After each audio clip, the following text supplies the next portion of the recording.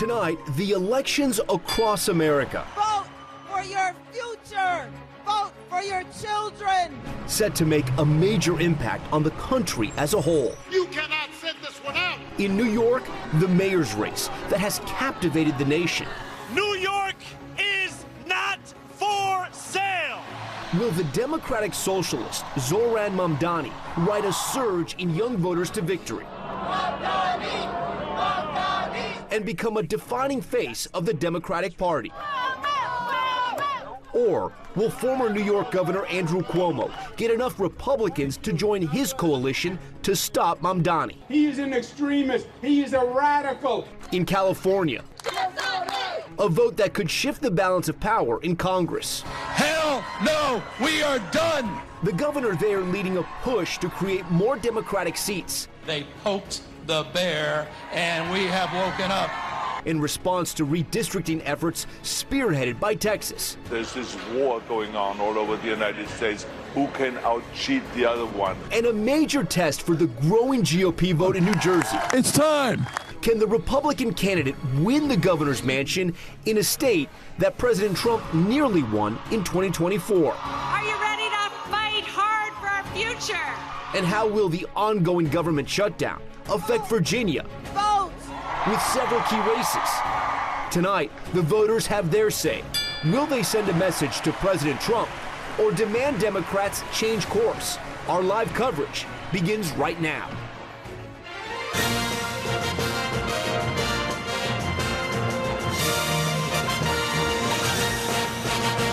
This is an NBC News special, Election Night 2025. Live from NBC News election headquarters in New York, here's Tom Llamas. And good evening. Tonight, millions casting their votes in the first multi-state test of President Trump's second term. The Democrats' potential strategy for the midterms on messaging and the future of American politics. Right now, polls just closing in one of those key races. Early data in just a moment. President Trump facing major headwinds on the economy and the cost of living. And despite not being on the ballot, it's something many of the candidates are capitalizing on. We're also just hours away from the longest ever government shutdown. Federal workers going 5 weeks without pay. A shutdown the president has done little to stop, even with Republicans having control of the House and the Senate and Democrats refusing to budge. Will that play a role for voters at the polls? One of the biggest races the nation is watching happens right here in New York City. The contest for mayor taking dramatic twists and turns. Democratic socialist Zohran Mamdani thrust onto the national stage with his grassroots campaign, firing up a younger base and pushing former Governor Andrew Cuomo to run on an independent ticket. This is a three-way race, so Mamdani doesn't need to win a majority of the vote to come out on top. What I don't have in experience, I make up for in integrity. And what you don't have in integrity, you could never make up for in experience. Yes. And this is not a job for someone who has no management experience to run 300,000 people, no financial experience to run $115 billion budget. He literally has never had a job. And in the final moments of this race, President Trump attempting to knock out the young socialist upstart. Posting on Truth Social, writing, whether you personally like Andrew Cuomo or not, you really have no choice. You must vote for him and hope he does a fantastic job. And earlier, saying this. If it's going to be between a bad Democrat and a communist, I'm going to pick the bad Democrat all the time, to be honest with you. For the record, Mamdani is not a communist, but as we mentioned, he is a socialist, a term many Americans are sour on. A new NBC News poll shows nearly half of registered voters view it negatively, but 35% of Democrats, look at that, in the same poll, feeling positive about socialism. And just outside of New York, one of the tightest and most expensive races playing out in New Jersey. Democrat Mikey Sherrill going up against Republican Jack Ciattarelli. They're neck and neck in a state where President Trump made significant inroads in 2024. The question tonight, can Democrats hold on to the governor's mansion?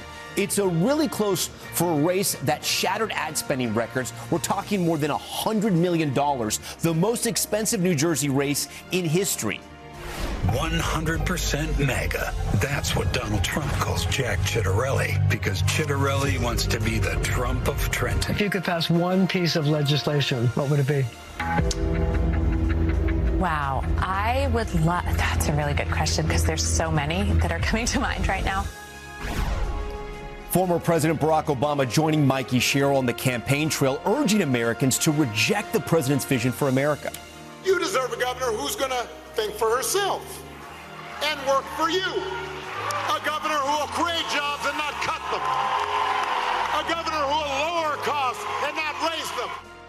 President Trump endorsing Chitterelli, but not hosting any major rallies for him, just appearing virtually, a move possibly not to energize anti-Trump voters in the Garden State. Also tonight, one state Democrats are feeling confident in is in Virginia, where the polls just closed. Democrat Abigail Spanberger, a former CIA officer and U.S. rep, and Republican Winsome Earl Sears, both vying to be the first woman governor in the state. President Trump has notably not backed Earl Sears, refusing to even mention her name. The race is considered a political bellwether for the midterm election. But there could be a split-ticket win, and here's why. The contest for attorney general increasingly narrow, with a texting scandal involving the Democratic candidate triggering significant backlash and calls to push him off the ticket. And tonight, California working to level the playing field as the battle over redistricting takes center stage. Prop 50 is a move for Democrats to fight back against Republican-led states redrawing congressional maps, which could reshape the midterm elections. Right now, Texas, Missouri, North Carolina, and Ohio have signed new maps into law, giving Republicans potentially 8 or 9 seats in the House. At this hour, California is swinging back, hoping to put 5 more seats into Democrats' hands. It's all a play for a balance of power in the House and could ultimately help decide who takes control. But tonight it all comes down to the voter, what they think is at stake, and what matters most. Things are getting really ridiculous in terms of pricing. Food is astronomical. We just want everyone to be on the same page when it comes to fighting crime, bringing our bills down, and helping out the communities. Food prices, gas prices, inflation, nothing is being done. And tonight, right now, here's a look at our REM wall. This is our team of reporters spread out at campaign events and polling sites across the country. We'll bring you there as several states continue to cast their ballots. And, of course, our own Steve Kornacki, he is in the House tonight, breaking down the results and exit polls as they come in. Hallie Jackson and Kristen Welker also standing by. We begin tonight in Studio 1A as the history-making night is just underway. Steve Kornacki, you already got data for Virginia. Walk us through what we're seeing here. Yeah, Tom, polls just closed in Virginia. You can see it's a small amount that have come in so far, sort of a scattering around the state. I can tell you in the next few minutes, one place we're going to be looking very closely at here is Northern Virginia, just out of D.C. here. Geographically a small area, but a ton of vote is going to come out of here. In fact, this county right here, Loudoun County, many people looked at the results in this county in last year's presidential election, and when they saw it, they knew Trump had won nationally. Those results came in at about 7:30 last year, so we're really going to be keying in to get those numbers out of Loudoun County. But you could see sort of a scattering here. This is actually the biggest county where we now have vote in. Let's see if there's much from it. This is Chesterfield County. So again, we're just getting some early precincts out of here.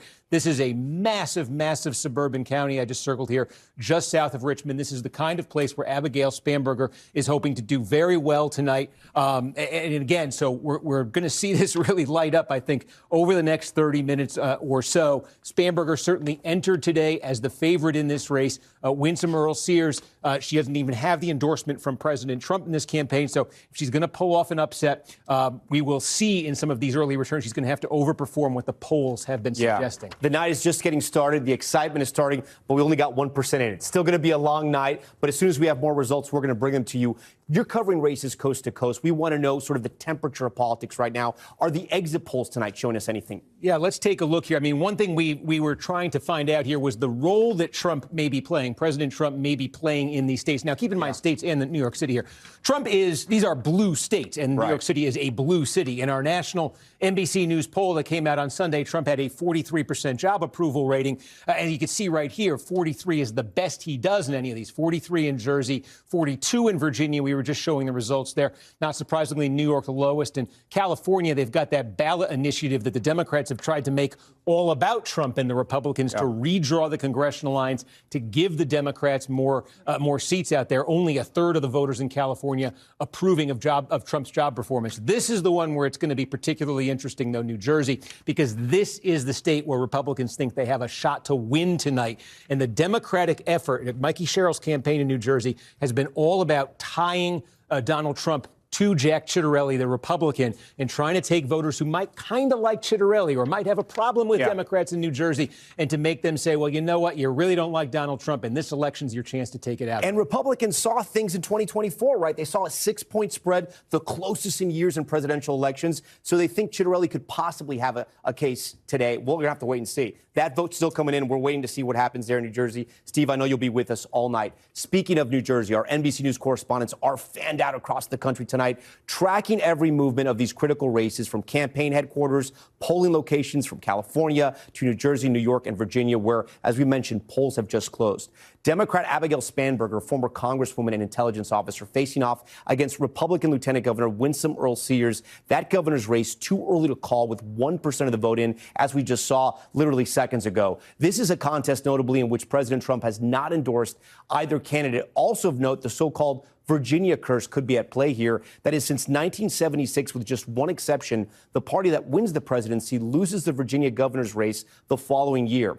Ryan Nobles is at Spanberger headquarters in Richmond, a campaign hoping that that curse comes to fruition tonight. Ryan, also important to note, Virginia is home to many federal workers who have been impacted by Trump spending cuts and by the shutdown, of course, all those federal workers. That's going to hurt Republicans in this election. Yeah, there's no question about that, Tom. Virginia is uniquely impacted by the federal government because of the percentage of Virginians that are connected to the federal government in some way, shape, or form. Obviously, there are tens of thousands of federal government workers that live in Virginia, but then also a long list of federal government contractors and people who work in subsidiary businesses that rely on the federal government workforce to keep their business going. And obviously the government shutdown that's dragged on now for 35 days has been a real impact on Virginia voters. And Abigail Spanberger, the Democrat in this race, has made that a focal point of her campaign, criticizing the way Donald Trump and House and Senate Republicans have handled the shutdown. But even before the shutdown, Spanberger was talking about Donald Trump's wrecking ball that he's taken to the federal government workforce, the thousands of government workers that have been subject to the reduction in force notices and losing their jobs. And that seems to have resonated with Virginia voters.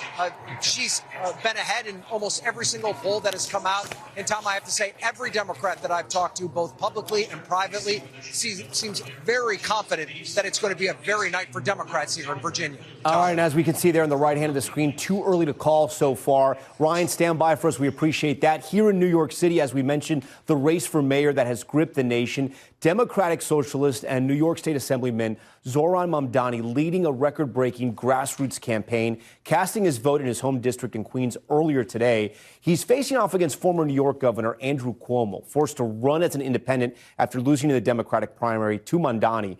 And Republican candidate Curtis Sewell, the founder of the Guardian Angels, sticking in this race until the very end, visiting a polling place with his wife today. NBC's Sam Brock is live at Mamdani headquarters in Brooklyn. So, Sam, what's the mood at campaign headquarters? How confident is his team right now? Tom, good evening and good to be with you. As you look over my shoulder right now, you'll see an empty ballroom here. The reason why at this venue in Brooklyn is because the polls don't close until 9 o'clock. That is when we're expected to see Zohran Mamdani. But we are getting some pretty incredible figures just about the voter interest in electricity right now. The New York City Board of Elections just reported they have about 1.85 million people who have already cast votes. Right, that is still with 3 hours to go. For comparison, in 2021, when Eric Adams won, it was 1.1 million. The highest this quarter century had really been Mayor Bloomberg in 2001 with 1.5 million. He's at 1.85, or this contest, I should say, is going back likely to the Dinkins era for the high water mark in modern politics, which is to say there's a ton of interest right now in this race. As far as what Zohran Mamdani represents and where we are right now, think about the political phenomenon that we've seen unfold, Tom. You have the scion of this political dynasty in New York with Andrew Cuomo, someone who served 3 terms as mayor, had been the head of federal housing for HUD, but he did have to step down amidst allegations of sexual harassment. He is running against Amanda Mamdani, who's 34 years old. He's only spent 4+ years in the state assembly. Zohran Mamdani's previous job prior to that was advocating on behalf of homeowners on the verge of losing their homes to foreclosure.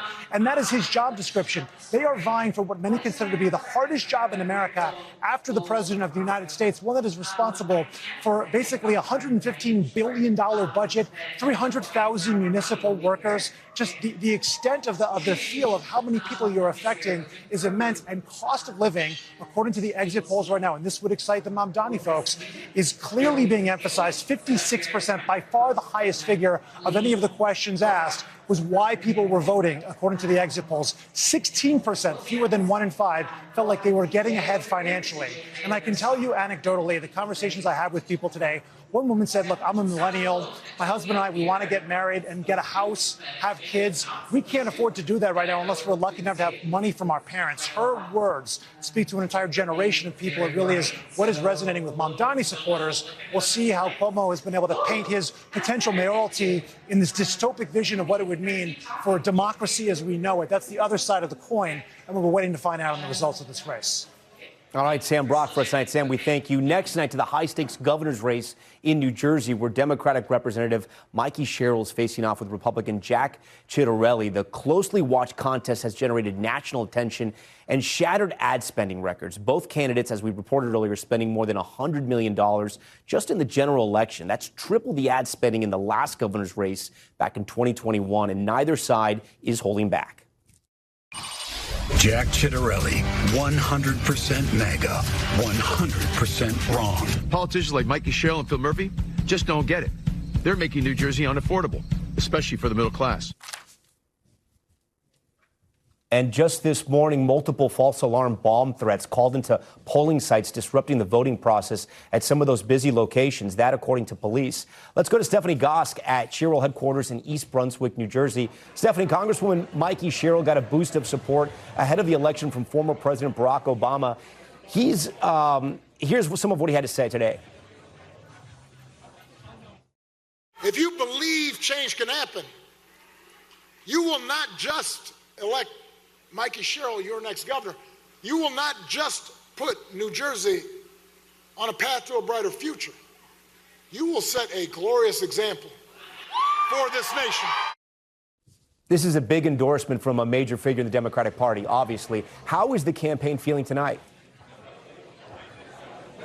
Well, you know, Tom, I matched up with Mikey Sherrill earlier today. She had just voted. She was in her hometown of Montclair, New Jersey. She had just had breakfast. I think it was French toast and whipped cream with her family. She seemed really confident.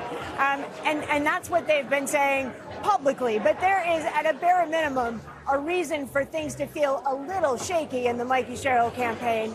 And that's because how narrow this race has become. Over the summer, she was 20 points ahead at one point, and that has narrowed considerably.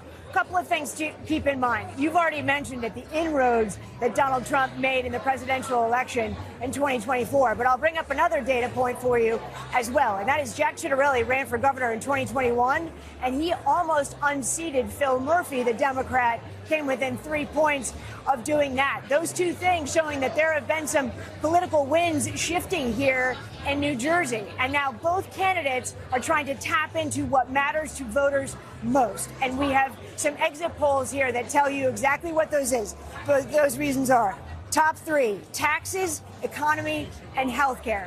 Those things taken together are all about affordability. Jack Ciattarelli saying, hey, the Democrats have been in office now in this state for 8 years. They haven't made it any better. Mikey Sherrill is saying, well, Donald Trump is president. He's been president for 11 months, and things have not gotten better. So ultimately, to some degree, it comes down to who are you going to blame for things being so unaffordable? Tom? All right, Stephanie Goss for us. Stephanie, we'll check back with you later in the broadcast. Our special election night coverage just getting started. When we come back, what the races could tell us about the state of both political parties right now. Stay with us.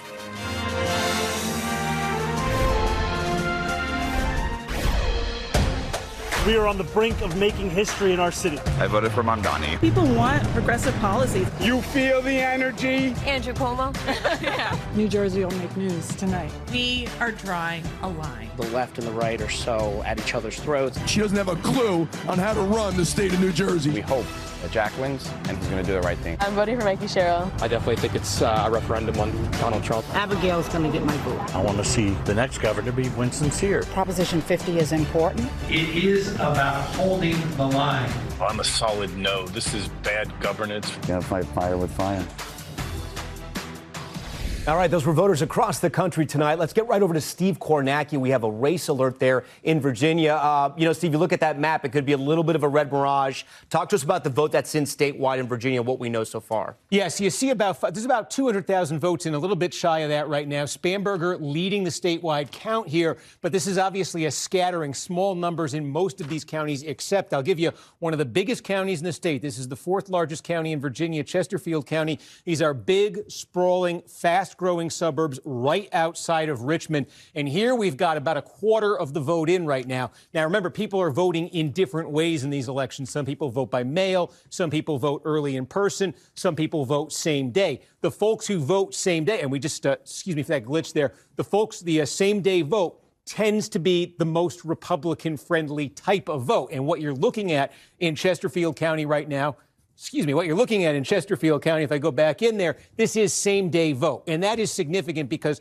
look how Chesterfield County went in last year's presidential election. Remember, Kamala Harris won Virginia. She won it by about 6 points over Donald Trump last year. This is how she was faring in Chesterfield County. Now, with some of the more Republican-friendly votes that we expect to see out of Chesterfield County now counted and now tallied up, Spanberger is leading by a wider margin. That's about a 4 or 5 point improvement for Spanberger over what was already statewide a winning margin there for Kamala Harris last year. So that's a very encouraging early sign for Spanberger. Of course, she did represent part of this area in Congress. She might have a little bit of a home field advantage there, but it is consistent so far with a lot of the expectations we had going in. Now, again, we're going to look to see if that continues elsewhere. I'm just clicking to make sure I don't miss a big one right outside D.C. right now. I've been looking for Prince William County right here and Loudoun County right here.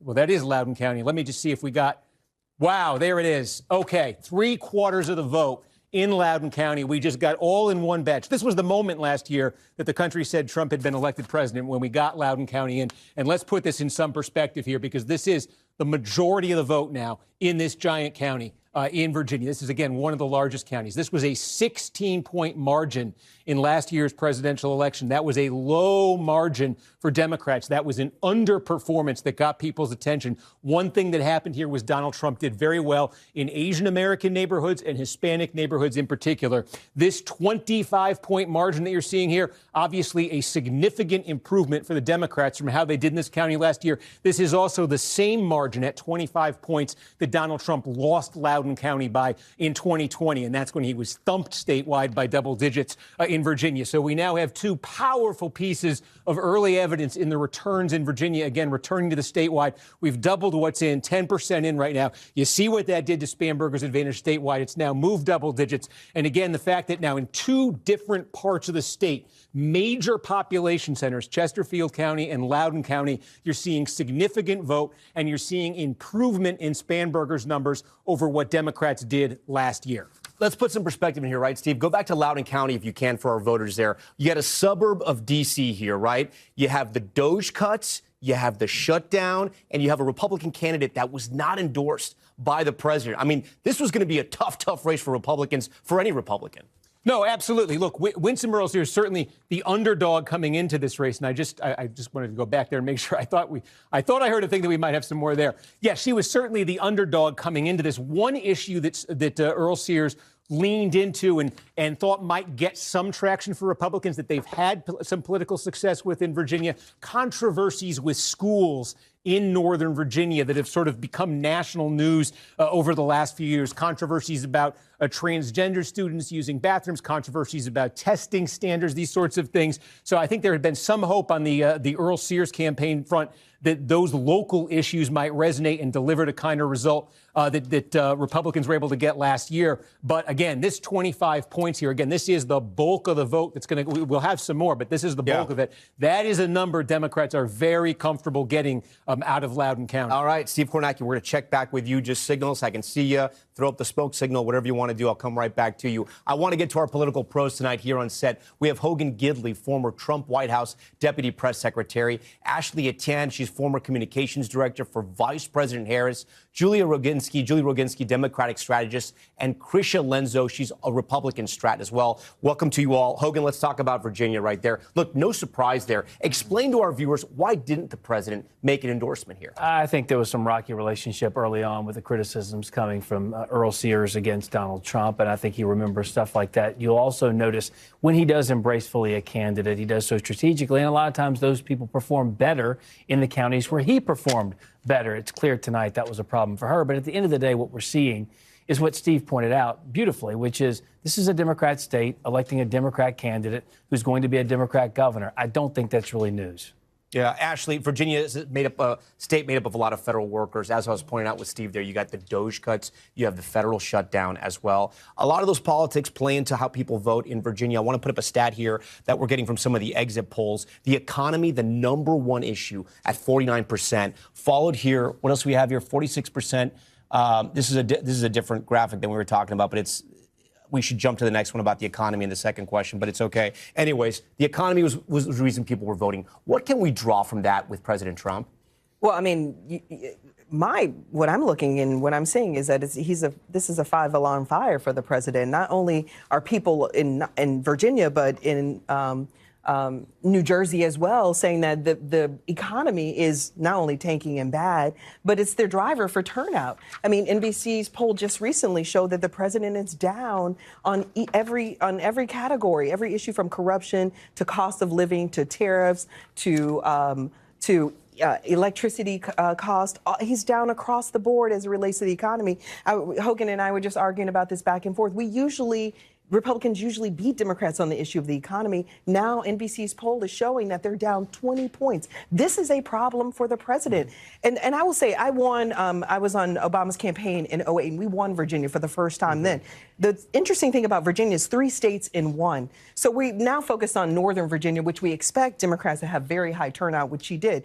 But what we're seeing now, I'm hearing from the National Governors Association as well as from the campaign, that turnout is low in the Republican counties. That part of Virginia, the smaller part, Roanoke, those counties, those turnout there is low. And that really, to me, signals a much larger problem for the president. Not only do you have people saying that the economy is bad, they're voting on the economy, but now he can't even keep his coalition together, and Republican voters are not turning out. Maybe, but maybe he couldn't motivate his base because he wasn't backing the top of the ticket in that case. Let's talk about New Jersey, though, because some of the points that Ashley just brought up, it's a different story in New Jersey. It's tightening in New Jersey, right? Republicans got the closest they had come in years. You have a tight race now. Both sides spending more than $100 million.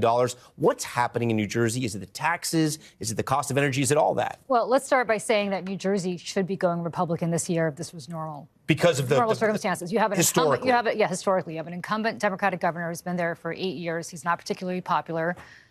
Since 1961 have you had a candidate of the same party succeed a 2-term governor of that party. So by all accounts, Jack Ciattarelli should be winning. However, if you look at turnout in New Jersey today and you look at where the turnout is, it is through the roof, exceeding 2021 in places like Hudson County, places like Essex County, in places like Middlesex County, Mercer County, all Democratic counties, all Democratic cities. And you are seeing tremendous turnout in places where Donald Trump did not do so poorly last year. And to Ashley's point, what you're seeing right now is a huge blowback against the president. There is no reason on earth why Jack Ciattarelli would not be governor tonight if Donald Trump were not in the White House. Krisha, speaking of President Trump, there were no huge rallies this time around. There were no convention halls sold out, and he had backed Ciattarelli in New Jersey. How come he didn't appear with him? I know there was virtual appearances, but that's not really the Trump style. I would agree. It's not necessarily Trump's style. Look, we all know Donald Trump is not on the ballot, and sometimes his influence doesn't necessarily help the voting process, especially in a state. So you think it was calculated? He's always calculated. He knows exactly what he's doing. I think his endorsement of Jack Ciattarelli could not have been any stronger, at least what he put on Truth Social in that respect. But I think despite the fact that he's not on the ballot, I am optimistic that this will be positive for the midterms for Republicans. Look, it's an off year. There's low propensity Republican voters who are not enticed to get out to the polls, but I still have a lot of hope for Ciattarelli. Let's talk about New York City, Hogan. The president sort of putting his thumb on the scale, at least trying to, in the last day of this campaign yesterday, saying, vote for Andrew Cuomo, trying to knock out Mamdani. Does he have any effect in this race, and could he have possibly hurt Cuomo by getting involved? I don't think he hurts Cuomo because I think Cuomo hurts himself. He was a horrific governor. I mean, his basic campaign was, I'm here to kill old people and grab ass. He was all out of old people, so he had a big problem moving forward. When you run campaigns, it matters how you run them and it matters what issues you're running on. It is obvious that Mamdani is someone that has captivated the hearts and minds of the Democrat Party. It looks like that's which way the party is moving, into that radical left, that Marxist-based. That's what they're going to be moving forward. And while they all move and support him at this point, the question becomes, once he gets elected, and I do believe he is going to get elected, what happens moving forward? Does New York backlash after the failures and go back to like a Giuliani type, someone who can actually clean up the city?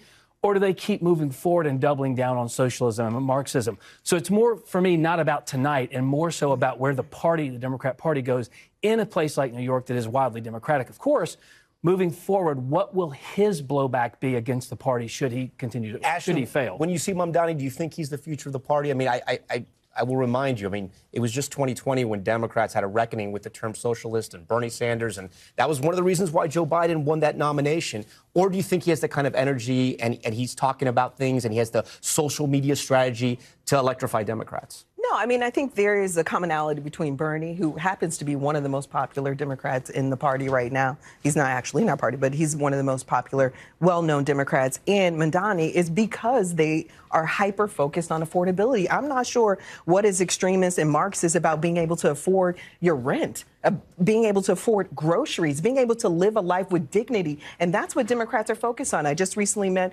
with Ken Martin, who's the head of the DNC, and he said, listen, we're going in on all of these races. We're double downing, investing record numbers in both of these particular states, hyper-focused on affordability. We're not even talking about Donald Trump unless it's connected to the economy. And it's proven to be a winning message. The campus protest that happened last year across college campuses all across the country didn't help Democrats. And Mamdani sort of stumbled when it came to issues on Hamas and what was happening with the war in Gaza. He had to play cleanup a couple different times. Does that worry you that he's not ready for prime time? I'm not concerned about that at all. I mean, the reality is people aren't hyper-focused on that issue now.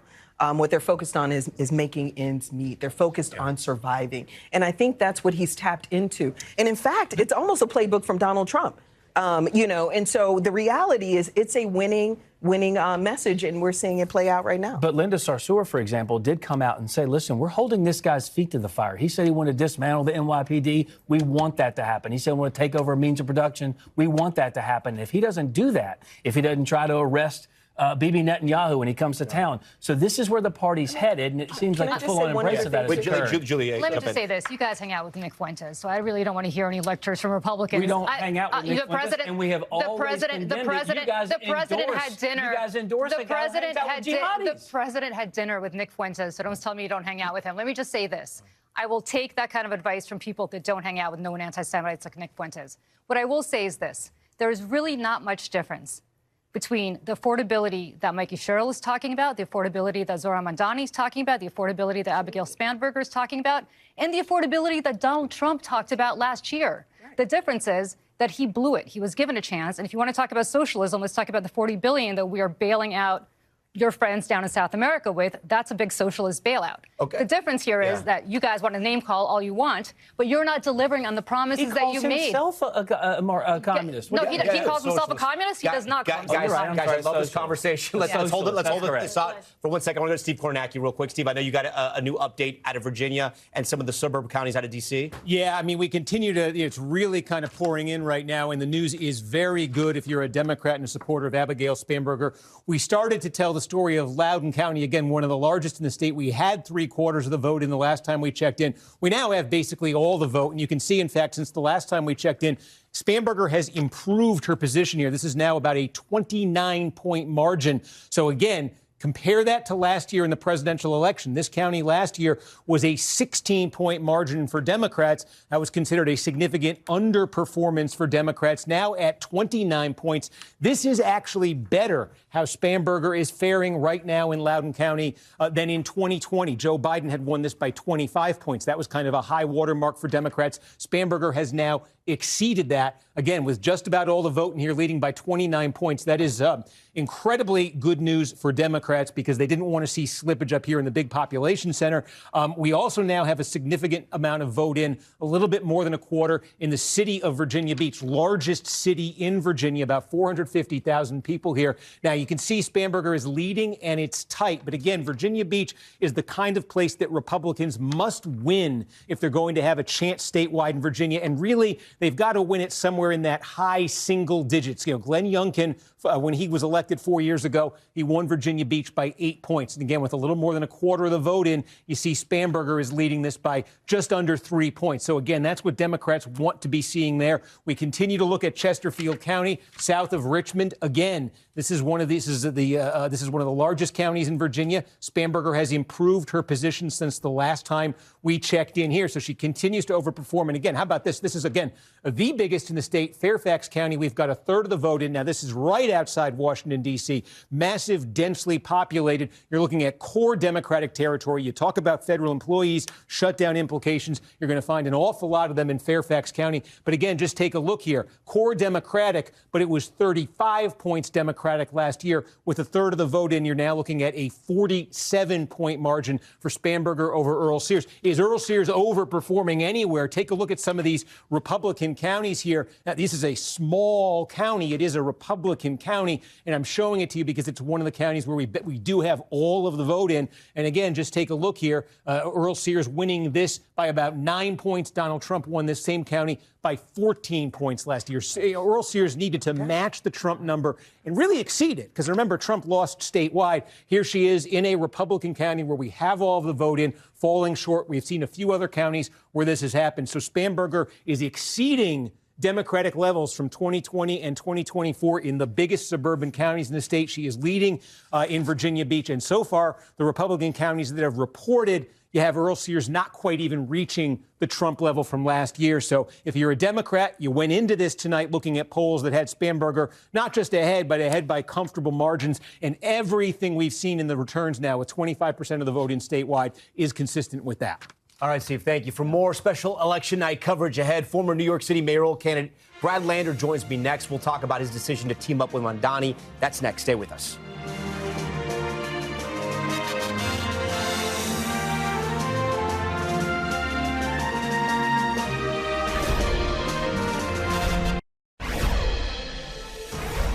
We are back now with the mayoral race right here in New York City. Polls set to close in a little over an hour. And joining us tonight here live, a man who ran for the mayor this year and has since endorsed Democratic Socialist Zohran Mamdani. New York City Comptroller Brad Lander, we thank you so much for joining us live. Brad, you ran against Mamdani. Explain to our viewers who are not from New York City how he was able to beat people like you, beat people like Andrew Cuomo, and possibly become the next mayor. Yeah, so first he focused like a laser on affordability and, got people excited with some simple ideas. We're going to freeze your rent, make the buses fast and free, give universal child care. People got excited about that because they're desperate about the cost of living. And then, look, they sound like great ideas to some people. You're the comptroller. Can he actually pay for it? Well, he's going to have to get Albany and the governor to put in the money. But she said she wants to get to universal child care as well. So, yeah, governing is what we do in prose, and campaigning is what we do in poetry. So are you saying you don't believe him, or? No, I mean, I'm hopeful. I mean, look, I cross-endorsed and then endorsed him in the general because I believe those are the right ideas. And I hope the governor will work with him, deliver the money New York City needs, because parents are desperate to have their 2-year-olds and 3-year-olds someplace they can afford. President Trump went on 60 Minutes. He called him a communist, which he's not. He's a socialist. He said yesterday, vote for Andrew Cuomo. Do you think there's a President Trump effect in this race? Look, he said today that any Jew like me, I'm the highest ranking Jewish elected official in New York City government. He said any Jew that supports Zohran Mamdani is stupid. He doesn't get to decide how Jews make up their mind in this race. And yes, New Yorkers don't want Donald Trump telling us who to vote for. We don't want Stephen Miller telling us who to vote for. We don't want Elon Musk telling us who to vote for. We don't want the president sending troops here. We don't want him taking our money. And I think this will be a moment when New Yorkers stand up together. You brought up your faith. I do want to ask you, Mamdani has been criticized and called out in his campaign for not condemning the phrase globalize intifada and for dodging questions about Hamas disarmament in a debate. As a Jewish American, does that give you pause? Do you know who you're getting into business with? Let's be clear. He's condemned Hamas and the attacks of October 7th. He never said globalize the intifada. And then after listening to Jews talk about what it means to us, he started discouraging people from saying it. He has had some hiccups, and it has been unclear, to be fair. But look, on a primary night, he said, I'm going to go out and meet Jewish New Yorkers. He came to Rosh Hashanah and Yom Kippur services with me. He's talked to dozens and dozens of groups. He's going to work hard every day to keep Jewish New Yorkers and all New Yorkers Americans safe. He wants the corporate tax to be on par with New Jersey. That's exactly the reason why they're fighting in New Jersey right now in that governor's race.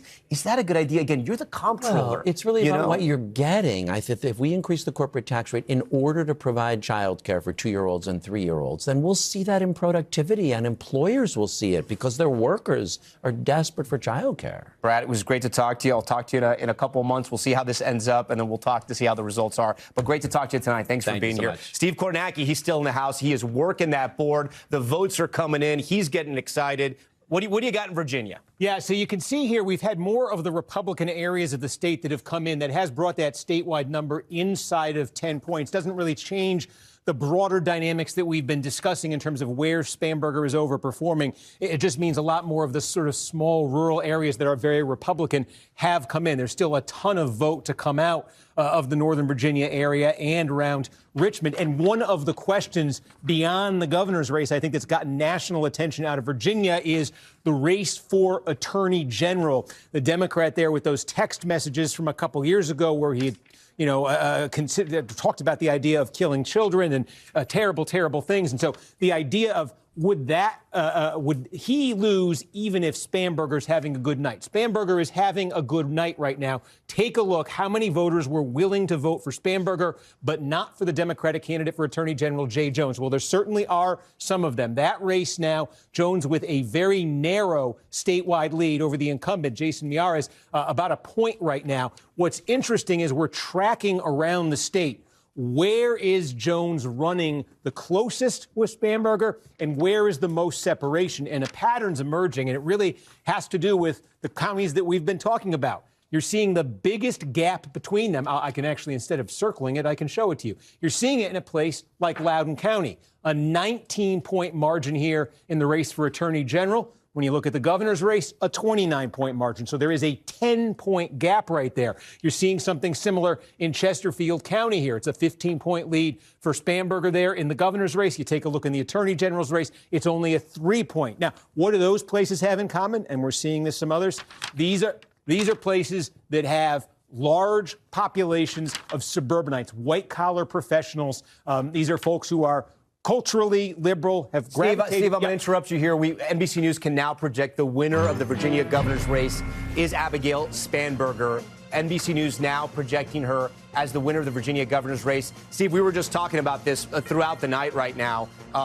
All the momentum, all the voting, more Democrats coming out for, especially around those suburbs in D.C. You wonder how the Doge cuts, how the government shutdown, how that all affected the people that live around D.C. and how it affected their vote. And again, President Trump, he wasn't in this race. He didn't endorse Earl Sears. He didn't even mention her name. It was a very tough race for Republicans there. Too early to call in the attorney general's race so far. And Steve, before you go, because I want to talk to two great political minds in about 30 seconds, explain to our viewers why we're just talking Virginia and we haven't talked about New Jersey or New York City or California yet. Yeah, Tom, it's certainly not for lack of desire on my part, but in 6 minutes, the polls are going to close in New Jersey, and this thing is going to start to light up like a Christmas tree at 11 p.m. Eastern. That's going to happen out in California. 9 p.m. That's going to happen in New York City. So, yeah, we got a storyline to follow here, the AG's race, but in a few minutes, that governor's race in New Jersey, which we expect to be the closer one and where Republicans think they have a chance, is going to take center stage. Steve Kornacki, thank you. We got about 3 minutes left. We got two of my favorites here.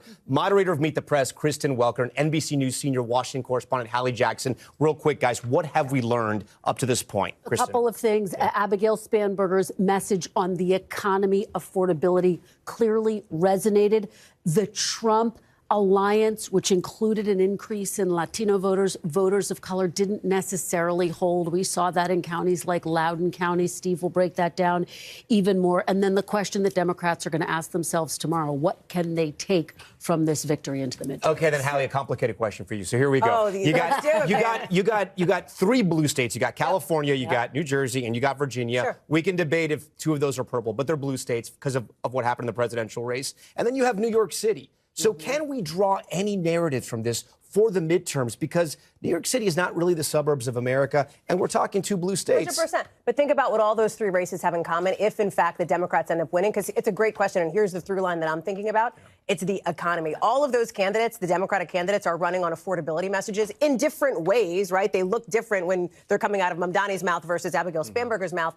But that is still a through line here. So I've been talking to smart strategists on both sides of the aisle who say that may be the biggest takeaway for 2026. Can I tell you the question that I still have on Virginia, though? What's the margin going to be? Because that's going to tell us a lot about, I think, where this goes. And I spoke with one Republican who said, listen, if this is a smash in Virginia, a smash in Jersey, and Mamdani wins big, on the economy and on that kind of messaging, President Trump may have to think about how he's messaging on the economy if it's not resonating with some of these more moderates. We're watching some of the celebrations at the Spanberger watch party. Crystal, real quick to you. The president ran on the economy. He won on the economy. He's delivered on immigration. He's delivered on crime to his voters. But the economy is the big unknown. The economy is still the top issue for voters, Tom. And he, by his own admission, said he got elected because he was going to bring down grocery prices. If you look at the prices at the grocery store, a lot of prices have gone up, from meat to bacon, just to name a few. And so I do think that there's going to be a hard look inside the White House at how they are handling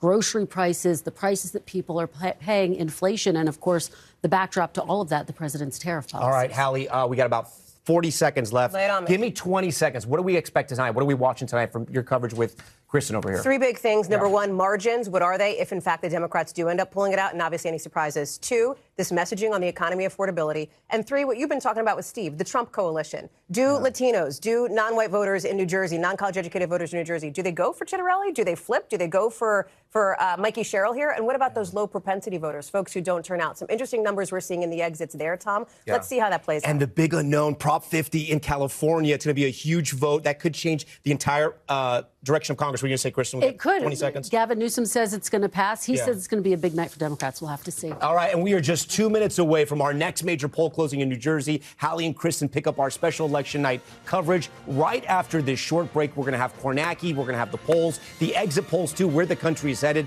plus what's happening in California, New Jersey, and Virginia. It's all coming up. Don't go anywhere. Our night is just getting started here on NBC News Now.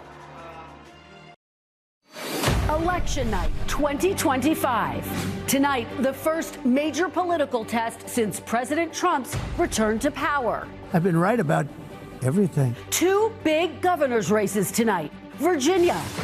On Tuesday, we are going to send a message. We're not going back. Forward is the only way I know. And New Jersey. New Jersey, are you ready to work? We're going to win this race. Plus, the race rocking Democrats in New York City. Mamdani. That could echo all across the country. And why what happens in California tonight could impact the nation for years to come. NBC's Election Night special coverage begins right now.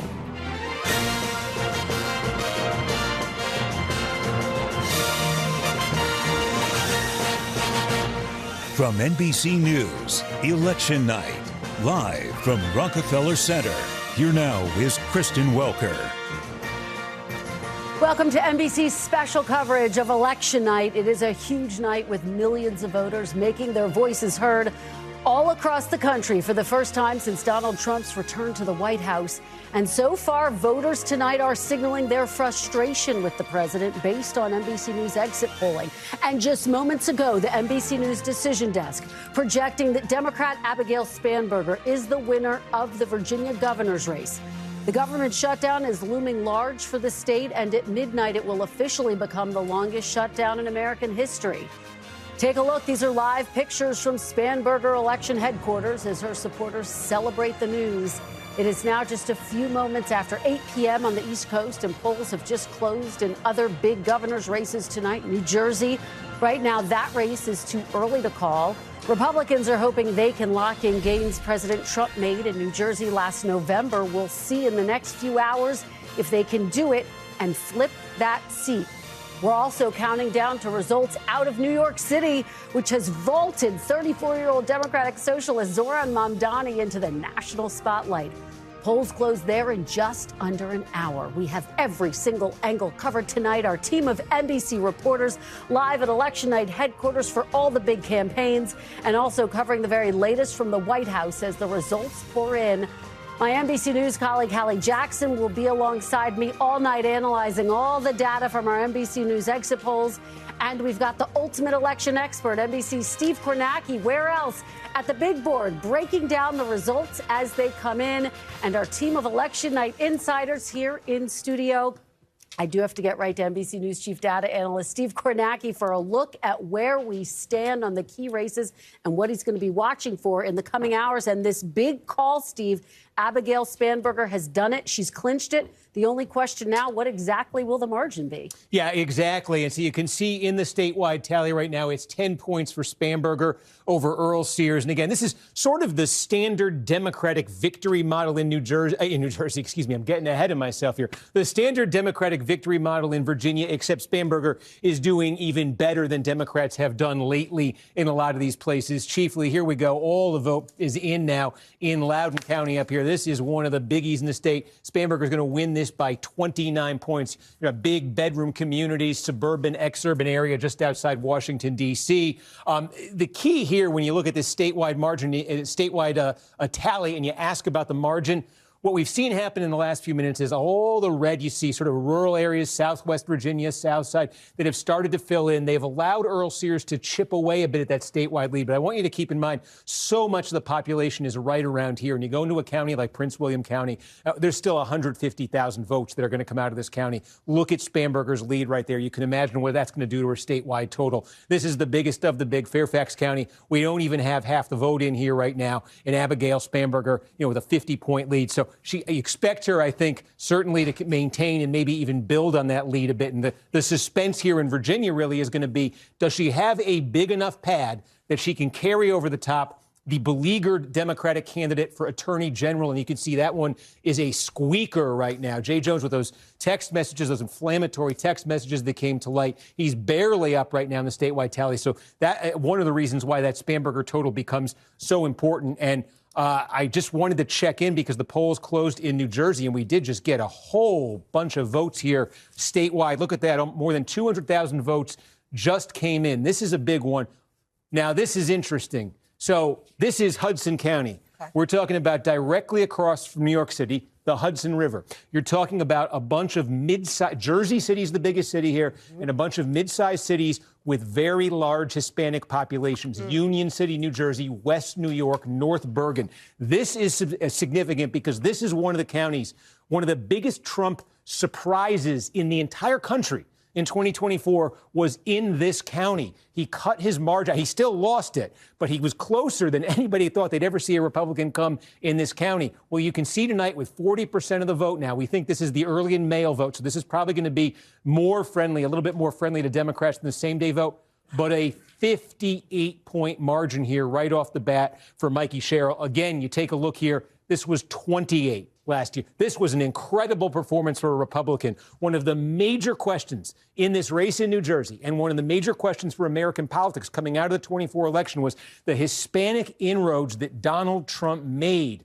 Could another Republican take them and replicate them without Trump on the ballot? Here's a test tonight. Jack Ciattarelli in Hudson County. We got 40% of the vote. Again, I think a lot of this is going to be early vote and mail-in vote. So we'll see if the same day changes the complexion of this vote at all. But you're seeing a 58-point advantage here from Mikey Sherrill early. So Ciattarelli not generating that Trump-level support here.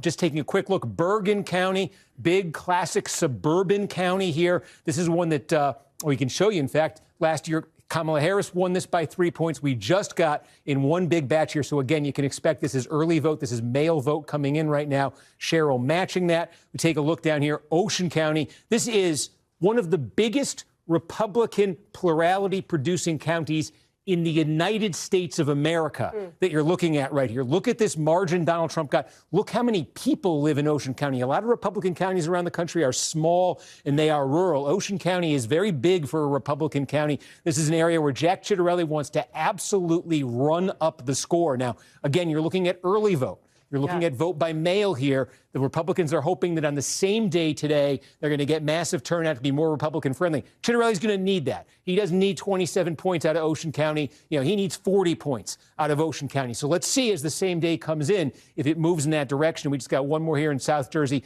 Again, Gloucester County.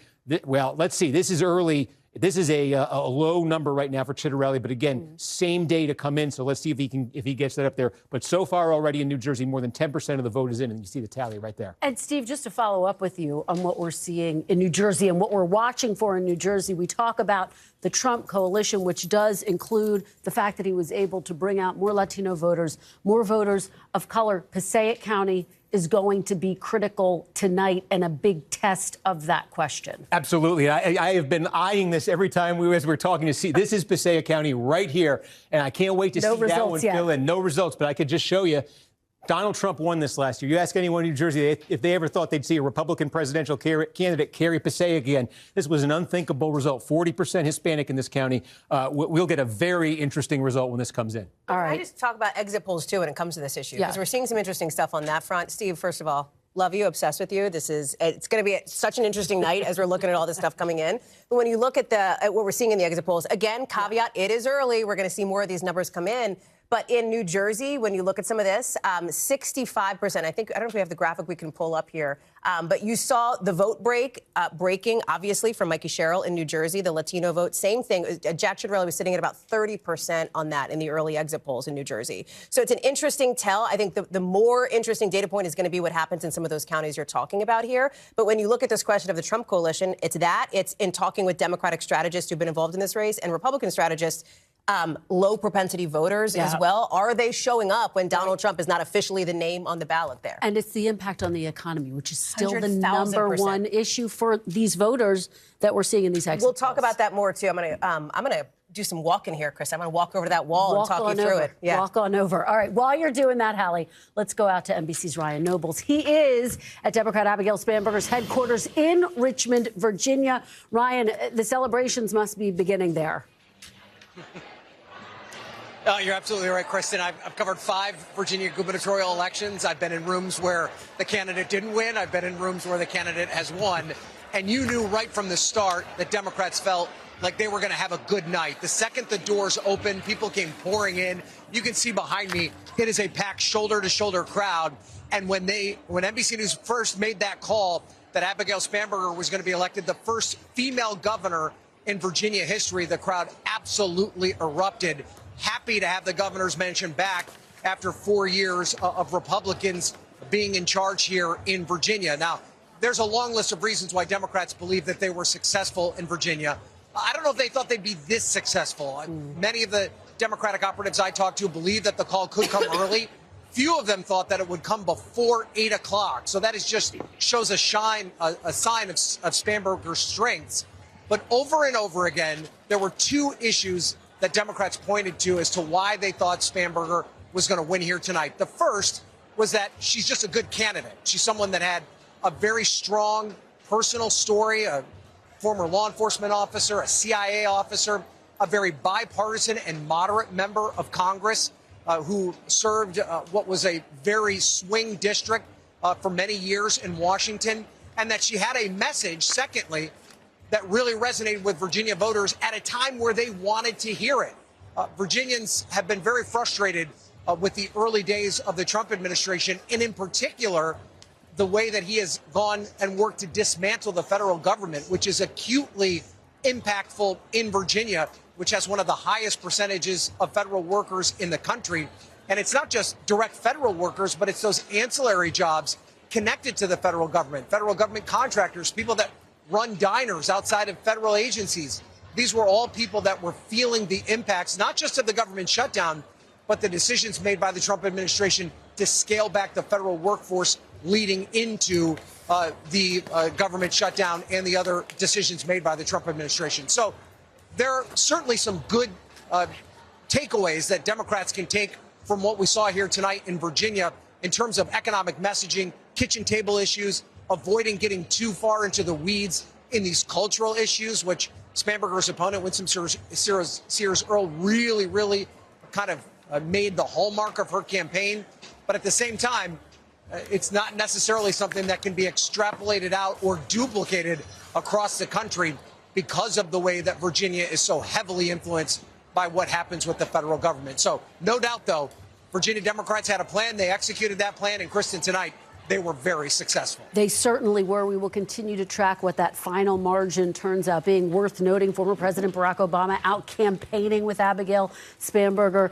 President Trump did not endorse Winsome Earl Sears. All right, Ryan, thank you so much for that. Joining me now is Vermont Senator Bernie Sanders. He has been a big supporter of the mayoral candidate here in New York City, Zohran Mamdani, a Democratic Socialist. Senator, thank you so much for joining me on this election night. My pleasure. So let's just set the scene. Polls close in just under an hour now in New York. How are you feeling? You think that Mr. Mamdani is going to pull it out tonight? Well, as I understand it, the turnout is extraordinary.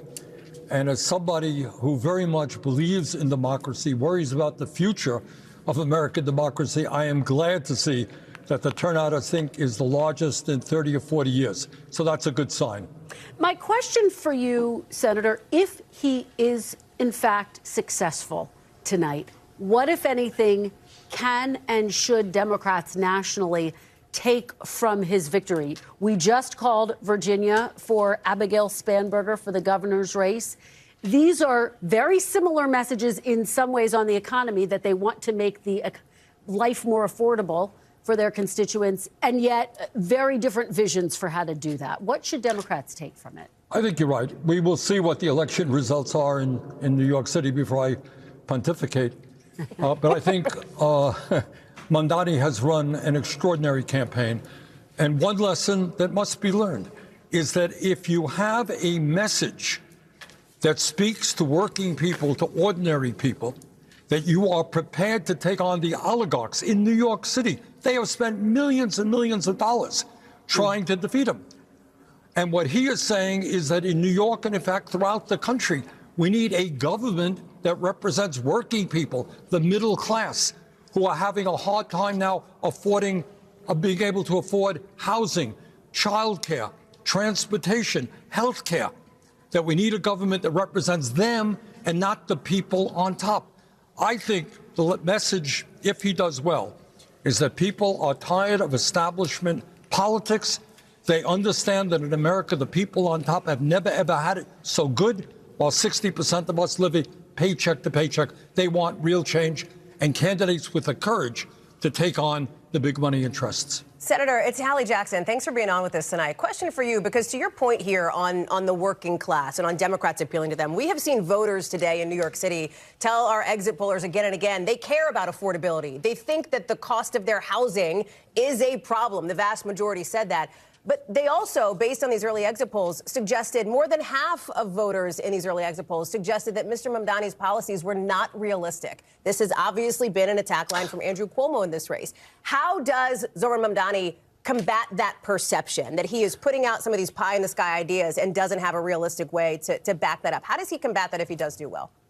To make sure that people in New York, and in my view all over the country, in the richest country in the history of the world, can afford housing. That is not a radical idea.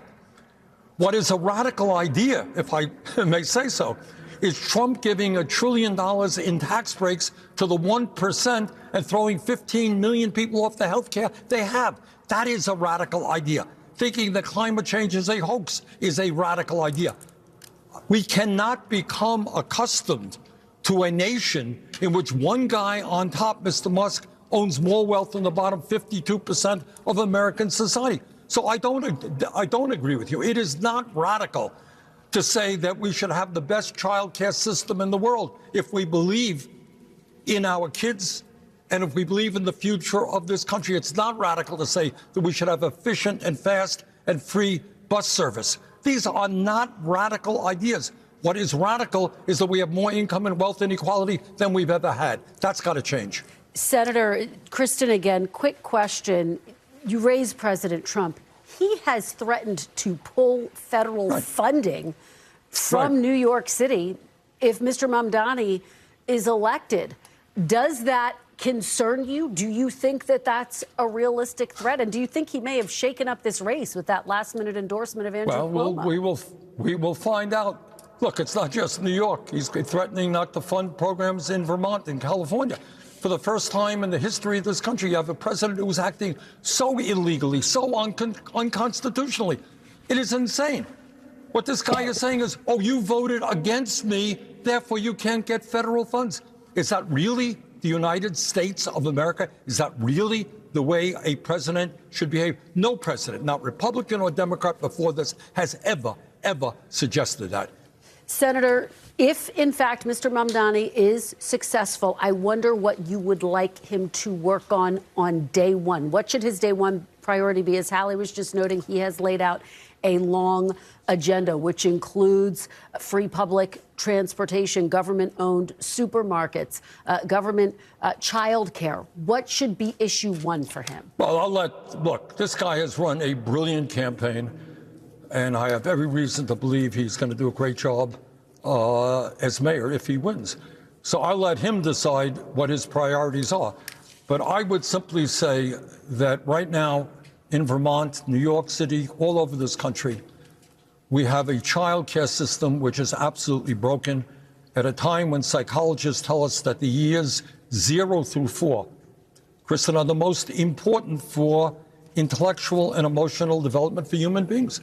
So making sure that every kid in this country, in New York City, gets the proper early childhood care that they need, to me, is enormously important. And New York can set the example for the rest of the country.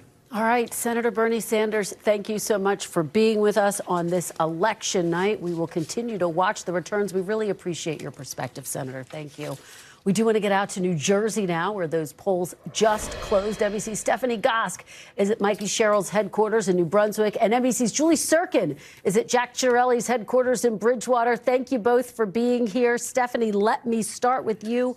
What is the mood there? How optimistic are they? Kristen, the mood's good. I mean, you saw those numbers coming in. People here are getting very excited. You know, it was interesting listening to Bernie Sanders talk about Zohran Mamdani and then compare that just over the Hudson River to the candidate for governor for the Democratic Party here in this state, Mikey Sherrill, former Navy pilot, federal prosecutor, moderate Democrat who flipped a red county in 2018 to go to Congress. She is a very different kind of candidate. I had a chance to talk to her today, and I said, so which brand is it? Is it the Mamdani brand, or is it the Mikey Sherrill brand? And she said that one of the things you may be able to take away from this election is which brand works better. But one of the things they are watching very closely here, and they have reason to feel good about it right now, is turnout and enthusiasm.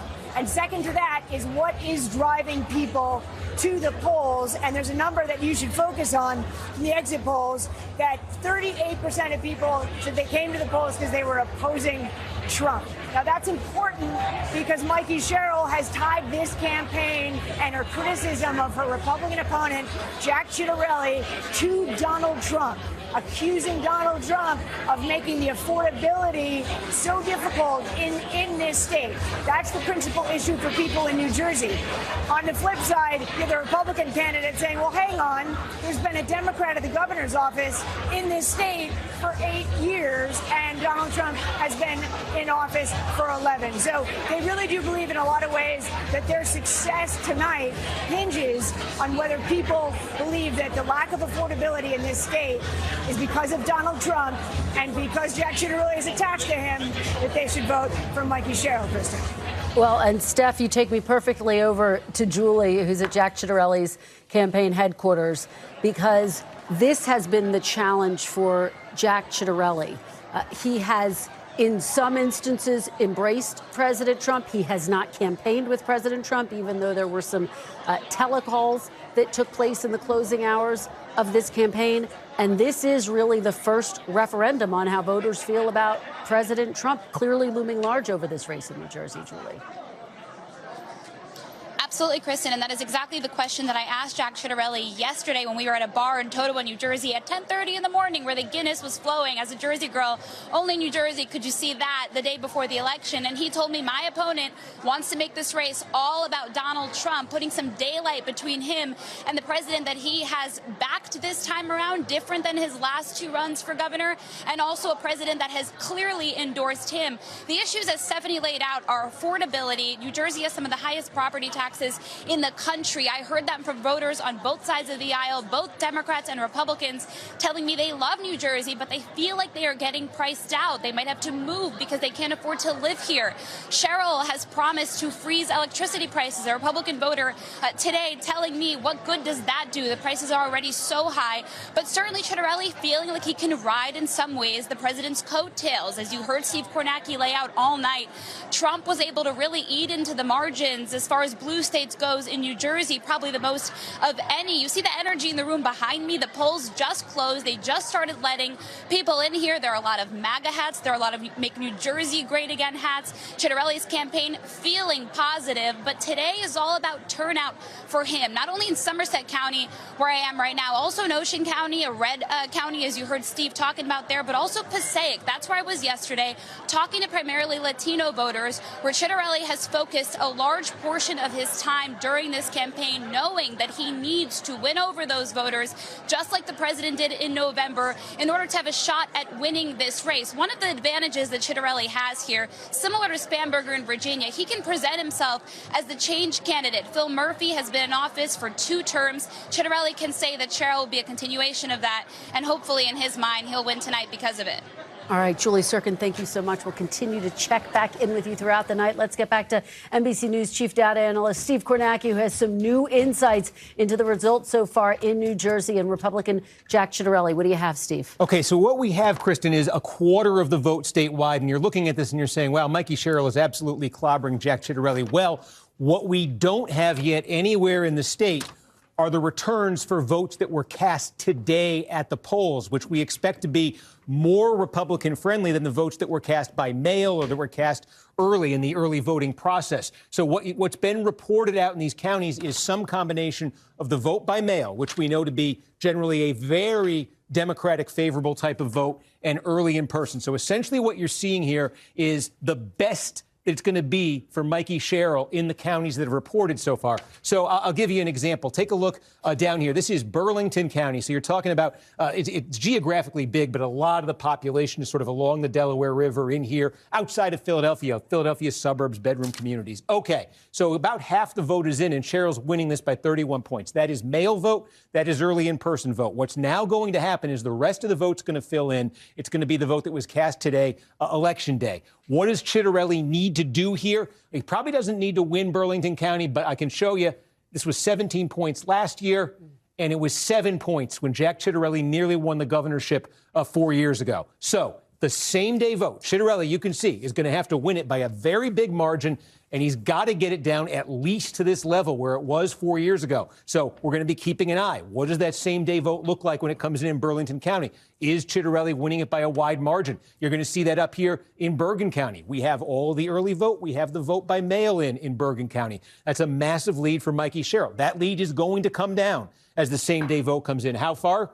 Well, it was a 3-point race in the presidential race last year. This is a county. If Jack Ciattarelli is going to have a chance tonight, I think he wants this county to be red by the end of the night. So again, as that same day vote comes in, he's got to win it by a big margin. And I think that's the benchmark for him right there.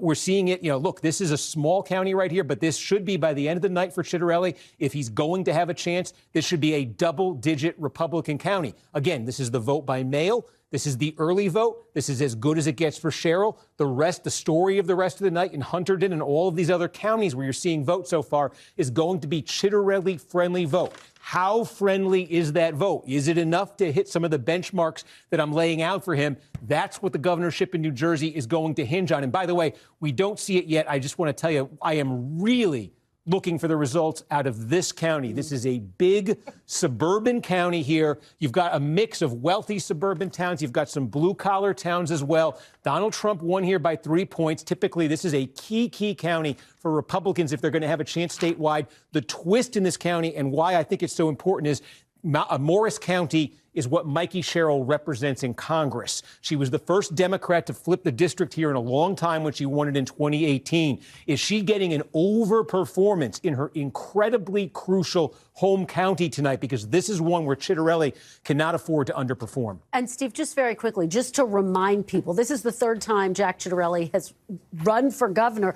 Last time he got within inches, 3 points. but he's got to outperform what he did last. I mean, last time he had a fairly strong showing, but it's got to be even stronger than that. Yeah, and what's interesting, Kristen, is, I mean, I'll put them both up here side by side so you can see. Donald Trump lost this state by about 6 points last year, and that was for Trump, that was a big improvement from 2020. And as you mentioned, Ciattarelli only lost it by 3 points. The one thing to keep in mind is they did this with completely different coalitions. Okay, so I was just talking about, Morris County, Somerset County, Morris County, places like this. Ciattarelli was getting big improvements over Trump. And then Trump fell the bottom fell out for Trump last year. Trump made his gains in the urban, non-white parts of New Jersey. Between those two coalitions, the suburbs where Ciattarelli did well and the cities where Trump did well, there's a winning coalition for Republicans if you can combine them. That is elusive. That's been elusive for Republicans in modern times. If Ciattarelli could pull that off tonight, he would win. All right. We will check back in with you in just a few minutes, Steve. But now we do want to turn to our next guest. Joining me now is New York Representative and House Minority Leader Hakeem Jeffries. Leader Jeffries, thank you so much for joining us on this election night. Good evening. Great to be with you. It's great to have you. I'm here with my colleague, Hallie Jackson. We've got a couple of questions for you. We have to start in your home city right here of New York. You did, in the home stretch, endorse the Democratic nominee, Zohran Mamdani. As you know, President Trump endorsed Andrew Cuomo overnight. Governor Cuomo telling me today he thinks, yes, that's going to earn him a few more of the Curtis Sliwa votes. Do you think that Mamdani can have a victory tonight? Yes, Zohran's going to be the next mayor of the city of New York. He's run a relentlessly focused campaign on affordability. The cost of living is way too high in New York City, in the communities that I represent, and all across the city of New York. That, in fact, is the case we know throughout the country. And, of course, Donald Trump hasn't kept his promise to lower costs. In fact, he said he was going to lower costs on day one. Costs aren't going down. They're going up all across the country. Grocery prices up, housing costs up, childcare costs up, utility prices through the roof. And now, as we've been working our way through this Trump shutdown in Washington, D.C., Republicans want to increase health care premiums on tens of millions of Americans because of their refusal to extend the Affordable Care Act tax credit. So I think Zohran's going to win, and it's going to be incumbent upon all of us in the city of New York to make sure that he is as successful a mayor as he can possibly be. So, Leader Jeffries, it's Hallie Jackson, by the way. Thanks for being with us. Let me ask you this, because you've also suggested that Zohran Mamdani is not the face of the future of the Democratic Party. And there are those around him who think you're wrong on that, who think he potentially has real appeal beyond simply New York City. We could talk all day about how special and unique New York is. I get it. It's not a place where you necessarily will extrapolate nationally if you're a Democrat. But can you talk a little bit more about that piece of it and what through lines you see now that you might be talking with your conference about come 2026 ahead of the midterms? If, you've seen already Abigail Spanberger sail to a win, if Mamdani comes out big in New York, if Mikey Sherrill's able to pull it out in Jersey. Well, it's my expectation that Mikey Sherrill is going to be the next governor of the state of New Jersey, that we're going to win the statewide races in Pennsylvania. We're going to crush it in California. We've seen Democrats actually win statewide in Georgia. And, of course, Abigail Spanberger coasted to victory. And it looks like every single Democrat on the statewide ticket in the Commonwealth of Virginia is also going to win. This is a rout for Democrats all across the country. Now, as House Democrats, what we've said from the very beginning of this year is that we need to relentlessly focus on driving down the high cost of living and fixing our broken health care system that Donald Trump and Republicans are making worse by the day. And as long as we stay on these kitchen table pocketbook issues, while, of course, addressing the extremism that Donald Trump and Republicans continue to unleash on the American people, what we're seeing tonight is going to be replicated a year from now when Democrats take back control of the House of Representatives. You think they could do the Senate as well? You just called it a rout tonight. It sounds like you think they'll flip the House. You think they could do the same for the Senate? I think the Senate is going to be a big surprise a year from now, particularly if the trend lines continue to move in our direction. Keep in mind, listen, we've won every statewide race that has been held this year, starting with the Wisconsin State Supreme Court race in April. We've won all of the high-profile special elections, beginning in a state Senate seat in Iowa in January that Donald Trump had just won a few months prior by 21 points. And so what we're seeing tonight is the culmination of something that has been building since the very beginning of the Trump presidency, which has been a complete and total failure of Republican control of government. Leader Jeffries, let me ask you, because, of course, this election night occurring against the backdrop of what is poised to be the longest government shutdown now in U.S. history. There has been some discussion that lawmakers, the Senate in particular, getting closer to a potential off-ramp. At this hour, are you optimistic that you will be able to end this government shutdown this week? Well, we've said from the very beginning, listen, we want to sit down with Republicans, and we're willing to do so anytime, any place, in order to reopen the government, in order to enact a spending agreement that actually makes life better for the American people. But at the same time, we have to decisively address the Republican health care crisis. We've also said as House Democrats that we will evaluate in good faith anything that is bipartisan that emerges from the Senate. Part of the problem that we've confronted over the last 35 days, Donald Trump has spent more time on the golf course than he has in talking with Democrats who represent half the country. He's completely and totally disinterested in reopening the government that he shut down.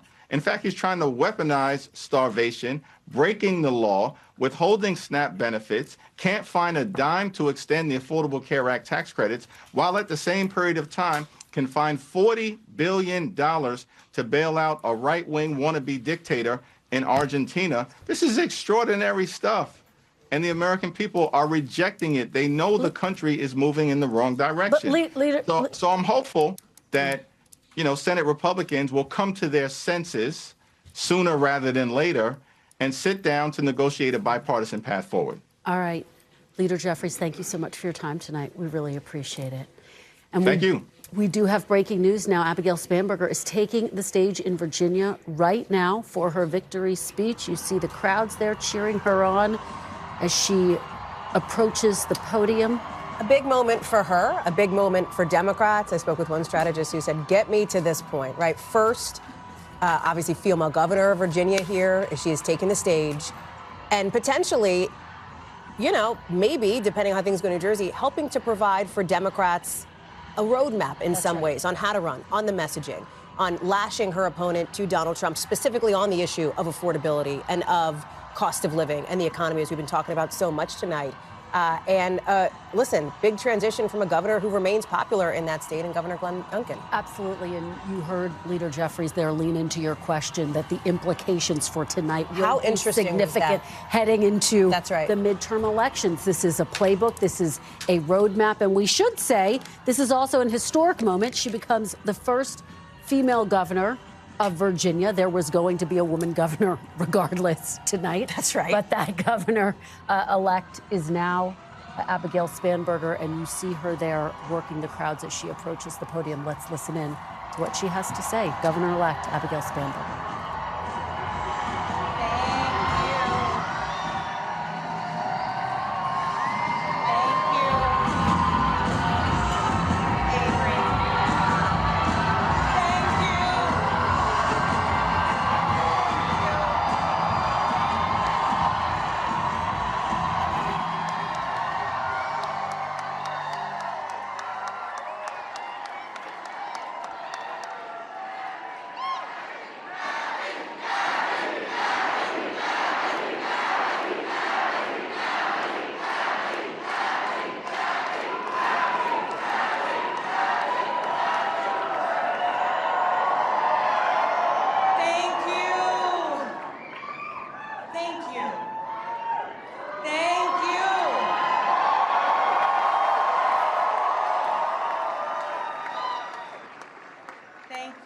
Thank you all so much.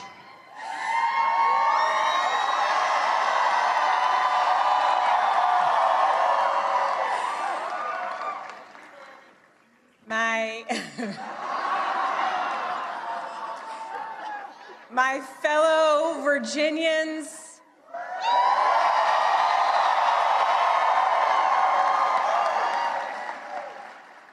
tonight we sent a message.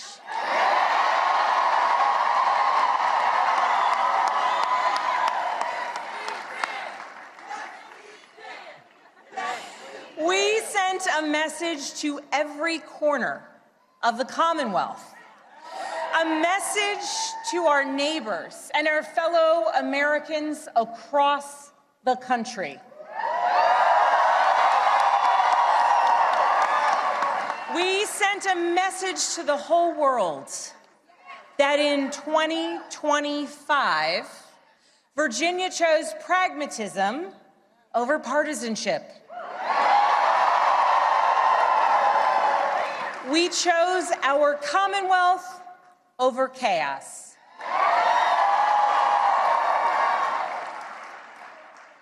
You all chose leadership that will focus relentlessly on what matters most: lowering costs, keeping our communities safe, and strengthening our economy for every Virginian.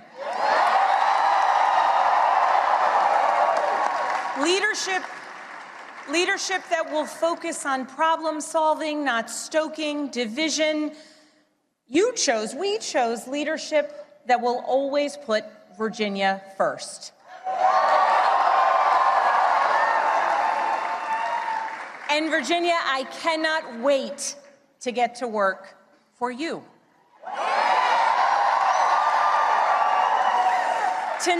Tonight we turned a page. We turned that page by listening to our neighbors, focusing on practical results, laying out a clear agenda, and leading with decency and determination.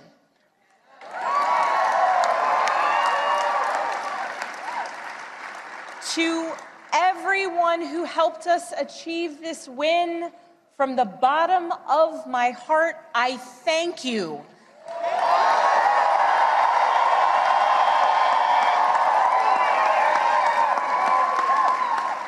I thank you for the trust that you have placed in me, and it is the honor of my lifetime to be elected the 75th governor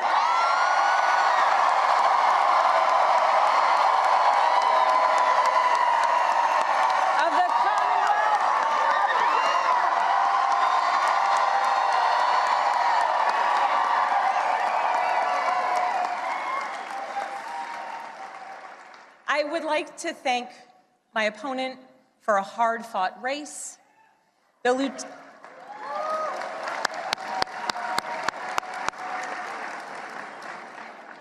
Lieutenant Governor's story, her military service, and her years of service here in Virginia deserve our respect and our gratitude, and I ask that you join me in wishing her and her family well.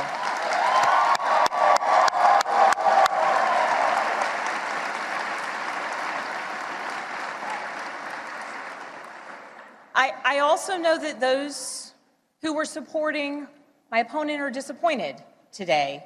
And to those Virginians who did not vote for me, I want you to know that my goal and my intent is to serve all Virginians.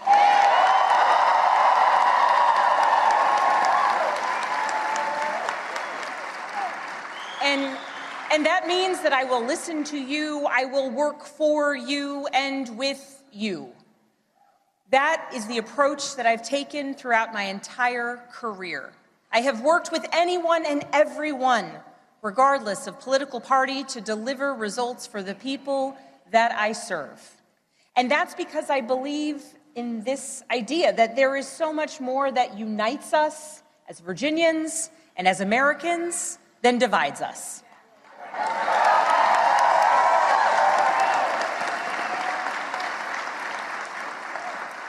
And I know in my heart that we can unite for Virginia's future, and we can set an example for the rest of the nation.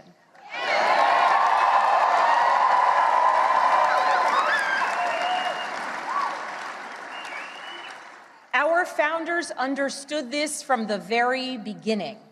They didn't choose to call Virginia a Commonwealth by accident. They chose it to signify that our government would be based on the power of the people united for a common good. Not for a political party, not for a president, not for a monarch, but for a common good, together. And tonight, Virginia proved that that tradition is alive and well. We are still a Commonwealth in every sense of the word.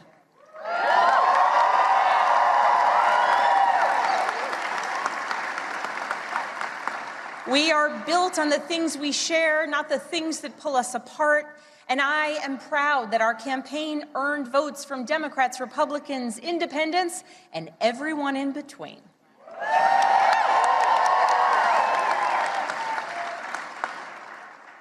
That's the Virginia I know, that's the Virginia I love, and that's the Virginia I will have the honor of serving as your next governor.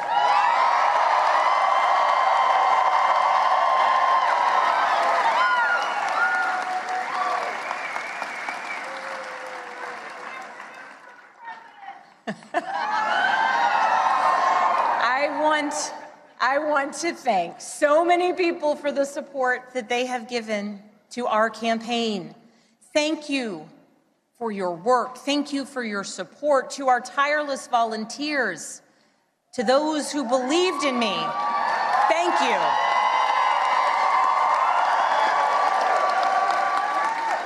Thank you for devoting your time, your energy, and your conviction to this campaign. Thank you for braving the weather, the heat, and then the cold, and then the rain, and then the sun.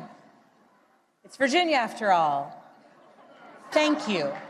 Thank you for talking to your neighbors about the importance of this race. Thank you for recognizing that when we went person to person engaging, that we could bring people not just into supporting our campaign, but into engaging in our democracy. Thank you. We won this race because of you.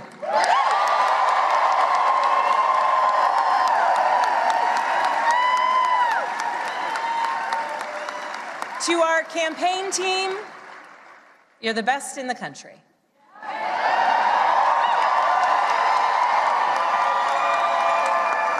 Every single member of our team, every single one of you, you work tirelessly for the change, the progress, the policies, the connection, and the respect that you want to see in our communities.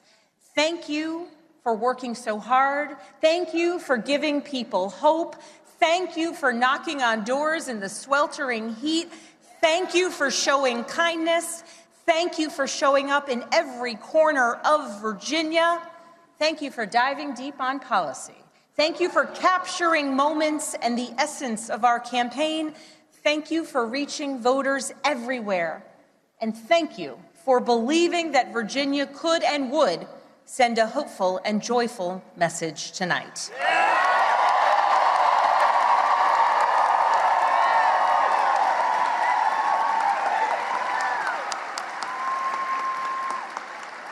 Thank you for giving everything to this campaign and then some. And thank you to my family.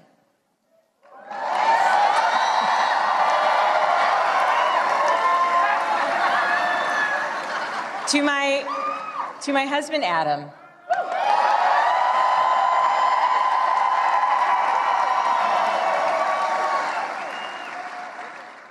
My partner in everything. I love you with my whole heart. I am grateful for you. And it is very strange to declare my love for you in front of millions of people.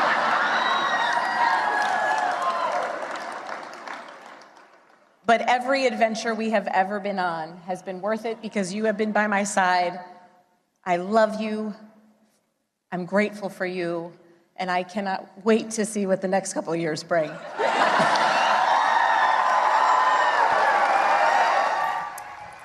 Governor-elect Abigail Spanberger, the first woman governor-elect of Virginia, delivering her victory speech in front of a crowd of cheering supporters.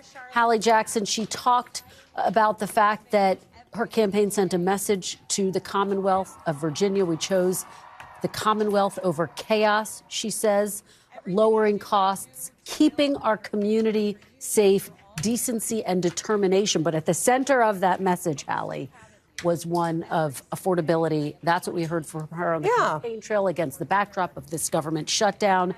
She didn't necessarily mention Trump's name every single day in every single speech, but the implications were clear. She ran on an anti-Trump message. She said it herself, Kristen, right? Pragmatism over partisanship is what she thinks propelled her to victory. So how did she win, right? Not county by county here, but big picture themes. Look at what the most important issue to voters in Virginia was. It was, to your point here, it was the economy.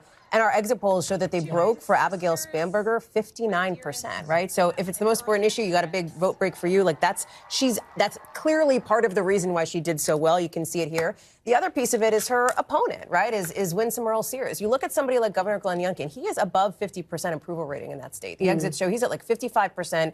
Nearly 60% of Virginians think the economy is doing well. Those are good numbers. The thing is, Governor Youngkin is not running again, right? But his lieutenant governor couldn't capitalize on that popularity in really any way. In fact, her approval numbers were underwater, basically 46% in these exits here. And I think that gives you a sense of sort of the strength of Spanberger's campaign, clearly in Virginia.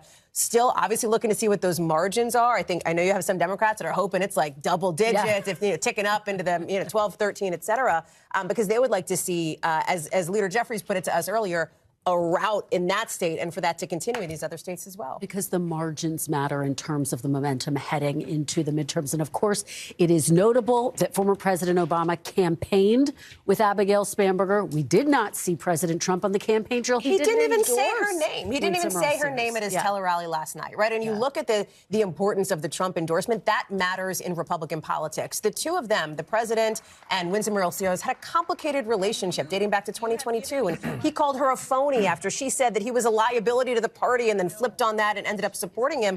But things have been a little bit tricky between the two ever since, and I think you saw that play out. Because, listen, this is Donald Trump's Republican Party. And if he wants to get out there and campaign in person and throw his, support full-throatedly behind somebody, he will do that. I think he also has a sense from the people around him who looks good in a race and who doesn't look good. I mean, Hogan, you can probably speak to that. He doesn't love to back a loser. Nobody does. Yeah, our table has just gotten a little bit bigger. Right. Hogan Gidley, we are joined by you. Go ahead and weigh in. We also have Ashley Etienne and Leanne Caldwell. Of course. Look, I think Donald Trump's endorsement matters. I think whether or not he comes to your state and actually throws that support behind you, he's so good at rallying the people around a cause or a candidate. And you've seen him do this now for the better part of a decade. So their relationship, I think you called it tricky. Was that what you called it, Hallie? That was a semi-complicated. Complicated. It's a diplomatic term. That's fine. Both of those are probably accurate. You know how diplomatic I am. That's true. And both of those are probably accurate. And so if he's not going to come out and support you, if he's not going to come out and really, really rally the troops around you, it's going to be very difficult, I think, in a lot of these races. But also, let's be clear. As we try to make a lot of this about Trump, it still matters locally how you run your race, how you comport yourself as a candidate. You're the one on the ticket. Yeah. So is it your ad campaign that's bad? Is it your issues that no one cares about? Is it your opponent who's better than you at debates? All these things kind of go into the mix in this big stew to figure out who's going to come out as the victor. And it's very clear that Sears just didn't have it. Ashley, what do you make of this win tonight? Hallie talks about the margin and the fact that Democrats are clearly celebrating this win, but waiting to see what the margin is. Why does that matter so much, and what are you looking for? Well, I mean, because it shows that the Democratic base, and we need to see the exit polling. I'm sure there was a sizable number of independents and some disaffected Republicans that formed a coalition and showed up bigger than they did for McAuliffe, bigger than they did for Kamala Harris. So the trend is that turnout for Democrats is up. But here's the one thing that I think in the exit polls that is very important is that voters said half of them and a little more than half said that their vote was sending a message to Donald Trump in opposition. That message was loud and clear. There was a rejection of his failed economy. The other thing that I noticed from the exit polling is that the Republican typical playbook to leverage wedge issues, exploit wedge issues, trans, political violence and crime. None of that worked this time. Everyone's hyper-focused on the economy. Actually, only because you played my music on the exit polls there on independents. Let me just tell you the answer to that, because it was super interesting. There was a significant shift in Virginia among independents swinging over to Democrats compared to 2021, right, compared to 4 years ago. double digits. Democrats seem to pick up double digits to maybe 10, 11% based on the exit polls, more independents than they did 4 years ago. So And this is the part that excites the party the most. Yeah, and what we'll be watching very closely in New Jersey as we watch that vote come in. Leanne, weigh in. What do you make of this win, and how much can each party read into it, given that this is an off-year election? This is Virginia. Do Democrats run the risk of reading into this race? Yeah, well, Democrats are going to read a lot into it if Democrats do really well tonight. This is obviously something that they want. Yeah. You know, Spanberger was expected to win tonight. I got a text from a Republican operative who said, okay, we knew Errol Sears was bad. We didn't know that she would perform this poorly. And so that was a little bit of a shock to them. But Democrats are pointing to a couple things that I'm talking to. One in these exit polls is voters without a college degree. In 2021 in Virginia, they voted for the GOP by 19 points. And this time they voted for the GOP by just 5 points. And so those tend to be kind of swing voters that go back and forth. Those are Trump voters. And so Democrats are really excited about that vote and hope that carries in, obviously, into next year. All right, guys, stand by for just a minute, because joining us now is Senator Mark Warner, Democrat from Virginia. Senator Warner, thank you so much for being here on this election night. We appreciate it. I see this big smile you have. Yeah. It's a great night. I mean, you know, first of all, kudos to our first female governor, Abigail Spanberger. She's going to be a great governor. And, you know, she won because she stressed affordability, because she stressed kitchen table issues, education, jobs. She also, this was a rejection, and I heard your commentary, you know, and the Republican candidate wasn't that strong, I will acknowledge, but remember, the governor, the whole Republican establishment went all in on Trump. And Virginians are saying, no, we reject that. We reject the chaos. He got elected because of affordability. He's done nothing on affordability, prices going up. And we've been kind of ground zero for his efforts to do DOGE and disrupt the federal government. So Virginians across the political spectrum, and I think you're going to see a big upturn as well for us in rural and communities as well, is really important. Senator, the fact that one of the big questions of the night is what, if anything, will happen with the Trump coalition that we saw in 2024. And this is one data point, but in areas like Loudoun County, for example, where President Trump was able to bring out more Latino voters, more voters of color, who tonight seem to reverse and go back to Democrats. What is the significance there? And how do you hold on to them in the midterms and not lose those critical voters again? The significance is we should acknowledge, as Democrats, we screwed up the border. But you can be for border security and not be for masked ICE agents picking up moms as they drop off their kids going to school, or picking up people going to work. I mean, this is so far out of the mainstream, and Donald Trump has had this chaos theory that as long as he keeps throwing stuff at the wall, he can avoid issues that got him elected, like affordability. He's done nothing on that. Abigail ran a classic Virginia campaign. It's something we've been doing for the last 25 years, where we stick to the main issues. We don't get distracted by issues on the extreme, and Virginians reacted to that. And remember, it's not just Abigail's great win, and she gets all the credit, but we've got 3 statewide candidates. I think we're going to sweep all 3, and we've got 100 seats in our House of Delegates. We've got a great House Speaker in Don Scott. I think he has led a brilliant campaign for the House. I think we may pick up 6 or 7, 8 seats.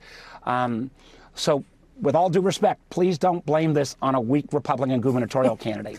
This was a strong showing for Democrats across the board. Senator Atali, thank you for being on. To your point on that, right, because the messaging from Abigail Spanberger really also focused, as you know, on affordability, on the economy, on the cost of living. And it's interesting to me because I hear you talk about some of the ways that you see the Democratic Party pushing back on what the president's doing.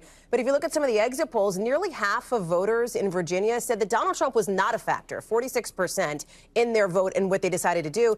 And like more than a third of those people voted for Abigail Spanberger. Does that say to you that perhaps ahead of the midterms, the economic messaging, the affordability messaging may be more potent now than the anti-Trump messaging?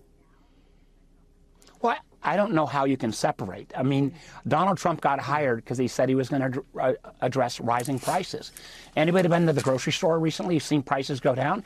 I absolutely believe a lot of Virginians voted on the affordability and the economy. But this is now Donald Trump's economy. You know, you can no longer blame everything on Joe Biden. He owns this. His chaotic tariff policy. I had a bunch of the farm credit folks in my office today. They're pulling their hair out. And these are people that are classic Republicans. They don't know how to deal with his inconsistency on tariffs. And I will take it whatever way you want to carve it up.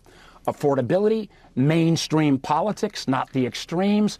This is kind of what Virginia has been about when we have won as Democrats, because I think, you know, we want good governance. That's what Abigail Spanberger represents. And I think she's going to have not only a sweep across the top, but she's going to have a dramatically increased House of Delegates. And a lot of credit of that goes to the Speaker, Don Scott. Senator Warner, thank you. 10 seconds or less, because I'm getting the hook. Shutdown. Is it going to end this week or what? What's up? Listen, I'm not part of this gang. First time I've never been, because I'm not sure the Republicans can get to yes without Trump. But we got to get this over. We're also bearing the brunt of that. They love us fighting back, and we got to keep fighting. But we are definitely the place where we're ground zero in terms of federal workers and others getting hurt. All right, Senator Warner, thank you so much for joining us tonight. We really appreciate your perspective. We do have an update here on the other races we're watching in Virginia. NBC News can now also project that Democrat Ghazala Hashami is the winner in the lieutenant governor's race. We're also watching results out of Virginia's race for attorney general. That race is too close to call. The Democratic candidate Jay Jones has been playing defense in this race against Republican Jason Miyares after Jones apologized for violent messages he sent about Republican lawmakers back in 2022. Joining me now is NBC News reporter Gary Grumbach at Miyares' headquarters. What is the mood there? Because this is one of the races that Republicans feel as though they can hold on to. He is the incumbent candidate. How are they feeling there, Gary? Yeah, there's a real feeling of disappointment from the folks that I've talked to here at the watch party. It's sort of dwindling. Folks are drinking, folks are eating. But yeah, this is a race that they thought they could pull out, and that is because of this big scandal with Jay Jones. But if you look at the vote, it is a very close race right now. People are not just going down the ballot and clicking all the Democrats today. That is clearly not what happened, because there's hundreds of thousands of people who did not vote for Jay Jones, but did vote for Abigail Spanberger, and that is because of the text message scandal from 2022. And there's a conversation to be had here about the implicit approval of that kind of dangerous rhetoric from the more than 1 million people that did vote for Jay Jones across the Commonwealth of Virginia. And then, of course, the larger issue here of the vetting of Democratic candidates. I spoke to DNC Chair Ken Martin this weekend. He said he understands they do need to do a better job of vetting candidates like Jay Jones, like Graham Plattner up in Maine, to see what kind of night this is going to be. It's going to be a positive night for Democrats, it looks like, across the board. But clearly there's work to do behind the scenes here, Kristen. All right, Gary, thank you so much. We'll continue to watch that race very closely. As you say, it is too close to call at this point. And it is now just after 9 p.m. Eastern, and polls have just closed in the race for New York City mayor. The NBC Decision Desk characterizing that contest as too early to call. This race has thrust 34-year-old Democratic Socialist Zohran Mamdani into the national spotlight after he ran a fiercely anti-Trump campaign that also focused on economic issues and affordability. President Trump has threatened to cut off funding to the city if Mamdani wins. Moving to Virginia, NBC News can project that Democrat Abigail Spanberger has won the governor's race, flipping the governor's mansion back to Democrats. We just heard from the governor-elect as she delivered a victory address before an electric crowd of supporters. Take a listen. It is the honor of my lifetime to be elected the 75th governor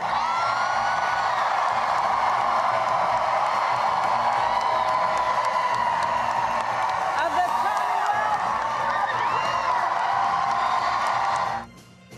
Fired up crowd there. We are also watching the returns in New Jersey's governor race.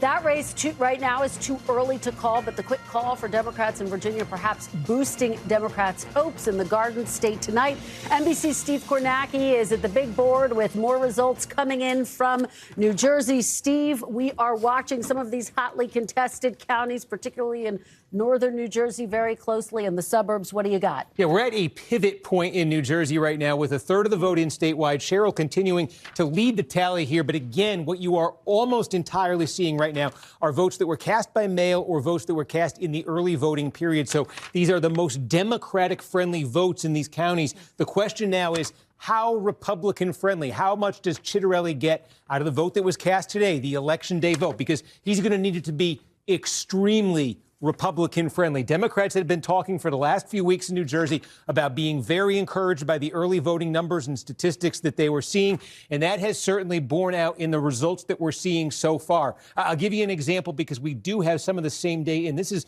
Gloucester County here. This is blue-collar, middle class. This is south of Philadelphia here. Now, about half the vote is in Gloucester County. You see Cheryl leads the tally by 15 points.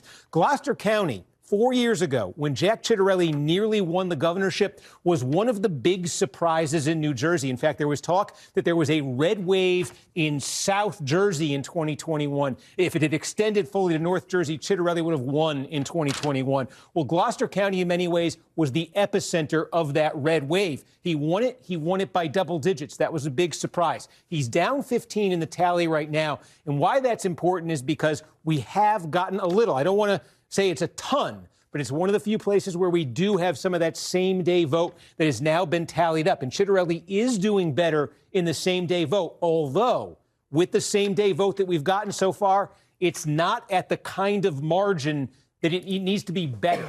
The same-day vote that we've seen so far from Gloucester County is pro-Chitterelli, but it would not, if it becomes the trend, be pro-Chitterelli enough to lift him past Cheryl, let alone to the 10-point margin that he got out of this county. So again, let's see. There'll be more same-day vote to come there, but it's going to have to get a lot more pro-Chitterelli. And we're seeing that in counties, around the state. Here you go. Monmouth County. I mean, this is a big one. There's a big debate. Do you believe Central Jersey is a place or not? Well, if there is, Monmouth County is the capital of Central Jersey. About half the vote is in. And again, most of this is early same-day. But to give you a sense of the scale of the challenge for Chitterelli, he leads by about 3 points. He wants to win this county by 20. He won this county by 19 points 4 years ago, when it was a near miss statewide. So this won't do. He is going to have to absolutely romp in the same-day vote. Those are the kinds of margins Democrats have amassed in that early vote. Just show you again, Hudson County, we do have some same-day vote here. We started the night with this one, and we're watching this one because this has a very large Hispanic population, and Donald Trump did extremely and surprisingly well for a Republican in Hudson last year. The question was, could Chitterelli tap into those gains Trump made with Hispanic voters? And again, the same-day vote that's coming in here, it's a little bit better, a little bit less bad for Chitterelli than that initial batch of early vote and mail vote was. But again, this is what Trump was able to pull off in Hudson County. This is what Chitterelli is looking at right now. So he's got a mountain to climb in the same-day vote. It's coming in awfully slowly, but trust me, when we start getting big batches of it, I'll scream. And I'm just going to check in here in New York City because I just want to tell you the way there it is. It all comes in at once, and there it is. Okay, we just got more than a third of the vote. How about that for timing? How about that? We just got more than a third of the vote in. Now, what you're looking at, these are votes that were cast early, and this is vote that was cast by mail, stay with me here, and received by last Friday. So there is still more vote by mail that came in over the weekend, came in today, will come in, that's yet to be counted, but you're getting all of the early vote that was cast in New York City. You heard so much about, was this a good demographic for Mamdani? Was it a good demographic for Cuomo? And you're getting a lot of the mail. And there it is for Mamdani, a 12-point advantage with that. So what's left now heavily is going to be the vote that was cast same day today. And we're seeing lots of reports of heavy turnout around New York City today. But this is very similar to what we were just talking about in New Jersey, where the same day vote doesn't have to be pro-Chitterelli. It has to be really pro-Chitterelli. The same-day vote in New York City doesn't just have to be pro-Cuomo. It has to be really pro-Cuomo to overcome now a 12-point deficit here. Now, again, it is interesting when you look at this. One of the things that Cuomo needed and this was the story at the 11th hour, was that, Trump weighing in saying, hey, you got to vote for Ciattarelli. The idea there was to marginalize the Republican candidate, Curtis Sliwa. And that number for Sliwa at 8% is lower than he was getting in the polls. You saw polls with Sliwa 15, 20% right now. He got 8%, at least in this early and mail-in portion of the voting. And again, that's why I think this, the polls were all over the place here. There was one last week that had it at 25. There was another one that had it at about 5 points. So it was all over the place. But it does look like there was some consolidation here of Sliwa slipping in this voting process and Cuomo benefiting. Not enough to catch Mamdani here. Cuomo wants that trend, though, to continue and maybe accelerate on the Election Day vote. Because remember, Trump said it only last night. So does this Sliwa vote actually go down further on Election Day? Is there more consolidation in that vote? Would that provide an avenue for Cuomo to come back? But he's going to need a big, big Election Day. Steve, you talk about reports of gangbusters turnout in New York, and the Board of Elections has said they now have 2 million votes in the city, which is the most since 1969. Obviously, this is a super competitive general election mayoral race, but I wonder how you see that and how that would be a factor here. Well, no, and that's why I thought there was volatility. That was the word I kept using talking about this. When you saw polls at 5, you saw polls at 25, and you face it, we've had a bunch of interest of general elections in New York City that are pretty low interest blowouts lately. This is not low interest, pal. Exactly. and the extra piece of volatility, and I can't wait to dive into the neighborhoods when we can do that, because the thing that makes that so volatile is this. The cutoff line, and we see this in the exit poll, is about 45 years of age. Voters over 45 are a pro-Cuomo demographic. We see him winning those voters. Voters under 45, Cuomo falls off an absolute cliff. And especially when you get under 30, he's being trounced, lapped 3 times by Mamdani. So the question becomes, critically, what's the median age of this electorate? Is one group turning out more than the other? Cuomo's hope today is that older voters in New York City, older voters in the outer boroughs, flooded the polls, are anti-Mamdani, decided Curtis Sliwa didn't have a chance, and rallied behind Andrew Cuomo in massive, as you would say, record-shattering numbers. That would be his hope, because he doesn't just need big turnout. He needs the turnout to be disproportionately older, because Mamdani is clear. I mean, you see these in the polls. We've seen age divides before. I gasp every time I see it in New York City. It's off the charts. Steve, if you can you break down what we're seeing in the boroughs? And we don't have Staten Island yet. Yeah, let's take a look here. Yes, we don't now, and that is actually Kristen. That's a very important point here. Staten Island is the most conservative. It's smallest by far. It's the smallest of the boroughs, but it's the most conservative, and you can expect this to be a Cuomo jurisdiction tonight. But let's take a look here in Manhattan. And Mamdani Mamdani leading here by 8 points, about 40% of the vote counted. Cuomo, I think, was hoping to do very well. Upper West Side, maybe Upper East Side in particular, Cuomo was hoping to do particularly well. Bronx, I want to see, because this is interesting. We got about a quarter of the vote in the Bronx. Cuomo's folks have been hoping to do well here. Turnout, the question also was going to be maybe lower here. I think we're certainly seeing that, 28%. Take a look at Queens. If Cuomo's going to have a chance tonight, he's going to want to win Queens. Queens is where his family is from originally. His father, who ran for mayor a few decades ago, was the governor like his son. But you can see that's Queens. Now take a look over in Brooklyn. And Brooklyn is sort of the epicenter of Mamdani's movement here. Again, we talk about that age divide here. Neighborhoods in Brooklyn, there are some of them on the waterfront. This is the East River right here. There are some of them in Queens, but there's a lot in Brooklyn, with a lot of younger voters, college-educated voters, sort of progressive, very politically engaged voters who've sort of been the backbone of this Mamdani effort. And so he's running up the score most here in Brooklyn. And again, yes, Staten Island is gray. It's great because it's Cuomo. There you go. It makes sense. I'm looking at it like you are, saying, why isn't Staten Island on there? Oh, man, we chose a very confusing color here to use. Okay. That makes so much more. I'm trying to figure this out in my head as we go through it. Why would Staten Island not report with the entire city? It did report. Cuomo's winning it. Sliwa was in second place here. I mean, this is the most Republican-friendly by far. So, again, that actually clarifies the picture again. We're not waiting on a piece of the mail and the early vote that would make this closure. We have the mail vote. We have the early vote, most of the mail vote. We have the early vote, and this is the gap that Andrew Cuomo is looking at. And, again, this is okay. We've got some same-day report now, and I'm going to ask my producer's going to keep tabs on this now that we have the benchmark of that early vote. what clip is Cuomo winning or what is he getting as the same day comes in? Because he's got to win it. He's got to win it by double digits. That would give him a chance here against Mamdani. All right, Steve, if you get any more votes, yell loudly, and we'll come right back to you. Thank you so much. We do want to head out to our reporters now. Joining us now is NBC News correspondent Sam Brock at Mamdani campaign headquarters, and NBC News correspondent Rahema Ellis, who's at the Cuomo campaign headquarters. Sam, let me start with you. The vote starting to come in. Mamdani has this early lead, but too early to call right now. The mood at the campaign, how are they feeling, particularly given that President Trump had that overnight endorsement of Andrew Cuomo? The mood right now, Kristen, is upbeat. It's optimistic. You don't see this entire room filled behind me, though it's starting to get that way for the simple fact that polls didn't close until 9 o'clock.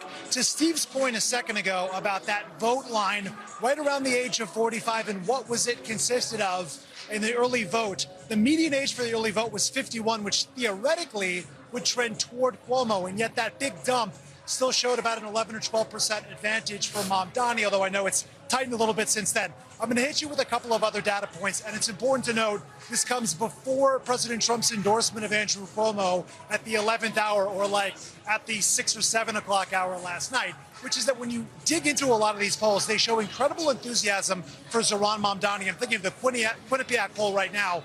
The voters were asked, how enthusiastic, excited are you about the candidate? More than 90% were enthusiastic about Mamdani. Under 70% were enthusiastic about Cuomo. For favorability, Mamdani was about a +5, +10. Cuomo was underwater at a -20.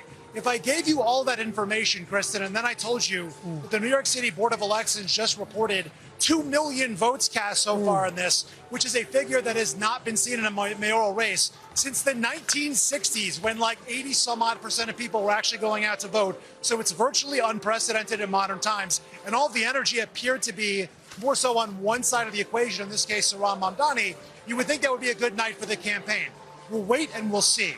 One thing, though, that is clear, you and Hallie have been talking about this all night, some of these exit polls showing that New Yorkers, specifically describing the cost of living and housing, 72% said that housing and the cost of it is a major problem for them. That speaks directly to the vein of the Mamdani campaign that really singled in a real tangible form, right? Whether it's talking to cab drivers in the middle of the night, those that are manning halal carts on why they pay thousands of dollars when they should be paying hundreds just for the right to sell food, talking to working class families, really is keyed in on the idea that housing and healthcare is way too expensive. Childcare has been one of his big initiatives, universal childcare, which would cost, by the way, somewhere in the neighborhood of $6 billion. But for those worried that your taxes are going to go up and this is going to cause wealthy New Yorkers to just leave New York City as we know it, I think there's some important context to deliver.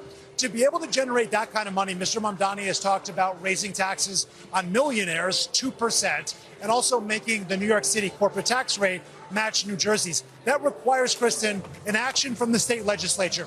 He can't do it unilaterally. So it's really important as we have a conversation about what it means to be a democratic socialist, wealth redistribution, even as we have conversations with folks who say they're just stunned by the level of discrepancy between the haves and the have-nots in New York City. And it's an issue that clearly has resonated with Americans across the country. Mamdani cannot come in assuming he wins on day one and just change the tax rates in New York City. It's impossible. I would also add to you, and you haven't really discussed it much tonight that I've heard so far, a big part of his appeal here in New York has been sort of the empathy he's described toward the Palestinian solidarity movement. We're talking about a city that has more than 1 million Muslims thereabout. About 1 million plus Jewish Americans, too, right? These are massive populations fractured on what's going on abroad. Mamdani has come in with extremely strong language toward Israel, calling what has been enacted there by the Israeli government genocide, in his words, and refusing to acknowledge Israel as a Jewish state, which has been described as anti-Zionism. But he has also been extremely emphatic that he wants to combat anti-Semitism by any means necessary. This is such a delicate issue, and it really has permeated communities all over New York City. So I would say if the umbrella of his campaign is affordability and reaching people where they are, the idea of PEP, Progressive Accept Palestine, has really struck a nerve here in New York, and it's almost the soul of what he's doing. Those two things are what I would be keeping an eye on in the days ahead But right now, there is obviously a ton of optimism here that Mr. Mamdani is going to be the next mayor of New York City. And Sam, quickly before I go to Rahima, that has been a thorny issue for him. He's had to answer a number of questions, in some instances had to clarify some of his remarks as it relates to what's happening in the Middle East, right?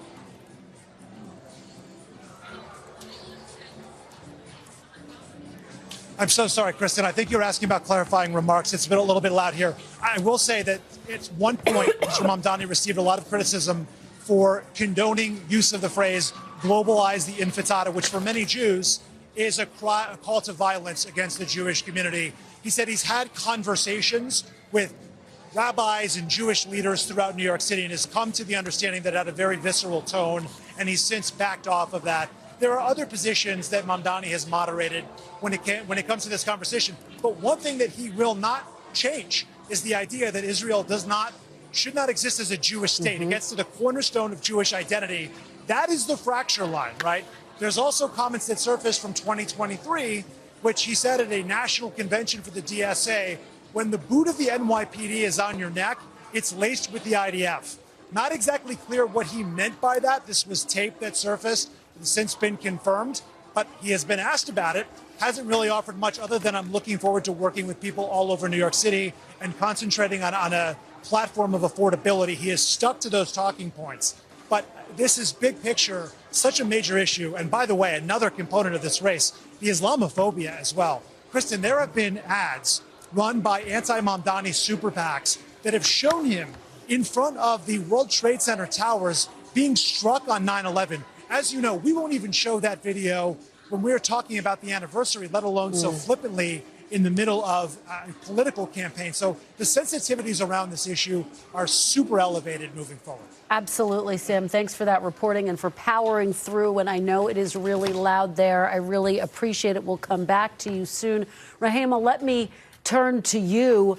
Sam talks about the fact that, yes, Mamdani's views on the Middle East have loomed large over this entire campaign, as has his message on affordability, with Governor Cuomo saying he is unrealistic in what he is promising. Governor Cuomo saying he has the experience to lead. And yet, of course, he has an incredibly complicated history as well, having resigned amid a series of scandals that loomed large over his entire campaign. And the question, can President Trump's 11th hour endorsement shake up this race? What's the vibe there? What are folks saying to you? This room has just filled up in the last 16 or 17 minutes or so, Kristen, when the polls closed here in New York. There is sort of a subdued optimism here. I was just talking to folks. They said that they are excited, but a little worried, but they are powering through with the hope and the expectation from their vantage point that they can pull out a victory here. According to the candidate just a few days ago, he said we're closing the gap fast between himself and with Mamdani. He said at this rate, we will win. We have to keep going strong. The point that they are making in all of this is that the number of people coming out, going to the polls, has gone through numbers that people had not expected. In fact, we're looking at a number that officially passed, as Sam was saying, the 2 million votes cast. And it's the first time in a mayoral election that that number has passed, that since 1969. And we know that some people were still standing in line to cast their votes at 9 o'clock. So there may be some additional numbers added to that. But the optimism is here. And to the point of how does Cuomo speak to the remarks that Mamdani makes about him and what Mamdani says he will provide for this city in terms of free buses, freezing the rent, and free universal child care. The words from Cuomo are, and this is his words, quoting, he calls it BS. And he has been campaigning, telling voters that that's not something that a mayor can do, that you need a state legislature in order to make any of these kinds of things come true. So Cuomo's attempt to appeal to voters was to say, understand what Cuomo's record has been. He was the Secretary of Housing and Urban Development under Clinton. He was a former Attorney General. He was a governor of New York until 4 years ago, as you point out, when he resigned in disgrace with some allegations of sexual harassment against him, of which he has denied all of that. So he's saying that he's the guy who could get into the job and in the office and start doing work at the very beginning. But some wonder about whether that's true, and they also wonder whether his record of past accomplishments makes any difference in this particular race that he's in. And will those numbers of the accelerated folks who are out and who are voting in this particular race, where are those numbers going to fall? Are they going to be the younger numbers going for Mamdani, or will it be some other voters? While Cuomo is running as an independent, will he also get Democrats voting for him? Kristen? All right, well, we're going to watch all of those questions very closely. Rahima Ellis, thank you so much. Hallie, I know you've been watching the exit polls for us. Yeah. What do you have? So let's stretch our legs and talk about it. Because there's some interesting stuff going on here when we talk about New York. And when you hear what Sam and Rahima talked about with their respective candidates, here's a news flash, some hot breaking news. New York City can be expensive, right? Everybody knows that. Voters know that. And when you look at the biggest issue in New York, it was cost of living, and it wasn't even close. Cost of living by a mile. Look at that. 55% of voters in New York City said that was the most important issue to them. And look at how they broke here. It may not surprise you, given what Steve is seeing on the big board with Zohran Mamdani. They broke for him, right, by a margin of something like 59, 60%. We're going to show that here next. And so this is an indication that this affordability message that Mamdani was laser focused on, we heard him talk about again and again, that this was effective for the voters who felt like cost of living was the most important thing. You see it here, 63% for Mamdani. We saw it, and Sam talked about it. People think the cost of housing is too high. That was an issue that was resonant for them. So that's one of the big threads we've been following tonight. The affordability message for Democrats, the economic message for Democrats. What's the other big thread we've been following? It is, can we extrapolate anything from this race, from the other races, to the midterms ahead of 2026? And this is where it gets kind of interesting when it looks at the voting for a change candidate. Look at this. Exit polls, when you look at candidate quality that mattered most, look at what it is. 27% say somebody who brings much needed change. They wanted to see a change candidate. We've seen this in elections before, right? Especially when the economic numbers are where they are. And look at how the vote break went there. 72% at last check went for Zohran Mamdani, of people who said that they wanted a change candidate. They broke for Mamdani overwhelmingly here. So the question is going to be for Democrats nationally, if you're going to read into anything from New York City, maybe how do you message yourself as a change candidate if you're a Democrat in one of these races? Now, I will say, here's my grain of salt. I've been saying it all night, and I think it's important to remember. New York City is very specific. There's a lot of nuance that is very New York City specific that may not be extrapolatable, if you will, to other places. You heard Leader Jeffries talk about that when he was on with us just a couple of minutes ago, Kristen. So that's a dynamic at play here. But I do think those two nuggets are pretty interesting from the exits tonight. Absolutely. And that word change, of course, has been such a big part of every election that we've covered practically for the past decade. So that's a very good point. Steve Kornacki, let me go back to you, because speaking of, you are getting more vote coming into New York. What can you tell us? Yeah, New York and New Jersey. We got a lot of flying here at once, but we've been saying New Jersey. Look, the story is Chitterelli needs to have this huge same day. So we're getting close now to complete in some counties. And I want to show you Monmouth County. We just set this one up a few minutes ago. This is a big county, and this should be a core Republican county. Now, 90% of the vote is in. Jack Chitterelli is going to win Monmouth County. Yeah, he didn't win it by enough.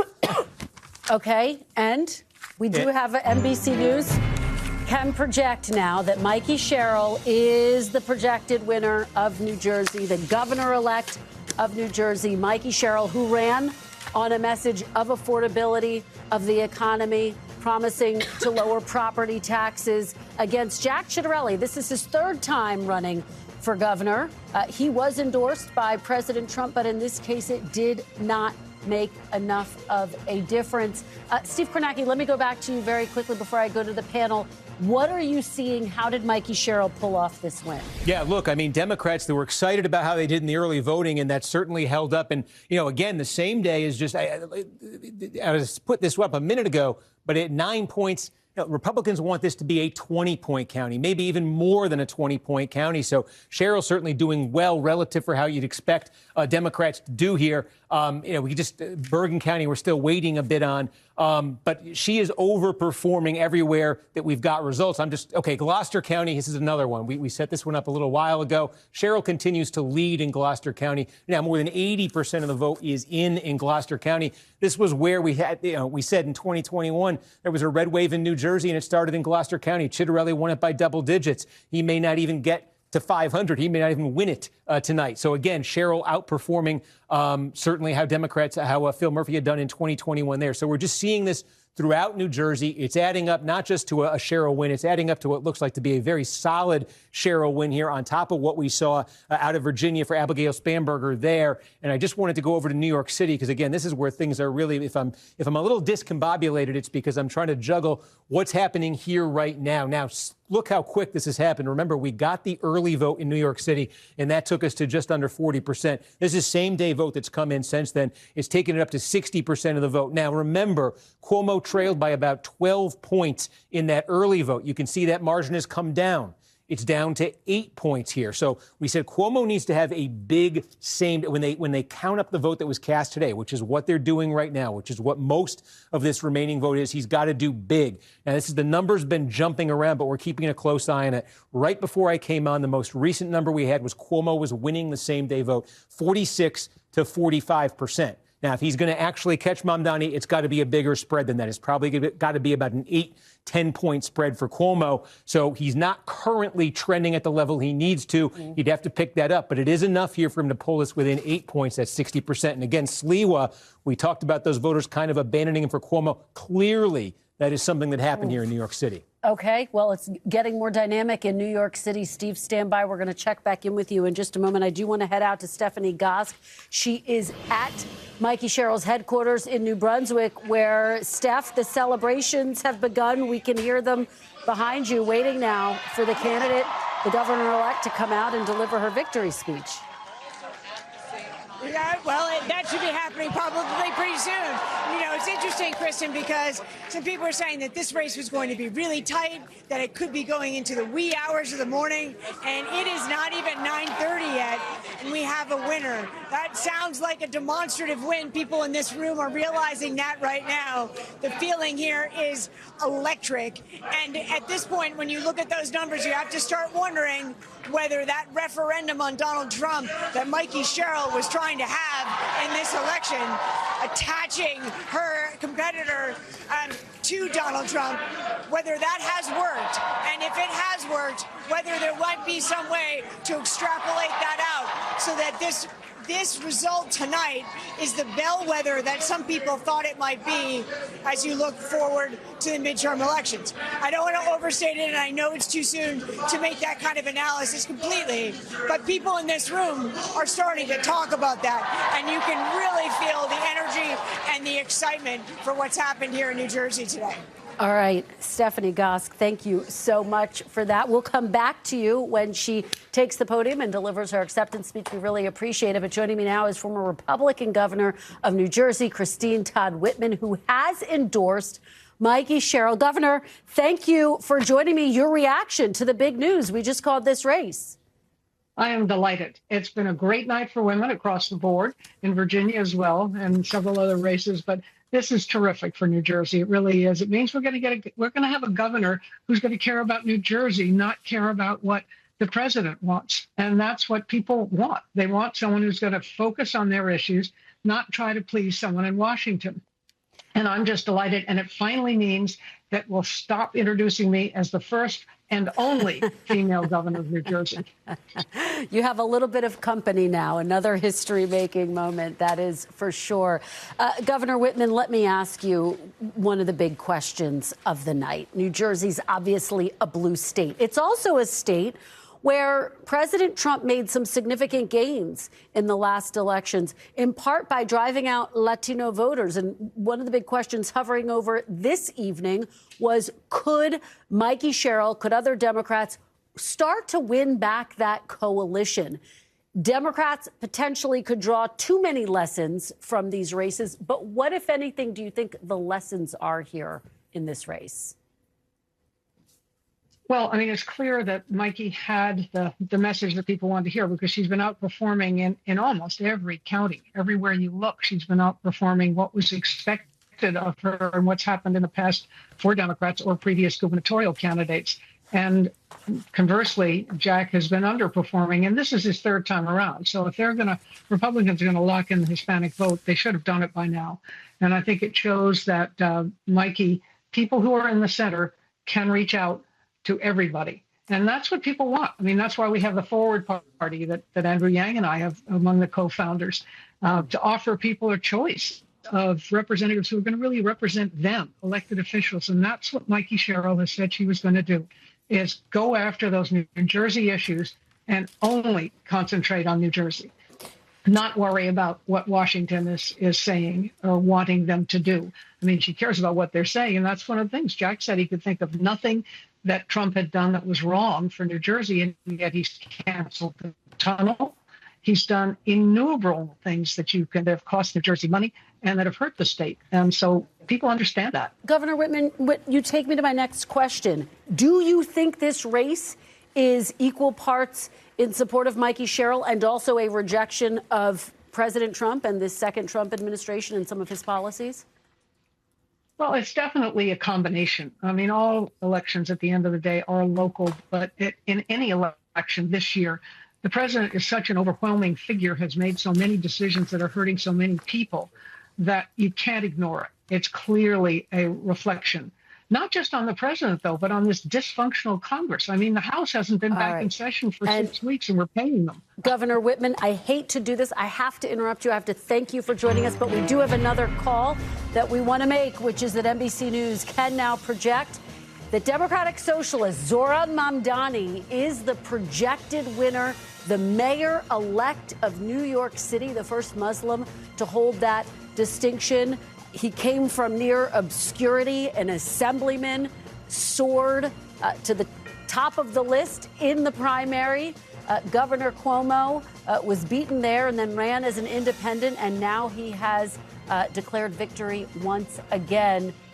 Steve, take us to the big board. How did he pull this off? How did he pull off what is going to be an historic win? Yeah, well, it's probably going to be closer, too, than his primary win. That was a 12-point margin he had in the primary. I mean, clearly, you said the polls were all over the place, but the polls that showed the closest margin here ended up being the accurate ones here, in part because that Curtis Sliwa vote, that is, 10 points, maybe 15 points lower than he was at in some of the polls, and it just looks like it really did consolidate behind Andrew Cuomo. One thing to look at as the vote continues to come in is, will Mamdani end up clearing 50%? Will he be able to say he got a majority? Now, in terms of where the remaining vote is coming in, the one thing Mamdani, besides the fact that he just won the race, if he wants to crack 50, the one thing he has going in his favor is disproportionately, there's a little more vote to come out of Brooklyn than the other boroughs, just in terms of the proportion of it. And that is Mamdani's best part of the city right now. And where there is the least amount of vote to come in is Staten Island. And that is obviously Mamdani's worst part of the city. So the opportunity is there for Mamdani to get over 50%. We'll see. Could he make this a double-digit win over Cuomo? We'll see. But again, you think about this. This is the Democratic nominee in one of the most strongly Democratic cities in the United States. And in the general election, you're looking at maybe, a 10-point win, maybe a high single-digit win. So there ended up being a lot of folks in the city who were not willing to vote for Zohran Mamdani, even though he is with the Democrats, and even though the Democrats typically win New York City elections, by open lengths. So there was consolidation here. I think it's noteworthy as well. In our exit poll, we asked folks if it was just a two-person race, Cuomo versus Mamdani, and it was basically dead even in our exit poll there. So if you're the Cuomo campaign, you're seeing this consolidation. One thing you're probably thinking of is, geez, hey, they got Eric Adams, the incumbent mayor, to drop out and get behind Cuomo. What if they could have actually gotten Curtis Sliwa out of this race and gotten full consolidation? This thing would be, in fact,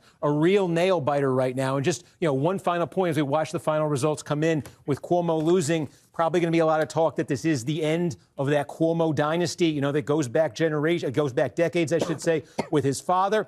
His father, almost 50 years ago, ran for mayor of New York City, lost the Democratic primary, continued his candidacy as a third-party candidate in the general election, just like his son. And Mario Cuomo lost that election to Ed Koch, 50 to 41%. And that might be exactly where this thing lands tonight. Unbelievable. Well, they do say history repeats itself. Thank you, Steve. Keep us posted. We're going to come back to you with any other big updates. But this is fascinating. Hallie, 34 years old. Politically speaking, this is to some extent an earthquake, what he has just pulled off. He's a Democratic socialist. He has promised a range of socialist policies that Andrew Cuomo says are completely unrealistic, but he convinced New York voters that he was the right person for this job at age 34. A year ago, were you talking about Zohran Mamdani? No. Nobody was, right? I mean, this is somebody who came onto the scene. Obviously, he was somebody who was known to locals there in the area. It is an incredible story. Now the mayor of the biggest city in the country, 8 million plus people here. And so it is a night to take that in. I'm so curious to see the reaction from campaign headquarters. I'm sure he will come out and be speaking at some point tonight, and we'll be listening into that. The other sort of interesting piece to this here, too, and there's so much to say, right, about the nuances of New York City in particular, about his laser focus to the point that it kind of became a meme, right, on affordability, on the cost of living, pivoting every question to talk about this and how critical this was for New Yorkers and how that resonated with so many people, obviously in New York, and so many people who had some concerns, as Steve has just laid out here, who did not back Mamdani here, despite the fact that he is, of course, the projected mayor. The other interesting component to this, and obviously we're national political journalist hat on here, but Donald Trump, President Trump, now has a foil. Yes, he does. In Mayor-elect Mamdani here, to the degree that Mamdani has talked about, looking to find areas where he can work together with them, but not so much, right? I mean, this is not an Andrew Cuomo situation here. So I think that's another interesting dynamic to watch. And the generation, the age gap piece of it. I mean, if Steve Kornacki tells you he gasps when he sees a statistic, then you know that's really attention getting. And that's been so striking anecdotally in the data to see the way the young people have turned out for him. A really sort of generational candidate here, Kristen. And I think, Leanne, Democrats are scratching their heads and will try to figure out what exactly this all means. But what lessons do they take from a Zohran Mamdani victory and an Abigail Spanberger victory?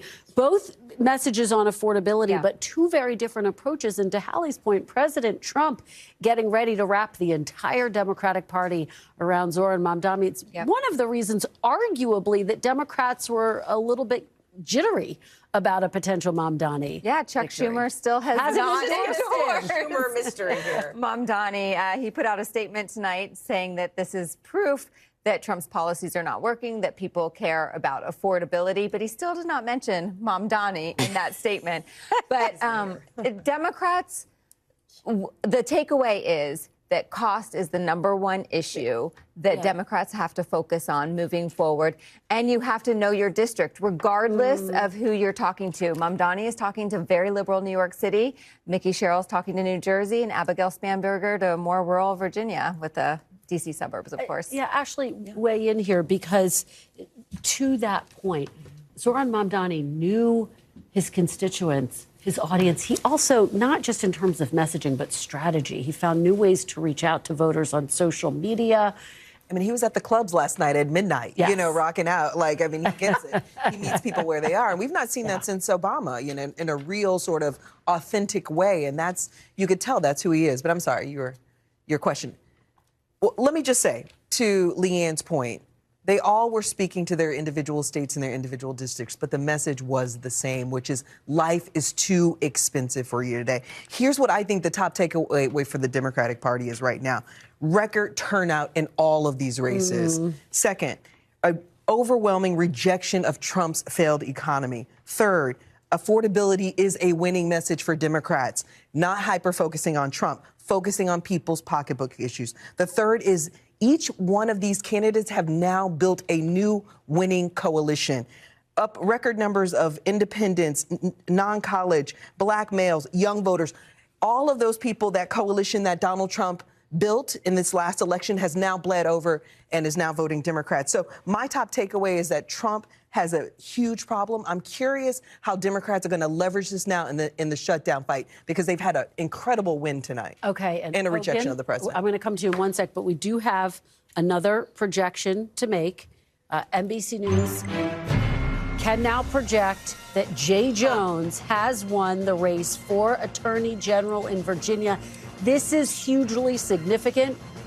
He has unseated the incumbent, Jason Miyares, despite the fact that a controversy loomed over his campaign after 2022 text messages were revealed, showing that he had made violent comments about one of his political rivals. And yet that massive victory by Abigail Spanberger may have pulled him over the finish line in this race, because there was a lot of consternation within the Democratic Party about his campaign. And yet Jay Jones is now the projected winner, the Attorney General-elect of Virginia.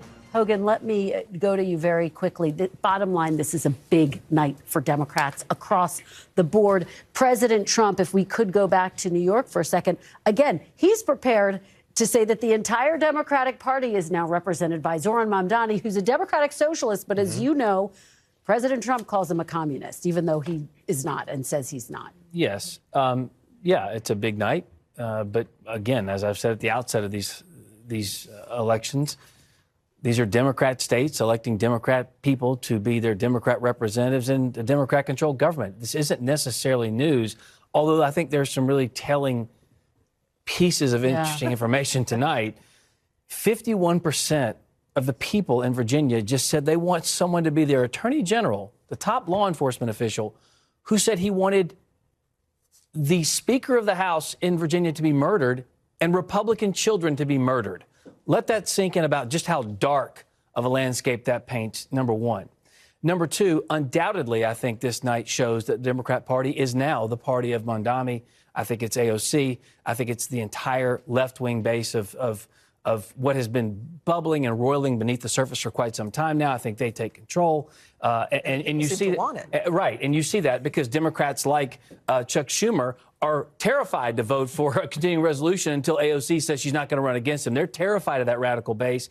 And also the issue of affordability. I think this is interesting because, as you know, prices for gas and groceries down under Donald Trump. Inflation is down under Donald Trump. Interest rates are coming down as well. The affordability issue is important in these states. New York and New Jersey have some of the highest state taxes on the planet. So they don't have anyone else to blame but themselves for high prices. And I'm going to be interested to see how Mamdani decides to tackle that, considering he has made a lot of claims. I will say one last thing about him. The only thing authentic about Zohran Mamdani is that he is wildly inauthentic. He has been trying to be everything to everybody from the outset, and I'm going to be interested to see who holds his feet to the fire. Actually, I'm going to let you respond to all of that because what Hogan just laid out is the argument, I think, that you are going to hear from Republicans heading into the midterms, which will officially start tomorrow, by the way. I mean, listen, I mean, they have to be sweating it out after tonight. I don't know how any Republican is feeling good about... To this argument that Hogan is making, the Democratic response should be what? The argument about Mamdani being the face of the Democratic Party? I mean, I think the answer is, and the people want it. I mean, the message has been the same for each one of these candidates. I mean, you take out this issue of socialism and this hyper-focus on how to label Democrats, et cetera, et cetera. The point is, though, the message in each one of these races has been the same, which is, again, life is too expensive. The president came in, he said he's going to lower your costs. He's failed to do that on multiple different fronts. Some groceries have gone up. There are a number of groceries that have gone up. Oh, absolutely. Electricity bills have gone up. I mean, everything has gone up. I mean, the reality is, I don't care what the spin is. People are experiencing this in their everyday lives, me included. So the reality is these polls aren't lying. The votes don't lie either. You've had record turnout. A new coalition's been built tonight, all based on the fact that the Trump has produce a failed economy. Let's just make the point that it is presented differently in each of these races. When you talk about affordability in the economy. That's the key. Right, exactly. But that's what I'm saying. Abigail Spanberger is not Zohran Mamdani, right? They're not running the same kind of campaign. Sure, but the reality is that has been the problem with the Democratic Party, is that we find a cookie cutter issue and then we think and expect each candidate to present it the same. To Leanne's point, that's not how it works. It all has a ladder up to the same message, which is life is too expensive, but everybody communicates it differently based on their local base. You look at the key groups, too, that drove this victory, this projected victory here for Zohran Mamdani. And it's interesting because we talked about, we're showing it up on screen here, people under 30, right? That's that age gap, the sort of generational piece of it that Steve's been talking about. Asian American voters, college grads, and listen, renters. Yeah. He said again and again, you're paying too much for your rent. The median rent in New York City is about $3,500, right now across the city. And so his point is it's too high. I can't believe Cuomo didn't do better amongst the 45 and under bracket, because I think the picture you have of him is like from the 80s. Is his picture? We'll have a graphics discussion later. We're clearly making a list. I saw that picture. I was like, wait, what is this? Though, the last thing I'll say on the economy, it's so interesting for me to hear this conversation, as Chris and I have sat last year, talking about the economy and 2 years before that and the year before that too. is that there was this dynamic that happened, and I'm curious as to both of your thoughts on this, last year when the economy was obviously such a big issue for people, where the numbers were showing that those economic indicators were largely going in the right direction. And yet, and I was out there and I did a bunch of, talking to voters on the ground, people felt like the economy sucked. They felt like the economy wasn't working for them, despite what the numbers show. Here you are, and I hear you making the case that some of these economic indicators are good. By the way, yeah, gas is going down, right? The price of gas. Inflation has ticked down. The stock market has been hitting record highs, right? Like those things are true, and yet people don't feel it. They don't feel good about that. We talked so much about a vibe session over the course of the last year. And I just think it's interesting now that you're seeing people, choose a different direction in Virginia, in New Jersey, and in New York City, or in those two states on that. Yeah, but like I said before, one of the most offensive things you can do as a candidate is try and tell the electorate what they are feeling and what they're experiencing isn't true. We just saw this in the last election when Democrats said, no, the border's closed. What are you talking about? No, you're not paying more for gas and groceries. No, what are you talking about? The crime isn't high. What do you mean? And then we fixed all of those things. And now, final point, then we're going to go. I guess I'm confused because the point is the voters tonight have spoken overwhelmingly with one voice, and they've all said the economy is horrible. It's abysmal for them. These are interesting sample sizes as we talk about. What's this going to do into the 26th? These are all Democrat blue states. These are all Democrat blue states. And we should note, as we're seeing also in these exit polls, that the economy is the biggest issue for voters, as you see right there in that New Jersey exit poll. Taxes, healthcare, all. Let's pause this fantastic conversation. I want to head out to Sam Brock, who is back with us at the Mamdani headquarters. Sam, what are folks saying there? Are they celebrating already? You know, it's interesting, Kristen, there was almost like a delayed reaction. NBC News called the race for Zohran Mamdani. And then about maybe 2 or 3 minutes later, all of a sudden there's just this huge wave of applause. And the room behind me is just filled up. It's packed. No insight as of this moment as to when we're going to hear from Zohran Mamdani. But look, if I told you 5 months ago, Kristen, 6 months ago, before the primary, that this 34-year-old, the youngest mayor in New York City, or he will be in more than 100 years, was going to be on this supernova rise, many people probably would have said you're crazy, partly because of the fact that his known quantity element was basically non-existent. He was polling at around 1%. We were talking about around the roundtable the idea that the Democratic Party in the 30 states that track registration has hemorrhaged Democratic voters in the last election cycle, all 30 of them. What has Zohran Mamdani done beyond just the affordability messaging? He's pulled in people that either weren't part of the process or were not aligned with the Democrats in the last couple of election cycles. And I'm talking about first-generation immigrants, younger voters, educated voters, Southeast Asian, Muslim, some Jewish voters, people that felt disaffected from politics. Kristen, there's this great video that he's posted online. He went to the Bronx right after the 2024 election, and he was talking to people and just asking them how they felt about politics in general. And they just felt so disappointed in the state of affairs. None of them wanted to get involved.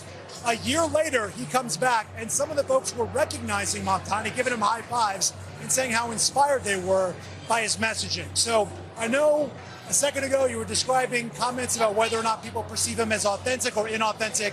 When it comes to the empathy and the care about people, as he says, the human dignity component of being a democratic socialist, feeling that did resonate, right? He's approaching right now, and I haven't checked the latest numbers, it looks like on your screen around 50%. Okay, that was not where Zohran was for most of his campaign. Even the most optimistic polls generally had him at 46, 47, Cuomo in the mid to high 30s. So he might be overperforming here, or perhaps Sliwa is underperforming after Trump's endorsement. Either way, he's close to 50%. It is a new day and age in New York City because this is a democratic socialist platform, although let's be very clear, Mr. Mamdani has distanced himself from the national DSA on some issues, and it is going to be fascinating to see how they work through that dynamic. Because while he has absolutely talked about using wealth redistribution through taxation on wealthier New Yorkers, he has said, I'm not completely convinced I have to do that, especially if Governor Hochul isn't going to go along with it. The DSA platform at its core, part of that is about taxing wealthier Americans to provide services to others. We'll see how that plays out. As far as what he's actually proposed, the biggest linchpin is going to be his universal child care. It's got a $6 billion estimated price tag, Kristen, but so many Americans and New Yorkers have been paying tens of thousands of dollars worried about their families. Could be a game changer if he's able to pull it off. You're absolutely right. You talk about the fact that he meets Americans where they are. That was one of the keys to former President Barack Obama's victory, who, of course, called him to offer to be a sounding board to him in the final days of this campaign. Sam Brock, fantastic reporting there. Thank you so much. We really appreciate it. Let's head back to Rahema, who is at the headquarters of Andrew Cuomo. Rahema, look, Andrew Cuomo thought perhaps that last-minute overnight endorsement by President Trump could help him peel away some of Curtis Sliwa's supporters. He did, in fact, but it just wasn't enough to get him over the finish line. He, by his own acknowledgement, was a flawed candidate. That, and you should hear the music. I don't know if you can, but the song is Don't Go Breaking My Heart. The mood here is kind of heartbreaking. The people are not, it's not a jovial mood here at all. When they saw on the screens that Mamdani is chosen as the next mayor of New York City, this is the music that came up on the loudspeakers. This was a time when there's so many people who were thinking that Cuomo might be able to pull this thing out, because there was when Curtis Sliwa came up on the big screens and he was talking, the entire room that's filled with people, they booed in disagreement with Sliwa and even the fact that he was on that screen.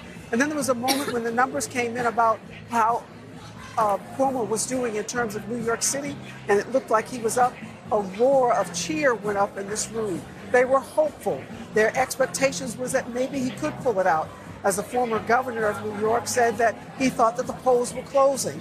And one of the things that may have prevented him is that Curtis Sliwa did not drop out, as Eric Adams did in terms of mayor, and endorse him. But what will happen now, I think that people are still lingering here, thinking that their candidate will come out and address them. What he will say to them certainly is yet to be determined about the support that he got from this crowd.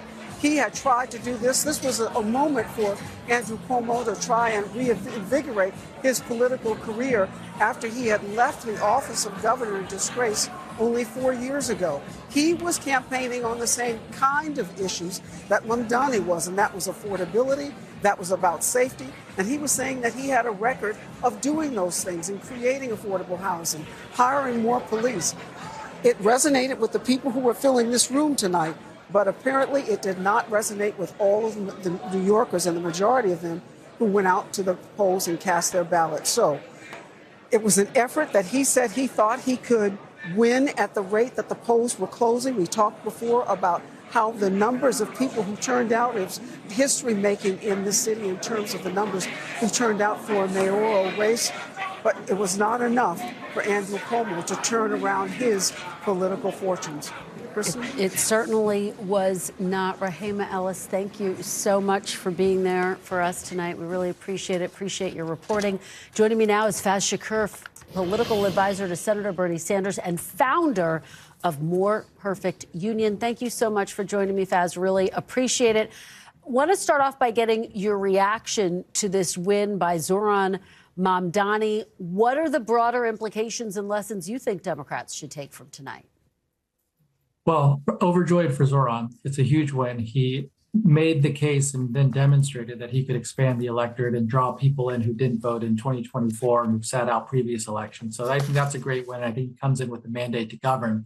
That said, I will be honest with you, Chris, and I harbor some anger and resentment towards the billionaire class who decided to relitigate the primary. I mean, he won by 12 points in the primary. They spent $30 million plus against him. Then they go into the general. I think he's coasting really to a place of 75, 80% support in the city to win with a huge mandate. And they say, let's go spend another $15 million. Let's go get more billionaire support. Let's go drag this through another primary. We see essentially the relitigation and result of it all over again. But I do think that at the end of the day, Zohran's win is a huge mandate for him, and in a hopefully an argument to a lot of Democrats that you can campaign on an aspirational vision and try to demonstrate that there are certain solution orientations, not just merely being opposed to Trump, that are very popular. And how does Mr. Mamdani put his proposals into action? There will be a lot of pressure for him to show that these are realistic proposals, because, as you know, Andrew Cuomo ran a campaign saying that he was offering pie in the sky proposals. He ran it twice, Kristen, and he ran it with a bunch of billionaire backing. I mean, there was no Andrew Cuomo campaign without a bunch of billionaires, whether it's Bloomberg or Ackman or whomever else, spending a ton of money on the outside to try to damage the argument that Zohran Mamdani has both positive solutions that are addressing New Yorkers' needs. And I think one of the things that got lost in the fact that Zohran, when he's offering his ideas, whether it's fast and free buses or the municipal grocery stores or freezing the rent, or taxing the wealthy, that each of them is tied directly to mayoral authority, that he had looked at what are the possibilities that the mayor could enact some of these ideas. Obviously will require the support and assistance of others within the state, but they're not pie in the sky. They're just simply authorities that most prior mayors had not wanted to use, that did not want to take on the wealthy class, did not want to take real estate developers on. And here comes Zohran saying, you can and we will. And I think the integrity that he showed during the campaign should hopefully build confidence in people that he will do it. He will build more support and he will be able to accomplish many of the things he talked about. Hey, Faz, it's Hallie. Good to see you, and thanks for being on. So when you talk about like stepping back and pulling back out of just New York for a second here, when you look at Mamdani and this victory that's projected by NBC News, you look at, for example, first-time voters. 17% based on the exit polls of the electorate in New York City said they were voting for the very first time. And of those first-time voters, you can see it here on screen, 6 in 10 went for Mamdani, right? So he was able to pull out a lot of these, not just pull out first-time voters, but get them to break for him. With that data point, with the other data points that we've seen on affordability, on the messaging here, is there, and I think this is risky, right? Is there a lesson that Democrats can learn more broadly beyond New York City? Because New York City, people who live in New York City will tell you it's a real special place, right? And so how do you think about that as you're looking ahead to next year? Allie, one of the ways you might want to think about, and we all should think about what happened tonight in New York City, is it turned out to be a primary within the Democratic Party. And it gives you a sense of where are Democratic voters when given choices, in my view, a choice of a corrupt kind of pro-billionaire establishment candidate in Andrew Cuomo, and then somebody who's offering bold, new, positive solutions that energize, to your point of the graphic, new voters and excite people about a type of politics. And what we've been told for a long period of time is that kind of exciting kind of politics doesn't sell well, it's naive, it's pie in the sky. Obviously, lots of billions are spent to try to send that message. And yet, mandate of majorities of Democrats, strong majorities of Democrats saying, that's it. Give me more of that kind of politics. And I think if you're in a different part of the country, whether Nebraska or California or Arizona, I hope you're taking away, let's be aspirational with specific, concrete, affirmative visions to address cost of living. It doesn't have to be exactly what Mamdani did in New York. It has to be some vision that tries to aspire to the same specific objectives of giving people concreteness about the ways we can address their problems. Faz, we have about a minute left here. President Trump has threatened to cut federal funding to New York. What are the implications of that? Would that complicate Mr. Mamdani, Mayor-elect Mamdani's tenure? There is, for now Mayor-elect Mamdani, I think some lessons to learn from Trump, which are that every day President Trump comes in with a ball of fire and it's a whirlwind of action. You know this better than most, Kristen. Just every day there's 4, 5, 6 things that this administration is doing, and it keeps you off kilter. And I think there's a way to do this in a positive, affirmative way. If you're Zohran Mamdani, you don't get sucked into the places where Donald Trump wants to be, troll you and say you're going to react to everything he does. Stay on your front foot and be a positive, action-oriented Democrat who shows that we can do things on housing. We can do things on setting up grocery stores. I think you could think culturally, standing up compelling musical concerts in Central Park, be community oriented, make this a place of a destination again that international travelers want to come to. Tell people New York is open for business, please come back. So many people have decided not to come to New York City because of the tariffs and all of the immigration actions. I think he can send a different message. Faz Shakur, thank you so much for joining us. We do want to go to Mikey Sherrill's headquarters, where the governor-elect of New Jersey is about to address her supporters who are cheering and celebrating her victory over Jack Ciattarelli. The third time Ciattarelli has run and made a play for the governorship. Tonight was Mikey Sherrill's night. She ran on a message of affordability, on a message of bringing down people's property taxes, and she becomes the second woman governor of New Jersey tonight. And there you see her waving to the crowd. Let's listen in to Mikey Sherrill.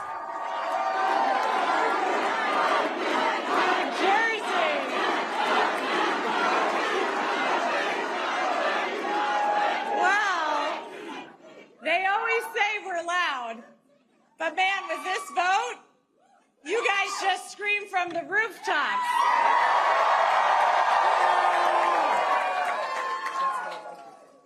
And people around the country have heard you.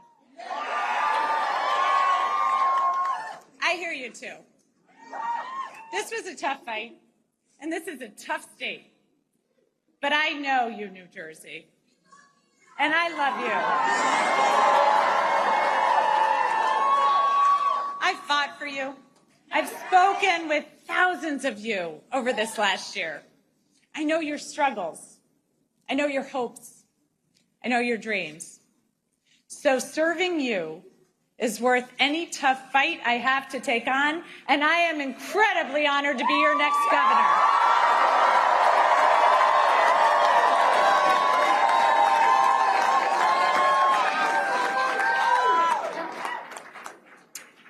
When I was 18, I raised my hand and I swore to defend the Constitution.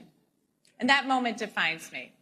It taught me that leadership means carrying the weight of other people's hopes, standing firm when it's easier to bend, and always putting the common good above personal gain.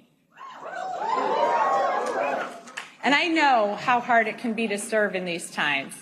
And I just got a call from Jack Ciattarelli, and I want to recognize him for stepping up.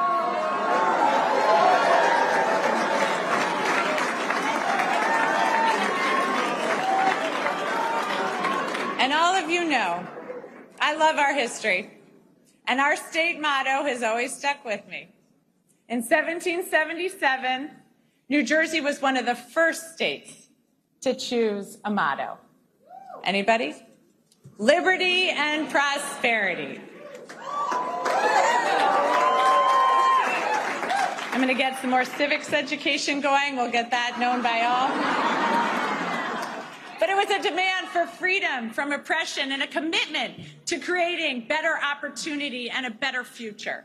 That idea has defined us for almost 250 years. We fought for liberty at the crossroads of the American Revolution, turning the tide for our young nation at the battles of Trenton and Princeton. We offered prosperity as we built the nation during the Industrial Revolution. We've been the cradle of scientific discovery, inventing everything from the light bulb to the laser. Liberty and prosperity. I've seen the genius in that motto over the last year because both are essential in our democracy. And as the president is backing away from this ideal, cutting SNAP, ripping away health care, terminating Gateway, we here in New Jersey are bound to fight for a different future for our children.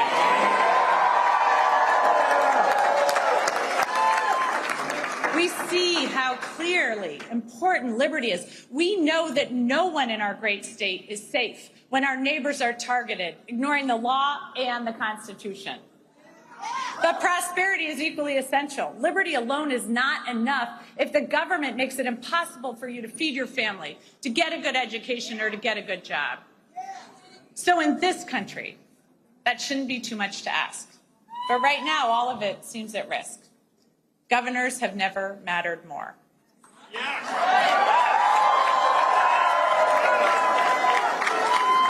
And in this state, I am determined to build prosperity for all of our citizens. And I've heard from thousands of you about what liberty and prosperity mean to you, what it's going to take for your family to thrive. So I hear you, Newark. I'm going to work with communities from the ground up so all of our neighbors thrive.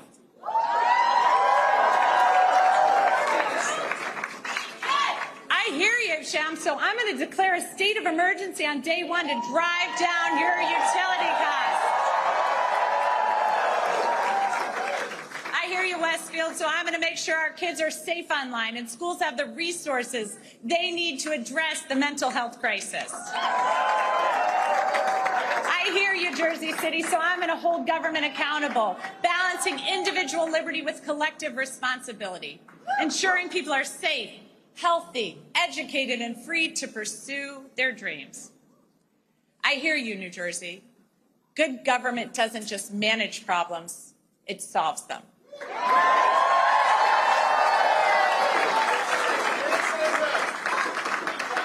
So I'm going to continue to listen and work with you to move our state forward, because I have learned so much as I've traveled our state. Our innovations, our businesses, our inventors and entrepreneurs have amazed me, but it's the people that have left the biggest mark, especially those who are fighting for prosperity for their entire communities. I was moved during my block walk in Trenton with Shanique as she spoke so passionately about the promise of her city and her neighbors despite the challenges.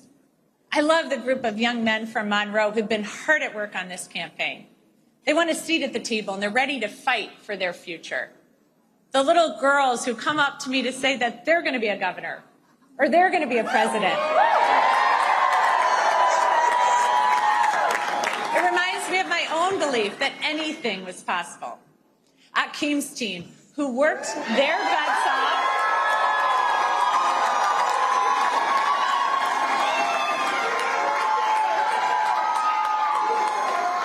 knocked over 60,000 doors.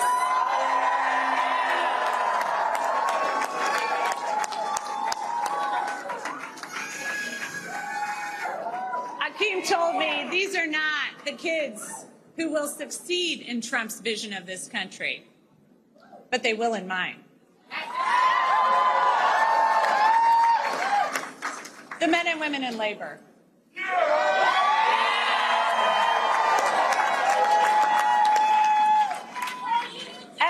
Union jobs at a time when our economy is set up to make it harder and harder for working people. You know what? They don't just fight for their brothers and sisters in labor. They fight for all of us.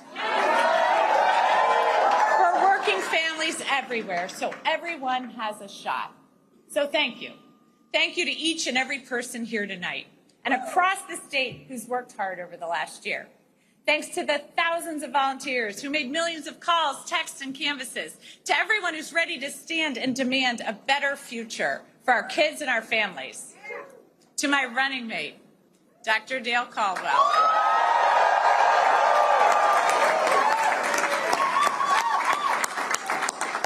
You've already served our state so well, and I'm proud to have you by my side as we embark upon this new chapter for New Jersey. To my team, who put together a campaign the likes of this state has never seen,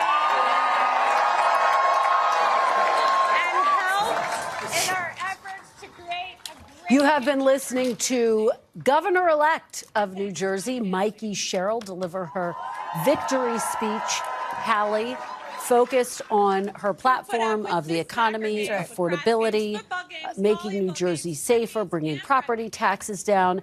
This is a former Navy helicopter pilot. She's a former prosecutor.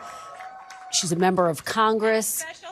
Former roommate of Abigail Spanberger. Former roommate of Abigail Spanberger. And tonight, both of them making history. That's right. That's right. Both governors-elect in their respective states, if you will. And let me go back to that conversation. You and I started this night talking about what our key takeaways that we were looking for would be, right? Our biggest questions. And one of them for us was the margins, right? If Democrats did as as the polling suggested they may do and pull out victories in New Jersey and Virginia and New York, as we have now projected tonight, what do those margins look like? And what's so interesting here as we listen to Governor-elect Sherrill speak there, are the numbers that we're starting to see, and I defer to King Kornacki over there at the big board when it comes to where the margins are here, but it's super interesting because in my conversations prior to election night with strategists on both sides of the aisle, a good night for Democrats would be her winning, +7 they would feel great about.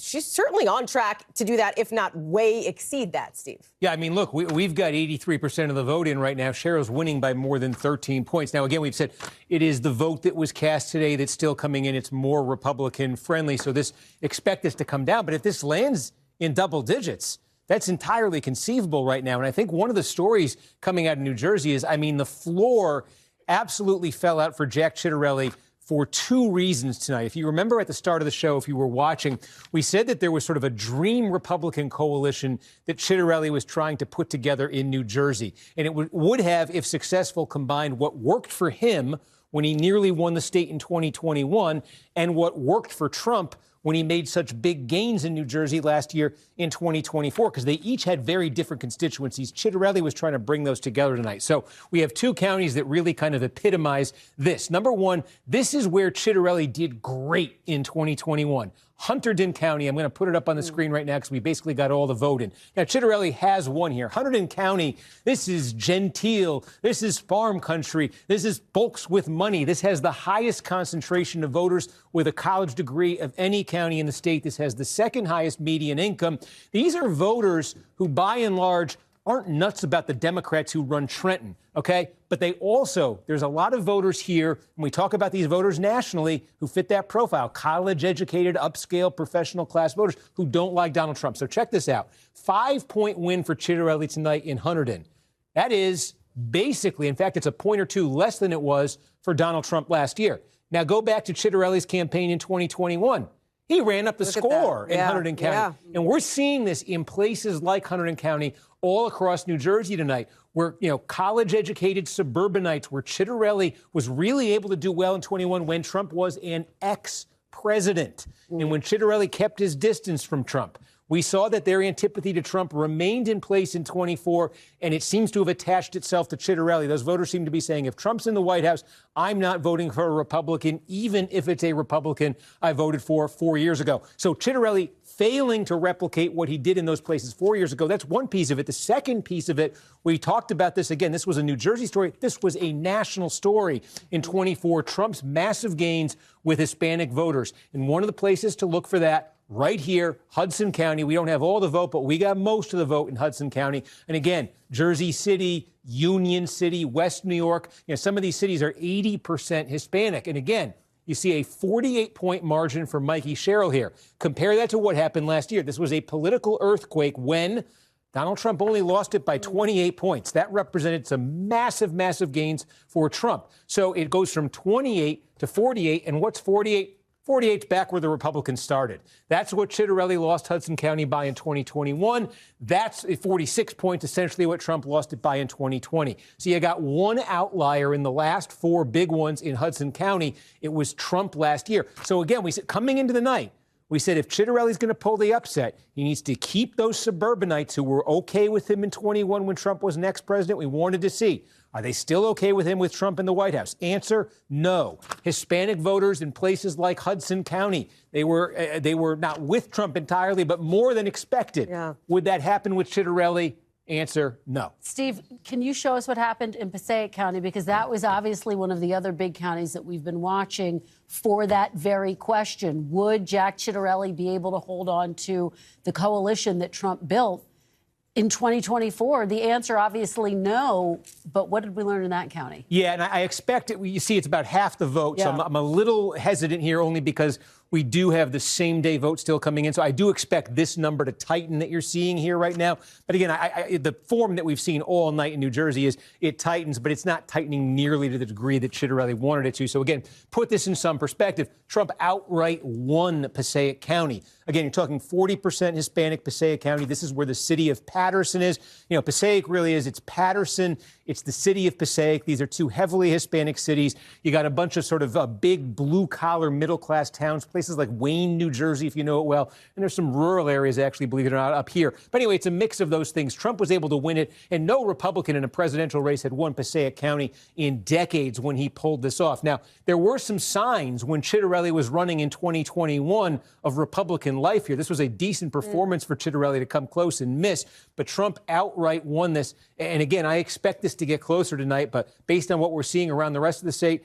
I think Passaic's likely to go back to the blue side tonight. All right, Steve, thank you for that deep dive. Hogan, let me turn to you because I have a Republican strategist reaching out to me saying what's surprising about New Jersey are the margins. That as Hallie was setting up, the hope was that they would be able to keep this to single digits, maybe 6, maybe 5 points, that would be a good night for Republicans if they couldn't have an outright win. I know that you're saying, look, this is a blue state, so let's not overread what happened here. Sure. At the same time, are there some lessons for Republicans as you turn your sights toward the midterms? There are always lessons to be learned in campaigns, especially when you lose them. What could you have done differently?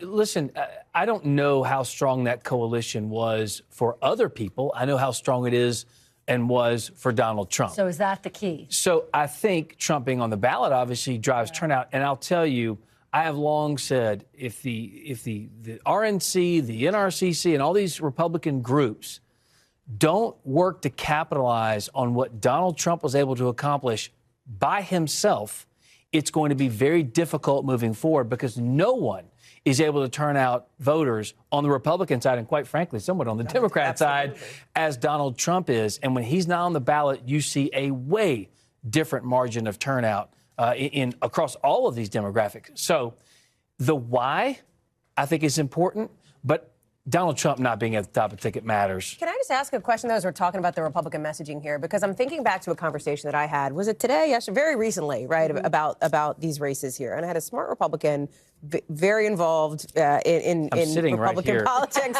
whose name was not Hogan Gidley.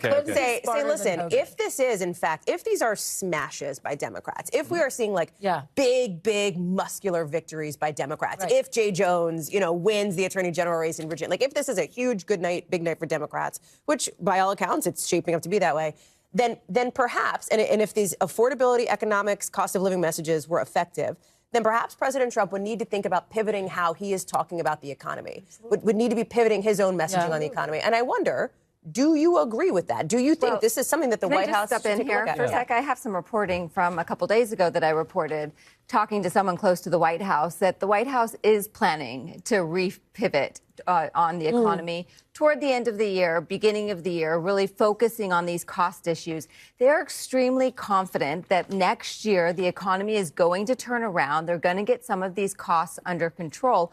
We'll see how that plays out, but the White House is aware of this. And these plans are supposed to come about food, potentially even health care, even though we all know that's a meme now since it's been 10 years.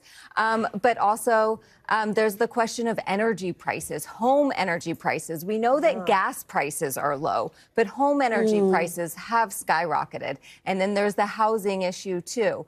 And so, one of the things about the Donald Trump of it all and all of this, when you compare it to someone like Jay Jones, who did have a scandal with these text messages, one Republican texted me to say maybe we all need to recalibrate how much people are willing to be okay with, considering what is acceptable to voters these days and who they still elect, regardless of what is in their background. And I will say the last poll I saw showed 67% of Americans did not know that the largest tax cut in history was in the One Big Beautiful Bill. 2/3 of Americans also say President Trump is failing them. If they don't know that, that's going to be a problem for a lot of reasons. And of course, I think the White House is keenly aware of this. If anyone is in tune with the American people, it's been Donald Trump, and I expect them to recalibrate and message this much differently in the new year. Ashley, very, very quickly, could we see what happened tonight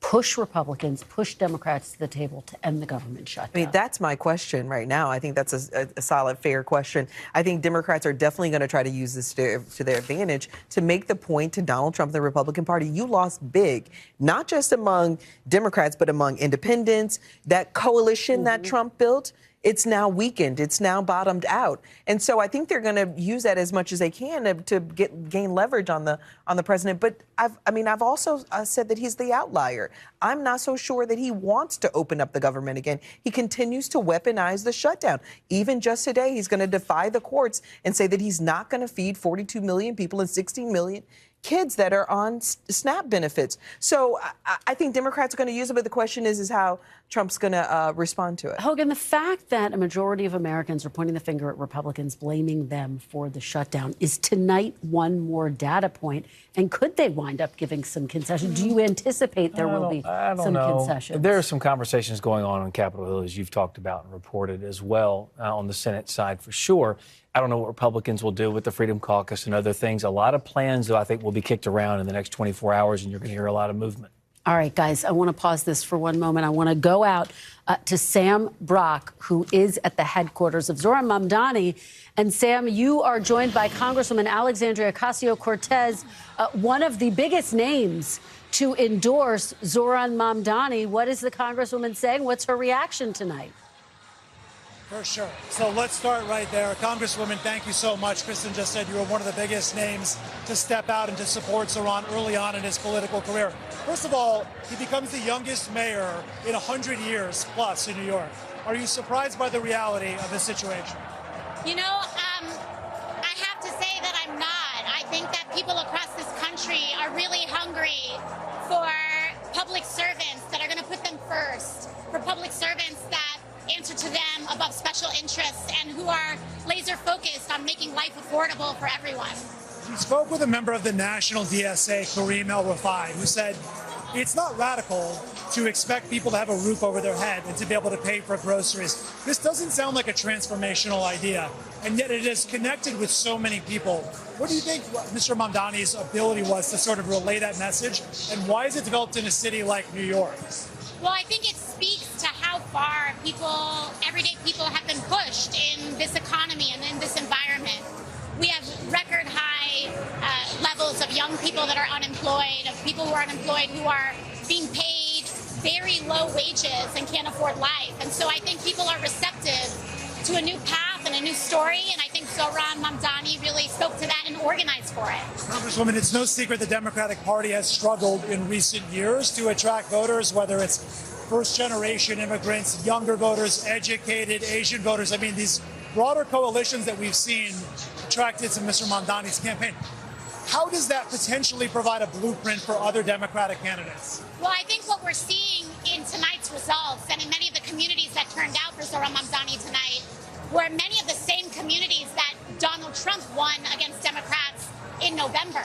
And so this shows that there is more than one path to win and persuade independents and Trump voters. And it's not just by running in a more conservative fashion, but it can also be through a different and new message. It's so interesting to hear you compare it to Trump in that sense, right? That brand of populism almost inverted. Do you see parallels between the bases of what drove out voters for Trump back in 2016 and what we're witnessing right now? Well, I think we are laser focused on the working class. We don't take voters for granted. We don't take Latinos. We don't take young people. We don't take many of the communities that are historically taken for granted in our political system. The bar is now high, right? Because he has promised voters he's going to work on free buses and rent freezes and universal child care, which we know is the most expensive part of that platform and would likely require the cooperation of the New York State legislature to raise tax revenues. How high is the bar, I guess? Do you see that becoming something that will manifest? I think people are mobilized by this vision, and what is so important is that I think New Yorkers are pragmatic. I think New Yorkers are practical. I don't think they expect that we're going to come in on January 1st and press a button. But I do think that New Yorkers are very motivated to vote for someone who has those goals and wants to move in that direction, as opposed to no direction at all. Well, so that's another thing that Mamdani has said, is there wasn't an affirmative message for Democrats. What's the takeaway, right? People around the country are looking at this race and saying a Democratic Socialist, just one office, sure, that could work in New York City. It's never going to work in other places around the country. To them, you say what? Well, you know, I have to say, so I'm a millennial. I'm 36 years old. And people my age, my first election was for Barack Obama when I was 18 years old. And we've been hearing Democrats be called socialists our entire voting lives. I think that as time goes on, this is not a threat that is really resonating with the majority and large pluralities of the electorate, and that this kind of name-calling doesn't really have the weight that results do have. Can I ask you, because that's an important point, what does it mean to be a Democratic Socialist? Because I realize there are so many nuances with the national organization and the local chapters and who they'll endorse and who they won't endorse and what issues are driving those decisions.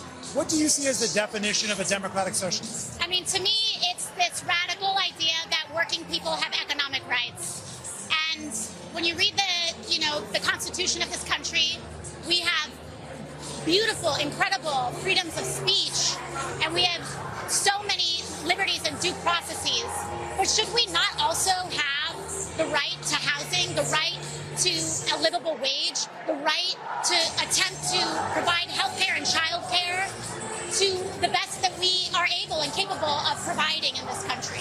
I would have the right to stay in communities where you've lived for years. That's because right. the expectation now is that President Trump has sort of forecast what he's going to do in New York City as it concerns potentially National Guard troops, more ICE raids. How do you see this playing out in the months ahead? Well, we know that President Trump operates through threats. He operates through criminality. He has been convicted on 34 different criminal counts of felony. The Supreme Court has essentially authorized through their rulings his ability to commit crimes in office. And so we know that he will step outside the bounds of what is acceptable to society. But I think that our choice is, are we going to respond with fear, or are we going to respond with unity and courage? What does that look like? I know he said he's going to be withholding funds from New York City, which I'm not even clear if he has the constitutional authority to do that. But what does the resistance look like under this administration? I mean, of course, President Trump doesn't have the authority, but that's not something that he really cares about. But let's just say that New York City is not a place that gets pushed around, and that we have our own cards up our sleeve as well. What is your lasting message, I guess, as we look around and we see however many hundreds of people are here right now, but millions that are watching around the country? What are the takeaways from Zohran Mamdani's ascendance from someone no one had heard of as of about January to winning the primary and now the next mayor of New York? That as dark as this time is, as challenging as this moment can be, anything is still possible in America.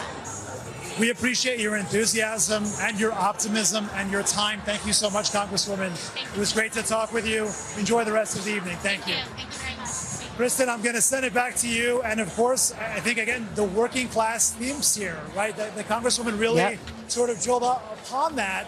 These aren't crazy ideas necessarily to provide people with a base level of services, making them actionable in cities where there might be resistance, and what the cost structure of that is going to look like is very much at the heart of conversations right now around the country. But it was interesting very much to hear her take.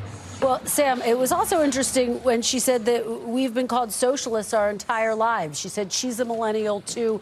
They are used to this. It doesn't pack the same punch that it used to. It was a fantastic conversation, Sam Brock. Thank you so much for bringing that to us. We really appreciate it. I want to get reaction here at the table. Hogan, let me start with you, because you heard her lay out the argument about affordability, but also the argument about reaching voters. She said we didn't take any voters for granted. And I'm a millennial. I've been called a socialist my whole life. That doesn't scare us, basically. Yeah, I think one of the things when Biden was in office and they were passing that big bill they were trying to do, I know that we were calling it a socialist bill. Polling didn't move the needle on that topic or that title at all, because no one really cared about the socialism. You had big government socialism, and everybody freaked out, and the thing went into an 80% negative. What you just saw and what you just witnessed is the front runner, I believe, for 2028 on Polls the Democrat don't side necessarily bear that out right now. for But president.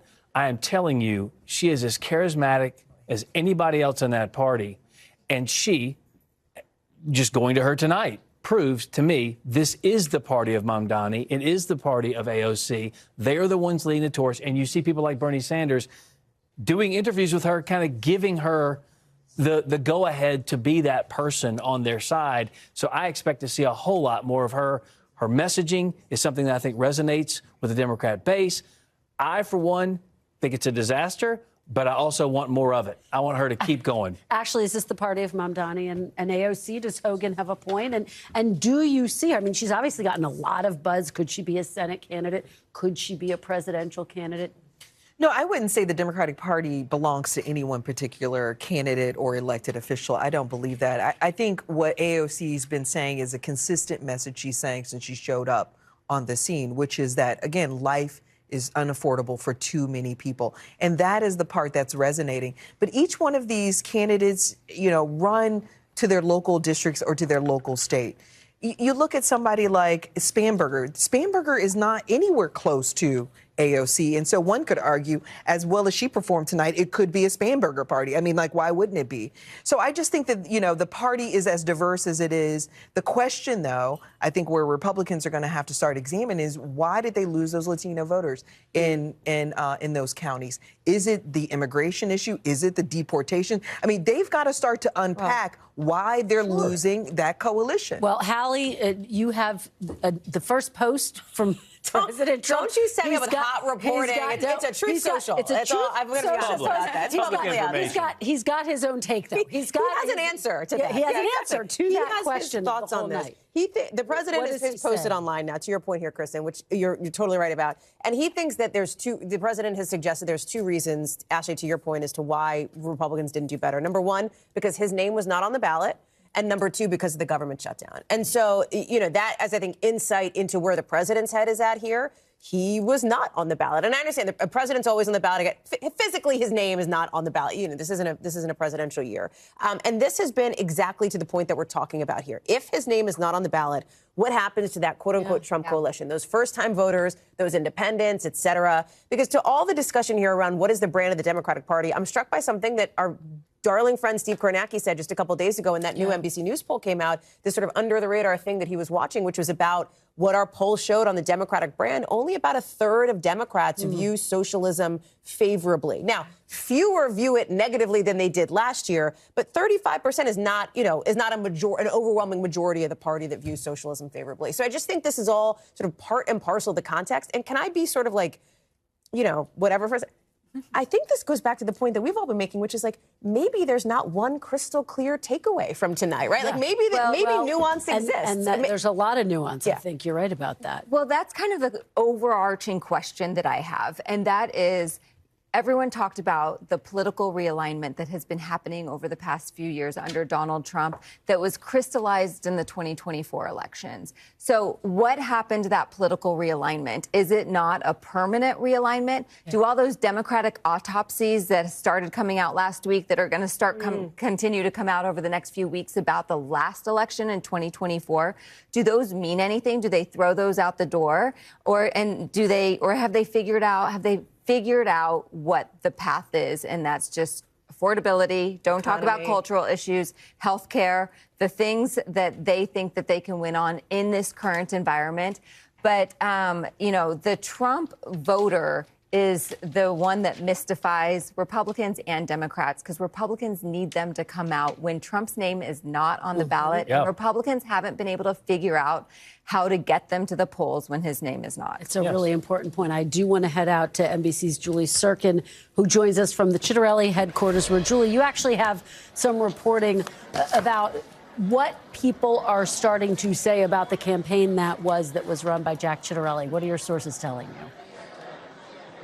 Yeah, well, all night long, people have been crowding around our little screen here because there was no other monitor in this room. One woman told me it's because they know that he's not doing well right after the polls close at 8 o'clock. I was struck by a conversation I had with a voter yesterday. But first, let me tell you what I got from the room today. And that is, I spoke to a couple of voters who voted for President Trump, who said that they are not hot on the job that he's been doing. And they told me that they think Chitterelli has been doing a good job walking a line between his support of the president, of course, trying to ride his coattails, if you will, of the margins that the president was able to eat into in New Jersey in November, but at the same time realizing that Mikey Sherrill, his Democratic opponent and now the governor-elect, made all of her campaign, almost all of it, all of her ads were about painting Chitterelli as very closely tied to Trump, as being ultra MAGA. And that voter here tonight told me that that seemed to work in Sherrill's favor. Yesterday, I was struck by a woman I spoke to in Passaic County, a Latino voter who voted for President Trump in November. She told me almost instantly did she regret her vote, as did most of the people that she knows. Why? Because of immigration, because of those deportations, the ICE raids. And that is the community that Chitterelli needed to turn out for him today. The numbers I'm just struck by. This race was not close at all, as we've been talking about, and the turnout for Chitterelli was not there. Perhaps they were less excited to come out and vote for him than they were excited about his opponent, Mikey Sherrill. But all in all here, I think there's a takeaway from voters that perhaps his alignment to the president, even if he tried to distance himself yesterday, including in our interview, didn't work in his favor. Kristen?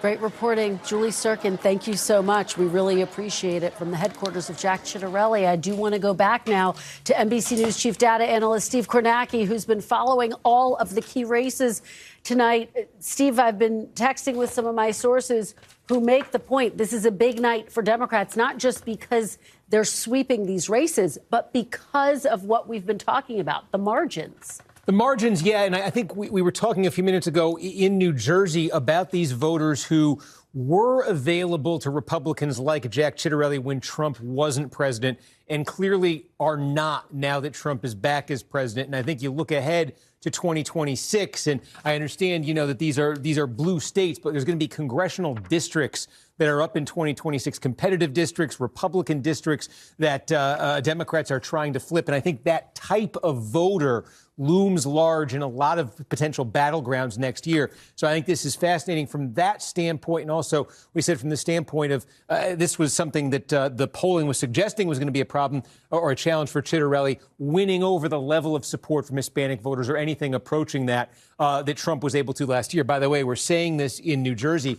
We took a look in Virginia as well. You look at the most heavily Hispanic areas where Trump made some inroads, Prince William County, Loudoun County, even, Manassas Park. It's small, but it's the most Hispanic by population city in Virginia. All of those gains from Trump undone tonight in this gubernatorial election. One other thing I did want to show, too, just talking about New York City. I had mentioned this before, but just check in because most of the vote is in, and it is hovering at about that 50 to 41, 50 to 42 range. Mamdani, just a touch over 50% right now with these returns. We'll see if he finishes on the north or south side of that. But I think I'd mentioned it earlier, and I wanted to make sure to show it to you. We did ask this question in our exit poll of New York City voters. If this were a two-way race, just Mamdani and Cuomo, how would you vote?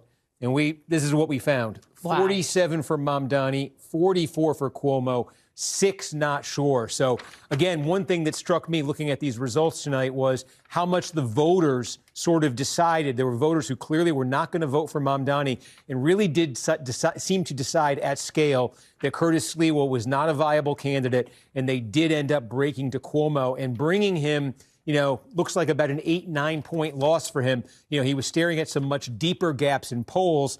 All of those polls that had him with those much deeper gaps had Sliwa getting a much bigger share of the vote. So again, I just think maybe there was no circumstance that Curtis Sliwa was going to drop out of this race. I know there was a lot of pressure on him from folks to do that. Maybe there was no circumstance, but I think if you're Cuomo and you're looking at this, boy, that one might haunt you a little bit. If there was any way you could have pulled it off, any more gestures you could have made or something, because a two-way race here, we got a lot of evidence here, would have been a barn burner in New York City. It would have been an absolute game changer. Steve, let's go back to Virginia since we haven't talked about it in a little while. Just remind folks of the margins in that race, with Abigail Spanberger becoming the first woman governor-elect of Virginia. And the margin, hugely significant there. Yeah, I mean, when you looked at, we talked about Virginia in 2024 as being a state. It was still a blue state, but Donald Trump had made some real gains in Virginia last year. He got the margin down to 6 points. He lost it by double digits in 2020. So he made gains in Virginia. The story for Trump's gains in Virginia was really,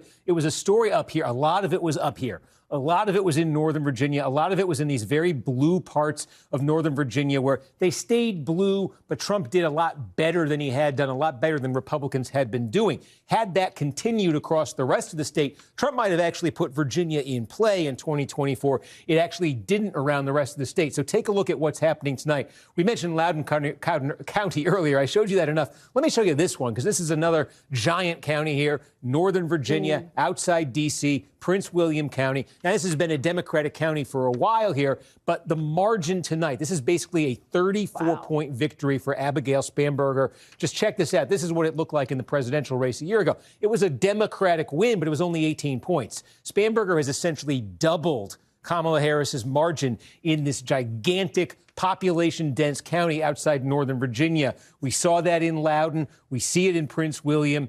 We see improvement in Fairfax County. These are giant population centers. So all of the losses, all of the sort of underperformance that Democrats had in 2024 in Northern Virginia, gone. As a matter of fact, you might say this is overperformance even for Spanberger. Does raise the question of the shutdown of federal employees, the importance of the federal government to the economy of Northern Virginia. It does raise the question if that played a role here. And then the other thing that happened for Spanberger, now again, she did represent this area in Congress, but I want to show you Chesterfield because this is big, growing suburban county right outside of Richmond. Now, this is a county last year. This was one of the few big counties in the United States of America that, as the whole country pretty much was becoming more red, became more blue. And that trend continued tonight. So Kamala Harris won this by 9 points last year. Abigail Spanberger wins it by 13 tonight. You take a look. When Glenn Youngkin, the Republican, got elected 4 years ago, he was able to win this county.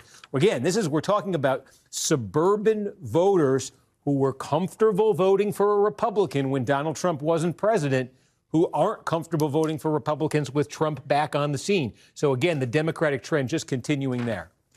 All right, Steve, thank you so much. We appreciate that. Let's head out to the headquarters of Andrew Cuomo. He is about to address his supporters. Let's take a listen. Thank you, thank you, thank you. Thank you.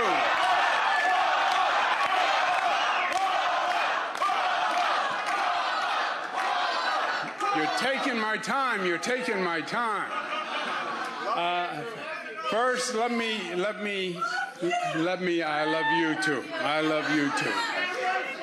Let me acknowledge part of my special campaign team. We have from the right, Telef Lundaval, the new son-in-law, husband of Mariah.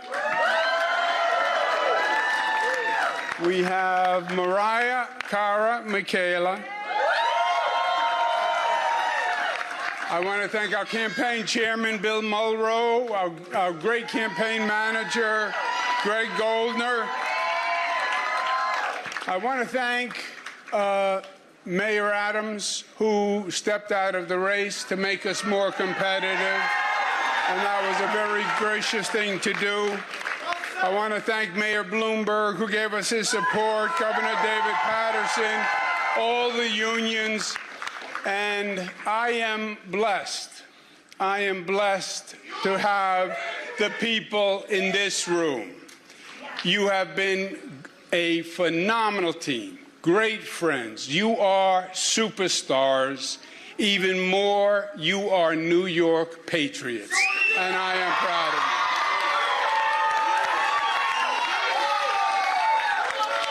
you. This campaign was the right fight to wage. And I am proud of what we did and what we did together. This campaign was to contest the philosophies that are shaping the Democratic Party, the future of this city, and the future of this country.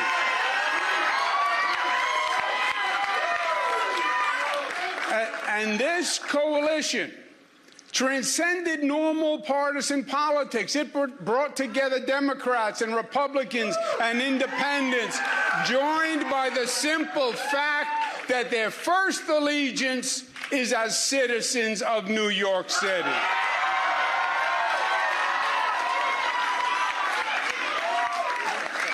$2 million voters, the largest number in modern political history, cared enough to show up in a municipal election.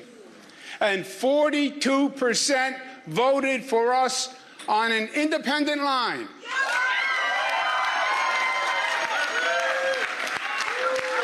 That is the highest percentage in modern history. Ironically, it is just higher than when Mario Cuomo got 40% on an independent line against Ed Koch in 1977.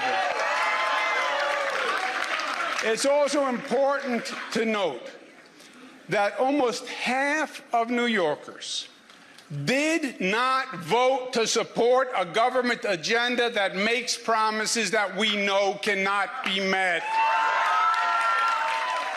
We support an economy. You've been listening to former Governor Andrew Cuomo deliver his concession speech after NBC News has projected that Zohran Mamdani is now the mayor-elect of New York City. Leanne Caldwell, this is someone who has served decades in public service. Of course, he did resign as governor amid a swirl of various scandals, quite frankly, that he just could not shake in this campaign. So yes, Zohran Mamdani had a message of affordability. Yes, he had an incredibly robust social media campaign, tried to reach voters, younger voters, where they are.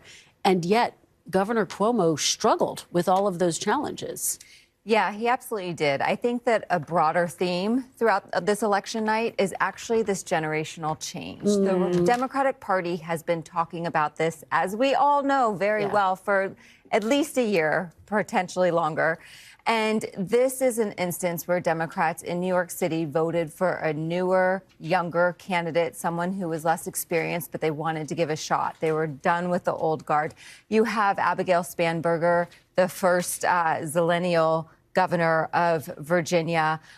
She and Mickey Sherrill were the class of 2018, this like young, upcoming class in the House of Representatives. And so there's a lot of movement in the party in this election that the party has been grappling with for quite some time. And a Democratic source texted me when you're looking at the bigger picture of the Democratic Party, making the point that Abigail Spanberger and Sherrill won by bigger margins than Mamdani did. And so when the party is trying to figure out what to make of this, and is it the more moderate, pragmatic faction of the party that is going to be the path forward, or the more liberal, progressive, Democratic Socialist wing of the party, there is a lot of Democrats who are looking at Spanberger over Mamdani. It's a really fascinating point. Hallie, Zohran Mamdani, 34 years old, has made a lot of promises. He will believe that he has a mandate to execute those. But to the point that... And Andrew Cuomo will make the argument, no, you don't. No, you don't. Right. And the question is, he's still got to win over a lot of voters to get behind his policies.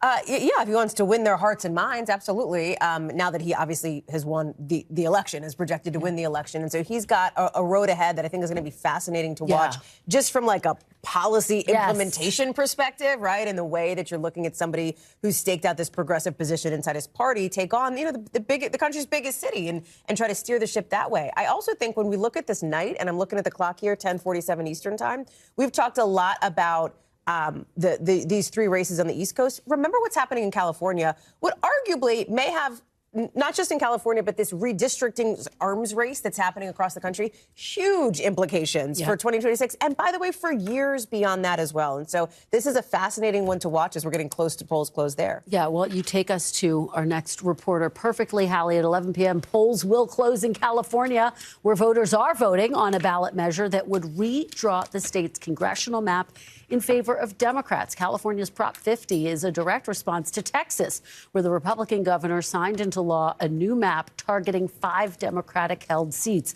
It comes during a nationwide redistricting tug of war, with Republicans eyeing seats in not only Texas, but states like Missouri, Ohio, and North Carolina, while Democrats look to Virginia and New York, in addition to California, for their own edge. NBC's Liz Kreutz joins us from Los Angeles, where this is the big race out there.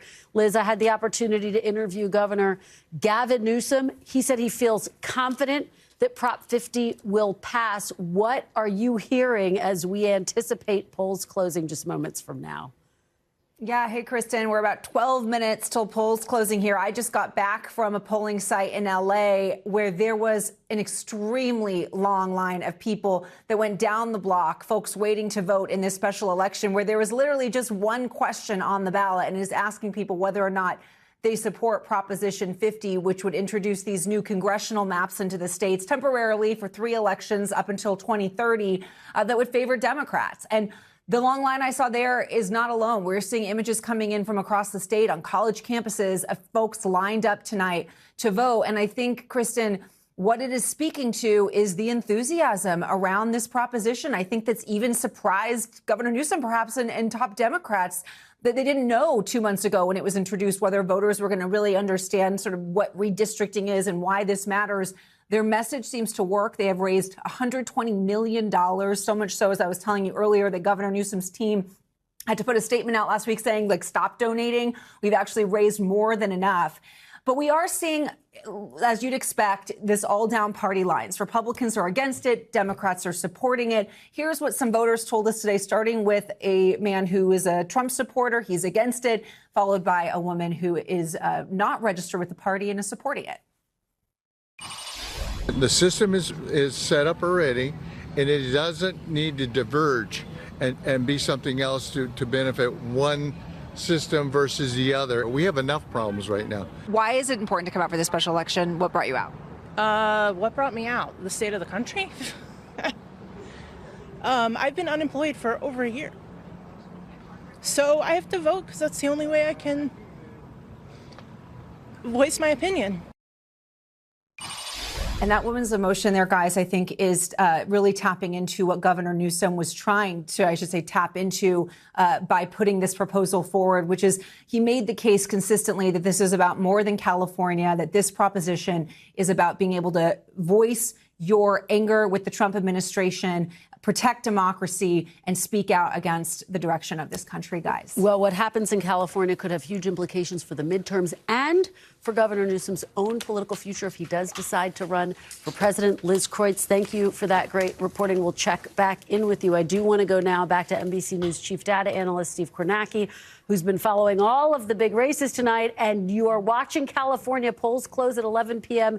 Eastern. What are you going to be watching for there, Steve? Yeah, at 11 o'clock, you get big batches of votes in these counties. That early vote, a lot of that mail vote comes in. California is a state where a lot of vote comes in fast, and then the rest of it comes in very, very slowly. So if it were a close race, it could take till December. But what have we been seeing tonight? To put this in some perspective, between Virginia, New York City, not surprisingly, and New Jersey, you've seen low approval ratings in the exit polls there for Donald Trump. You see an even lower approval rating for him in California. You see how that's correlated with the results, it appears, in Virginia and in New Jersey. And if you look in California, so much of the messaging that Gavin Newsom and the supporters of this initiative have put forward has been, hey, deliver a message to Donald Trump. Fight Donald Trump. If you vote yes, you're doing that. So just you look at Trump's approval rating in the exit poll in California. We have him in the low 30s here. This is a state he lost by 20 points last year. That's a very tough hill to climb for folks who want to defeat this referendum. We do have an exit poll, as I mentioned, that's been conducted there, which we can reveal the full results from at 11 o'clock. We'll get big returns coming in, as I said, fast at 11. So I expect some clarity right away. And I just want to put this in perspective, what the stakes are exactly here. So again, this is about control of the House of Representatives in next year's midterm elections. The way things currently stand, Republicans control the House, and they can afford to lose up to 2 seats. Otherwise, any more than that, they lose control of the House. Now, they have already passed and enacted a new map that could, I stress could, get them up to 5 additional seats out of Texas.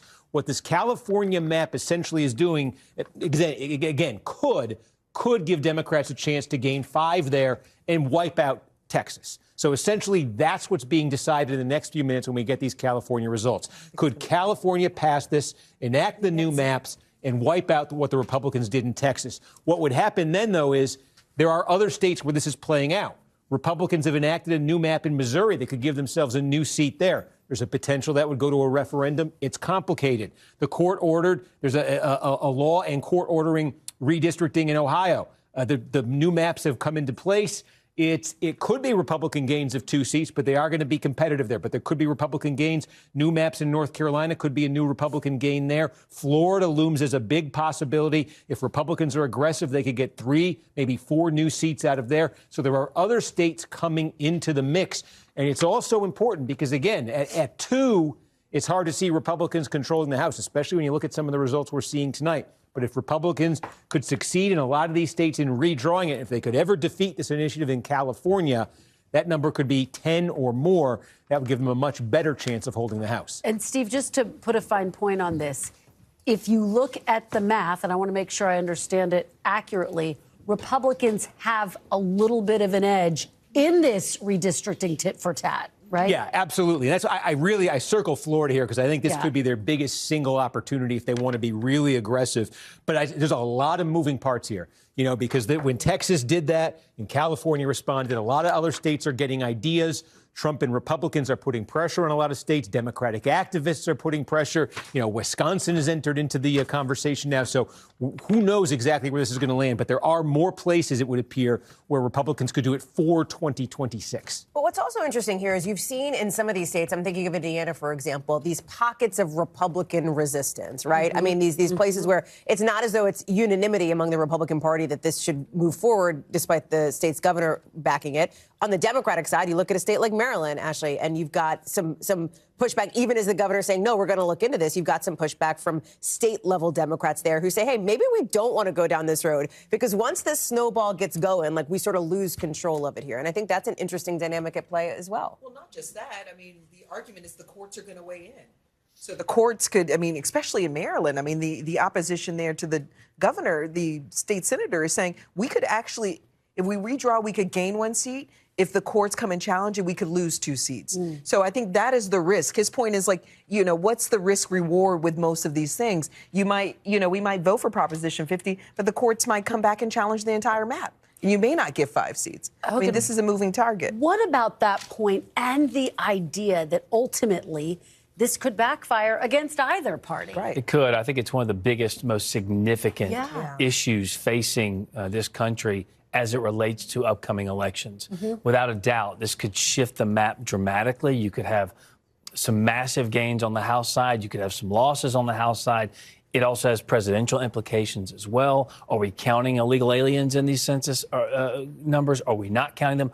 All of these things are kind of wrapped into an issue where if they were to pass some of these things, and as Ashley pointed out, once they pass them, courts are still going to get involved and these things are going to be challenged. So who knows how much of this gets settled before we start voting in the midterms as well. To what you're saying, Hogan, I think the other point is that it sets a precedence that we can, you can go through a redistricting process, and at any point, if I decide I need leverage to win an election, I'm going to redraw the maps. That's the challenge. That's what it's for anyway. Well, pretty much gerrymandering is so you can win elections. No, anyway. absolutely, but I'm saying it sets a precedence that each of these states now that are getting in the battle are now open to mid-decade redistricting at the whim of, trying to win. One of the fascinating aspects of the Prop 50 battle, Hallie, I know where you're going with this, I think. Exactly I think where we're I'm going with this. Yes, it's not just about redistricting, which is huge. Who is it about? It is about the potential future of Governor That's Gavin exactly Newsom. right. Now, I interviewed him. I tried to get him to tell me his entire presidential platform. You got there almost. If he runs, wouldn't do it. He said he's focused on this fight right now. But talk about how the two are inextricably linked. I love that you're raising this because I think this is such a key part to this redistricting fight. It is 100% about obviously the redistricting and about the maps and where that goes.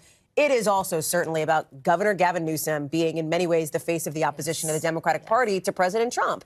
And this was, I don't know if you want to call it a risky move. I'd be curious as to your thoughts there, but it's certainly a bold one, right? Texas does its thing. Newsom comes out and says, we're going to do it. To get this ballot measure on, runs this referendum. It's a big deal for him, and he has embraced that spotlight. It was fascinating to watch your discussion with him on Sunday on Meet the Press, Kristen, which was so good. But this dynamic that, I bet we'll see him while we're on the air tonight. You know what I mean? Talking about I don't know, I might take that bet. Talking about this and what he's doing on this front. Because, Hogan, earlier in the program, you talked about AOC, Congresswoman Alexandria Ocasio-Cortez, potentially being a 2028 face. You got to put Governor Newsom right up there, as he has made his intentions pretty clear on that front as well. So this is very much, I think, about him and his futures, too. Ashley, what do you make of what Hallie's saying and Governor Newsom's message, which is we've got to fight fire with fire? He said, Republicans thought we would get upset and write an op-ed, but we're actually fighting back, and Democrats are cheering him on, including those who used to be opposed to redistricting, like former President Obama. Absolutely, who weren't fans of Newsom either. The reality is I think he's setting a new playbook on how to oppose Donald Trump. He's doing a holistic approach to it. It's really three-pronged strategy. One, he's challenging him in the courts. He's challenging him in the legislature. and with these redistricting maps. But in addition, he's turning the mirror on Donald Trump. He's modeling Donald Trump and all of his tactics and antics, and is having a fun with it, and is really energizing the base. I saw your interview, which was exceptional, by the way, and it was clear that he's really gaining his stride. I mean, he feels very comfortable, very in command. But can I just say one thing before we go tonight?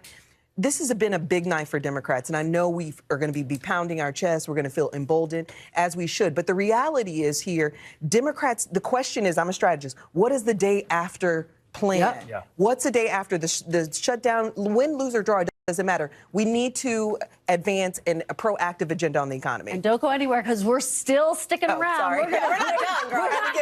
We're waiting for the results of Prop 50, and it is now just after 11 p.m. Eastern Time, and we have our final big call of the night. And like all the others tonight, it's a win for the Democrats. NBC News can now project that voters have approved a ballot measure on redistricting that could boost Democrats in next year's midterm elections. It's the theme of the night. Voters turning out, signaling they want change, and they are not happy with the president's party.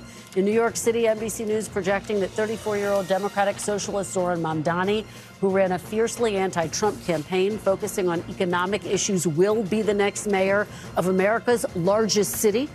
And we want to take you to live pictures of Mamdani's election night headquarters, where we are expecting the mayor-elect to speak any moment now. We'll bring that to you.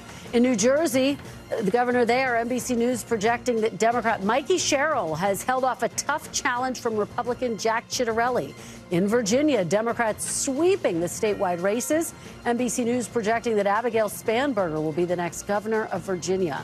And Democrat Jay Jones projected to win the Virginia Attorney General's race despite facing major headwinds after he was forced to apologize for violent messages he sent in 2022 about Republicans in his state. I do want to go back to NBC News chief data analyst Steve Kornacki, who's been following all of the races all night long.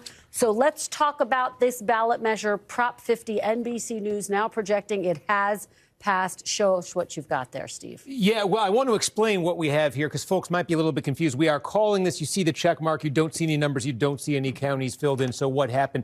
What happened is we took exit polls in all of the key states and in New York City tonight. In the exit poll on this proposition, the margin for yes was so overwhelming in the exit poll and so consistent with all of the data we had seen in the run-up to the election that our decision desk is going to call this based on that exit poll. I want to make it clear that's not an unusual practice. You probably don't notice it a lot, like on a presidential election night, but a state like California will be called like this. We don't tend to pay much attention to it on a presidential election night because we're in the middle of North Carolina and Georgia and Wisconsin and showing you results from all the swing states. But there are a lot of states out there that are very lopsided states, either Democratic or Republican states. And when you get an exit poll that really just confirms that, the state will be called that quickly. So that is what you're seeing happening here. Our decision desk has made the determination based on what they've seen in the exit poll and some other data that they can call this for yes right away. And again, we will start seeing big batches of votes come in here very shortly. All right. And Steve, Callie, go ahead. I just want to say one super interesting thing that's coming out of our exit polls here. And I know we want to get to California, but when you talk about this redistricting, when you talk about the exit polls, as Steve does here,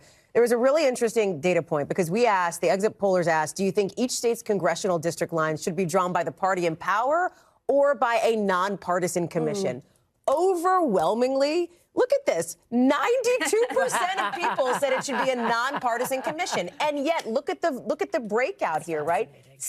More than half of those people who said they want to see a commission do it said they voted for Prop 8, for Prop 50, wanted to actually see California redraw these lines. What does that say? Due credit to our political unit, Ben Cameron, Bridget Bowman. Yeah. Partisanship can be a hell of a drug, right? That even as people say that they felt like they wanted this to be nonpartisan, these drawing lines, as we talked about, this has more to do than just redistricting, right? Like this is something that is going to be impactful beyond simply the lines on the map here. We talked about the Gavin Newsom impact, et cetera.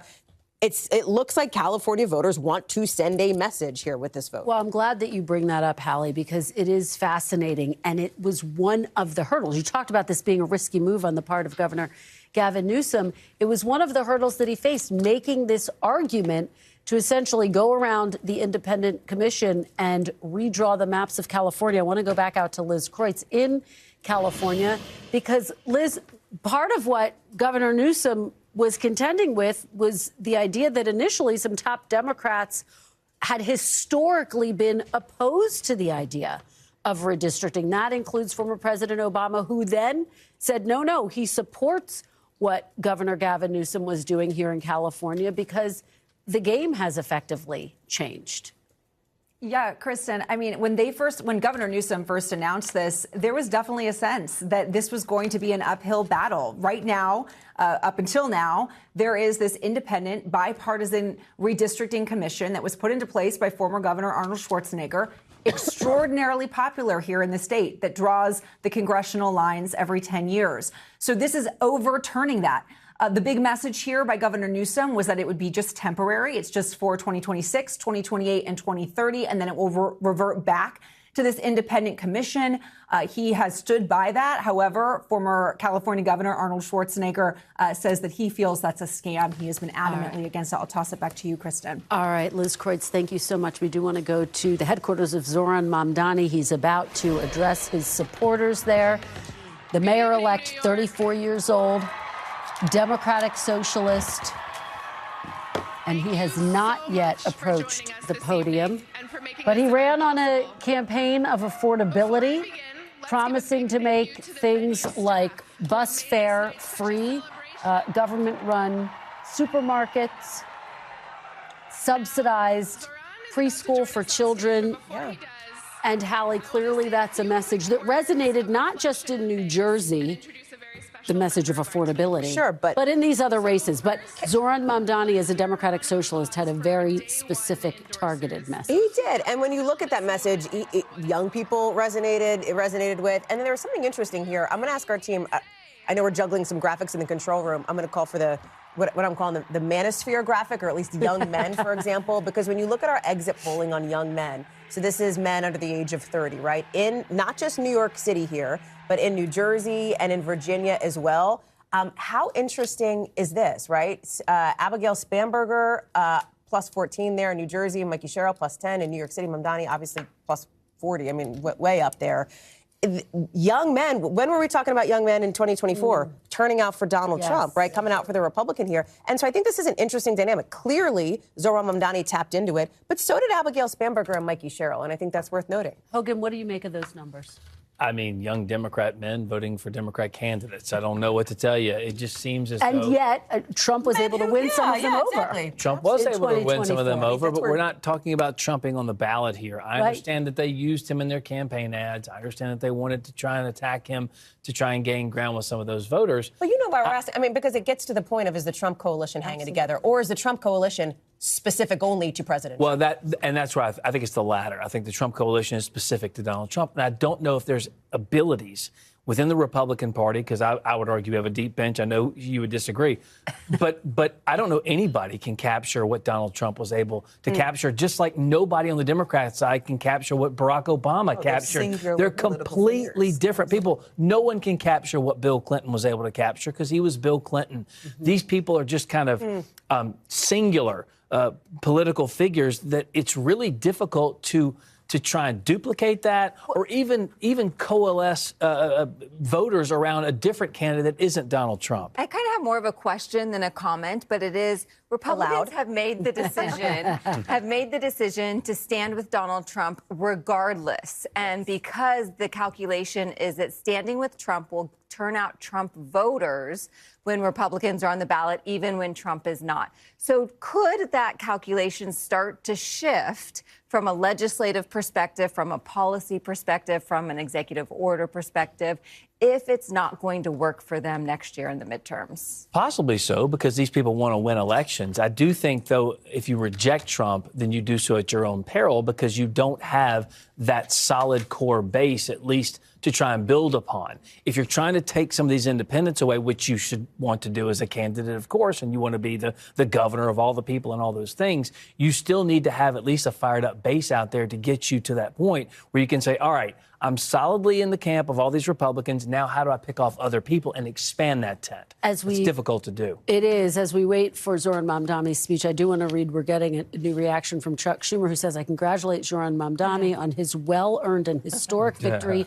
We have worked together on a number of vital issues like delivering historic debt relief for taxi drivers. I look forward to building on that partnership to keep New York City strong, fair, more affordable, and thriving. Actually, he never endorsed him. This is as far as he's leaned in to expressing support for Zoran Mamdani. I mean, my advice to the Democratic Party is to take a playbook, a page out of Mamdani's playbook, and that is to come up with a crystallized agenda that is based on affordability. I mean, I was saying this earlier. The reality is, although we won tonight, won big, the NBC poll still shows that 53% of the American people disapprove and have negative opinions of the Democratic Party. That signals that the party has a larger issue, national, larger issue. So my point is, you have to start to give people something to vote for, not just something to vote against. And so what Mamdani did so well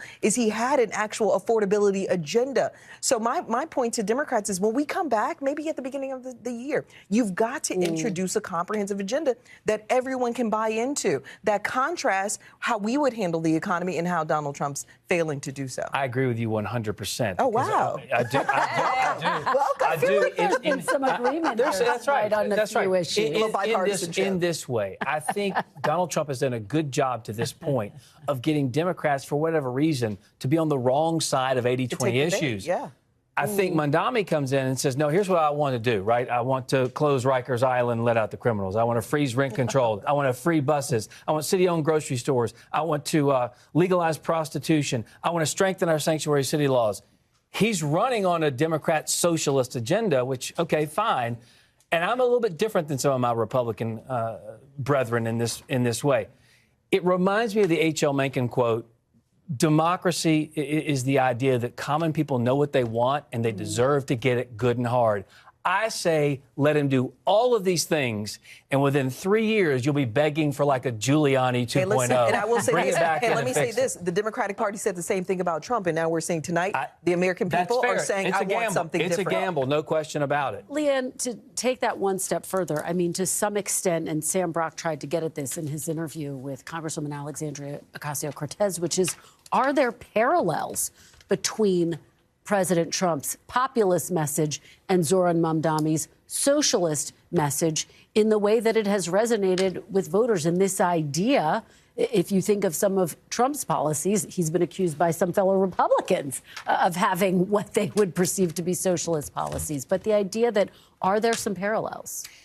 Yeah, there's obviously a populist string in this country that is becoming more vocal and more powerful and more demanding of policies that impact them. We saw this in Trump's election. We saw this tonight with Zoran Mamdani.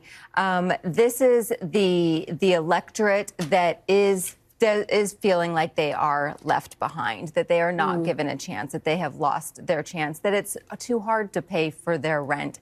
Donald Trump was asked if there's some parallels between him and Mamdani, and he said, well, I'm better looking than Mamdani.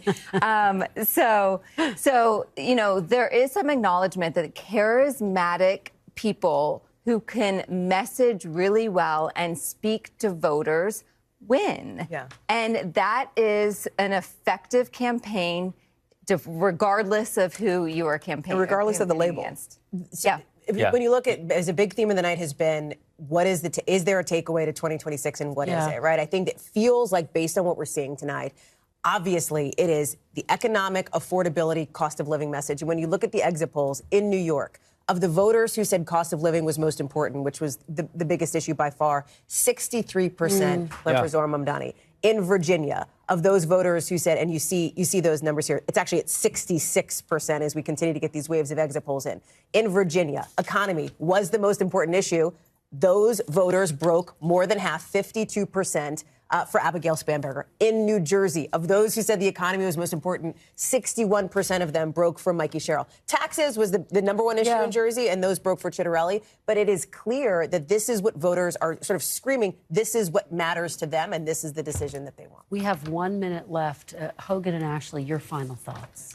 I think that tonight was a big win for Democrats. I think the question always is, when you lose elections, what do you learn from those elections? And what Republicans need to do is figure out, is that coalition fractured because of the candidates were bad, the turnout apparatus was bad, the non-sexy parts of politics, the door knocking didn't work, or is it a broader issue with Republicans? I would argue it's not, and I think it was heading to the midterms, we're going to be coming with a big tailwind to try and win some of these people back. Ashley, final thought to you. I think tonight the question is whether or not this election smoked out Donald Trump.